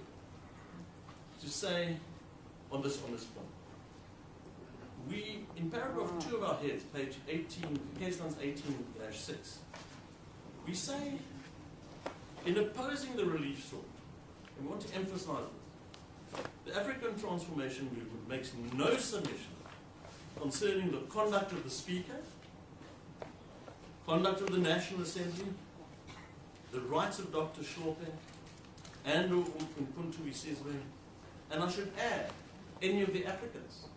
We make no submission. What we're here to do is to show the court, or demonstrate to the court, why the court should tread very carefully in granting any relief of the kind that's on the table today. That's why I'm here. It's not about the DA, Corruption Watch, Fool, or any of the other parties. It's about the rule of law. That's what this case is about. Now turn to the merits.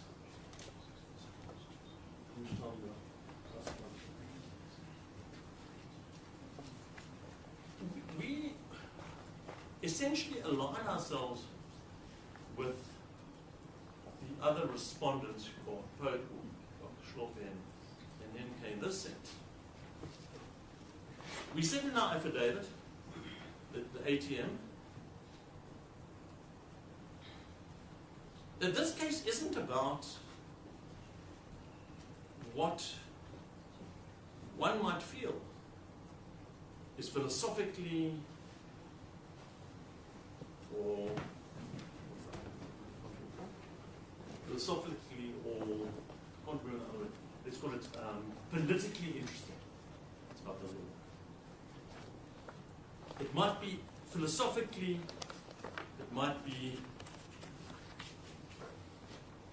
have a feeling, a vibe, as the Constitution would want to mention, that Dr. Hlophe shouldn't be on the JSC.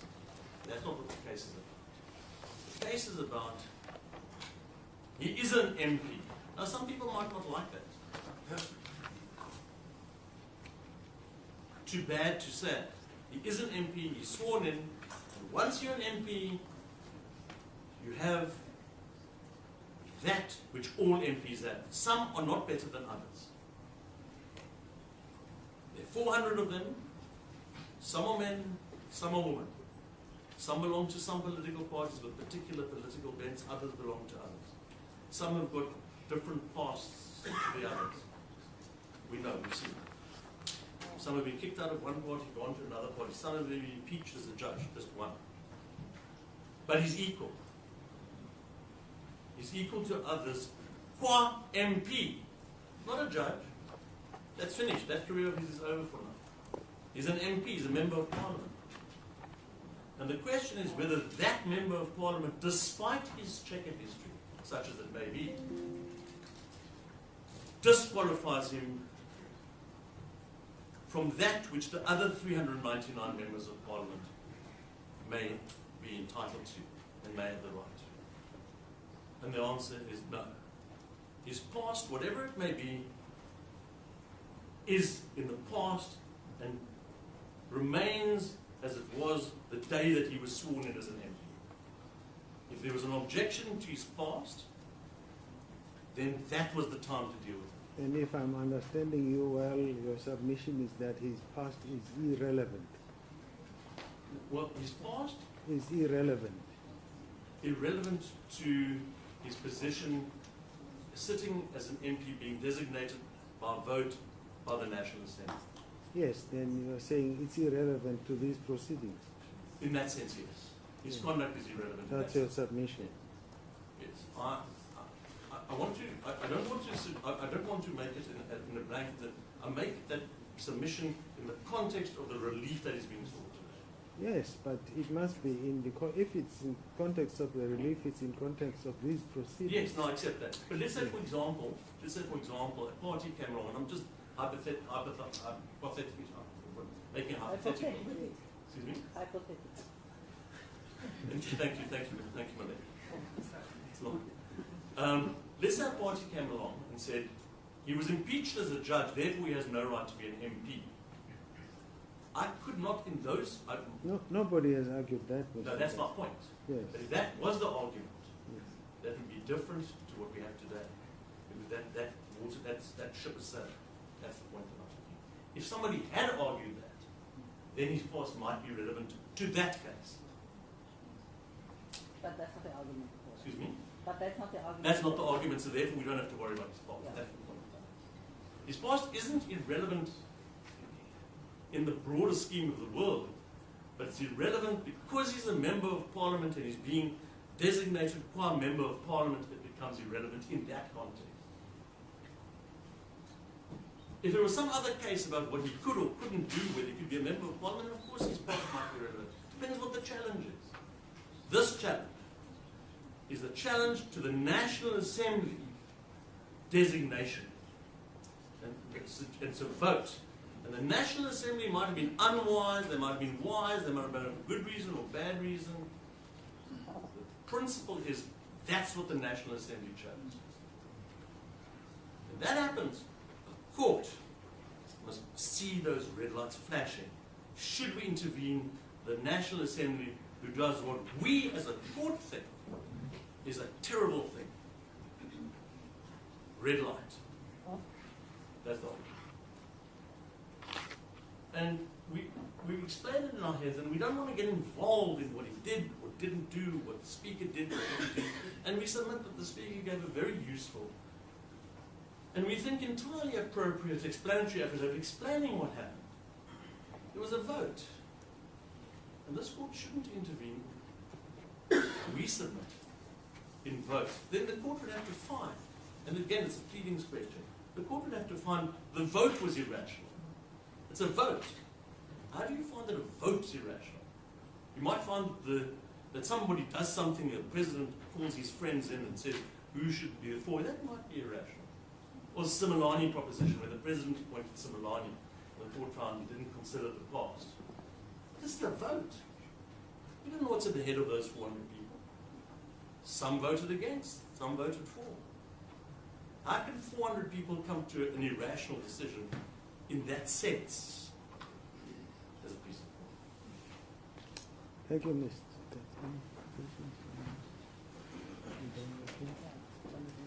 Thank you, Mr. Katz.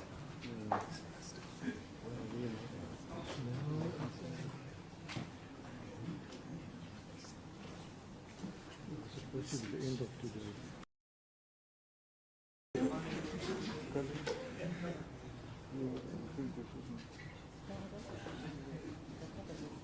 don't have a problem to be in 20 minutes or so. I don't know. Okay, let's begin. Yes, we'll let you begin with the hope that that's going to assist us towards tomorrow. Yes, I would hope so.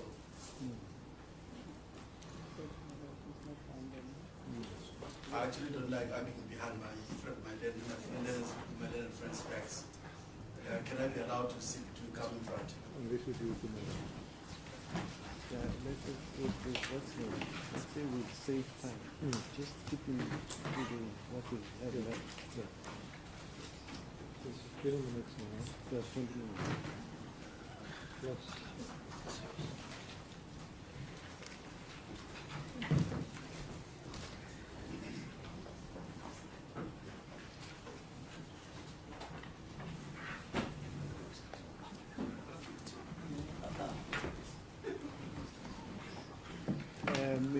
Mr. Masuku, we would have you know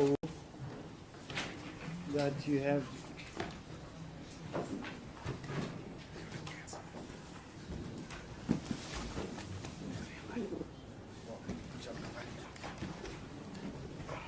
I apologize.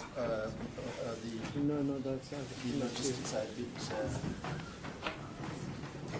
We would have you know that you have all of 20 minutes for today. I have 20 minutes. 20 minutes. Yeah. Okay, so then perhaps the best way to use my 20 minutes is to just set out the theory of our defense, both to the DA and its partners, Corruption Watch, and then the FUL separately. Yes.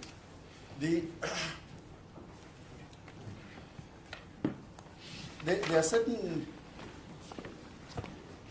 errors that have been that have been made in suggesting that the court should moderate the thinking of parliamentarians in how they constitute the 6 members that they need to constitute. So what I'm going to do is I'm going to deal firstly with the requirements under section 178 1H. In fact, I'll deal with the requirements under section 178, which is what Mr. Trencroft dealt with right at the beginning. And then I'm going to also deal with the power of Parliament within the Constitution to design its own rules, to make its own internal arrangements. With that, to submit that there is an autonomy given to Parliament, constitutional autonomy given to Parliament or to the National Assembly to decide how to constitute the 6 members or to designate the 6 members that serve in the National Assembly. And then I will then deal with the absurdities that arise in relation to the interdict relief, which essentially is an interdict that is aimed at stopping Mr. Dr. Hlophe from exercising what are constitutional obligations, both as a member of the National Assembly and a member of the JSC. But just to get off something off my back in relation to the membership issue, sorry, in relation to section 178, Mr. Trencroft spent some time looking at how was 178 member, designations in terms of 178 are done. But may I make this proposition, and I will go back to the designations that are done by others. The only qualification that is set out in the Constitution for membership of the JSC, of the Judge President in terms of 178(c), is that it must be designated by Judge Presidents. That's the only qualification. No extra qualification. The only qualification is that it must be a Judge President. And there's an underlying presumption in that. If he is good to be a Judge President, then it's presumed that he's eligible to serve in the JSC. Yeah, that presumption fits in perfectly in there. Similarly, when you look at 1781 C and F for advocates and for practicing attorneys, the presumption must be that when they are designated, when they are nominated, they are fit and proper to serve in the JSC. That's an underlying presumption. You don't have an extra, you don't have a committee meeting where you try and investigate whether an interview of some sort to try and determine, as in the Simelane case, who is my learned friend on my right here. They've been talking about him a lot, but he's here. So just thought they would know that, all the things they say about him. So I'm saying, when you look at the designations that are done by the Law Society or by the advocates, the only qualification is that you must be an attorney, you must be an advocate. No extra qualification is required. That's what the Constitution says. You can't start reading other things that your moral turpitude to come into things about or this attorney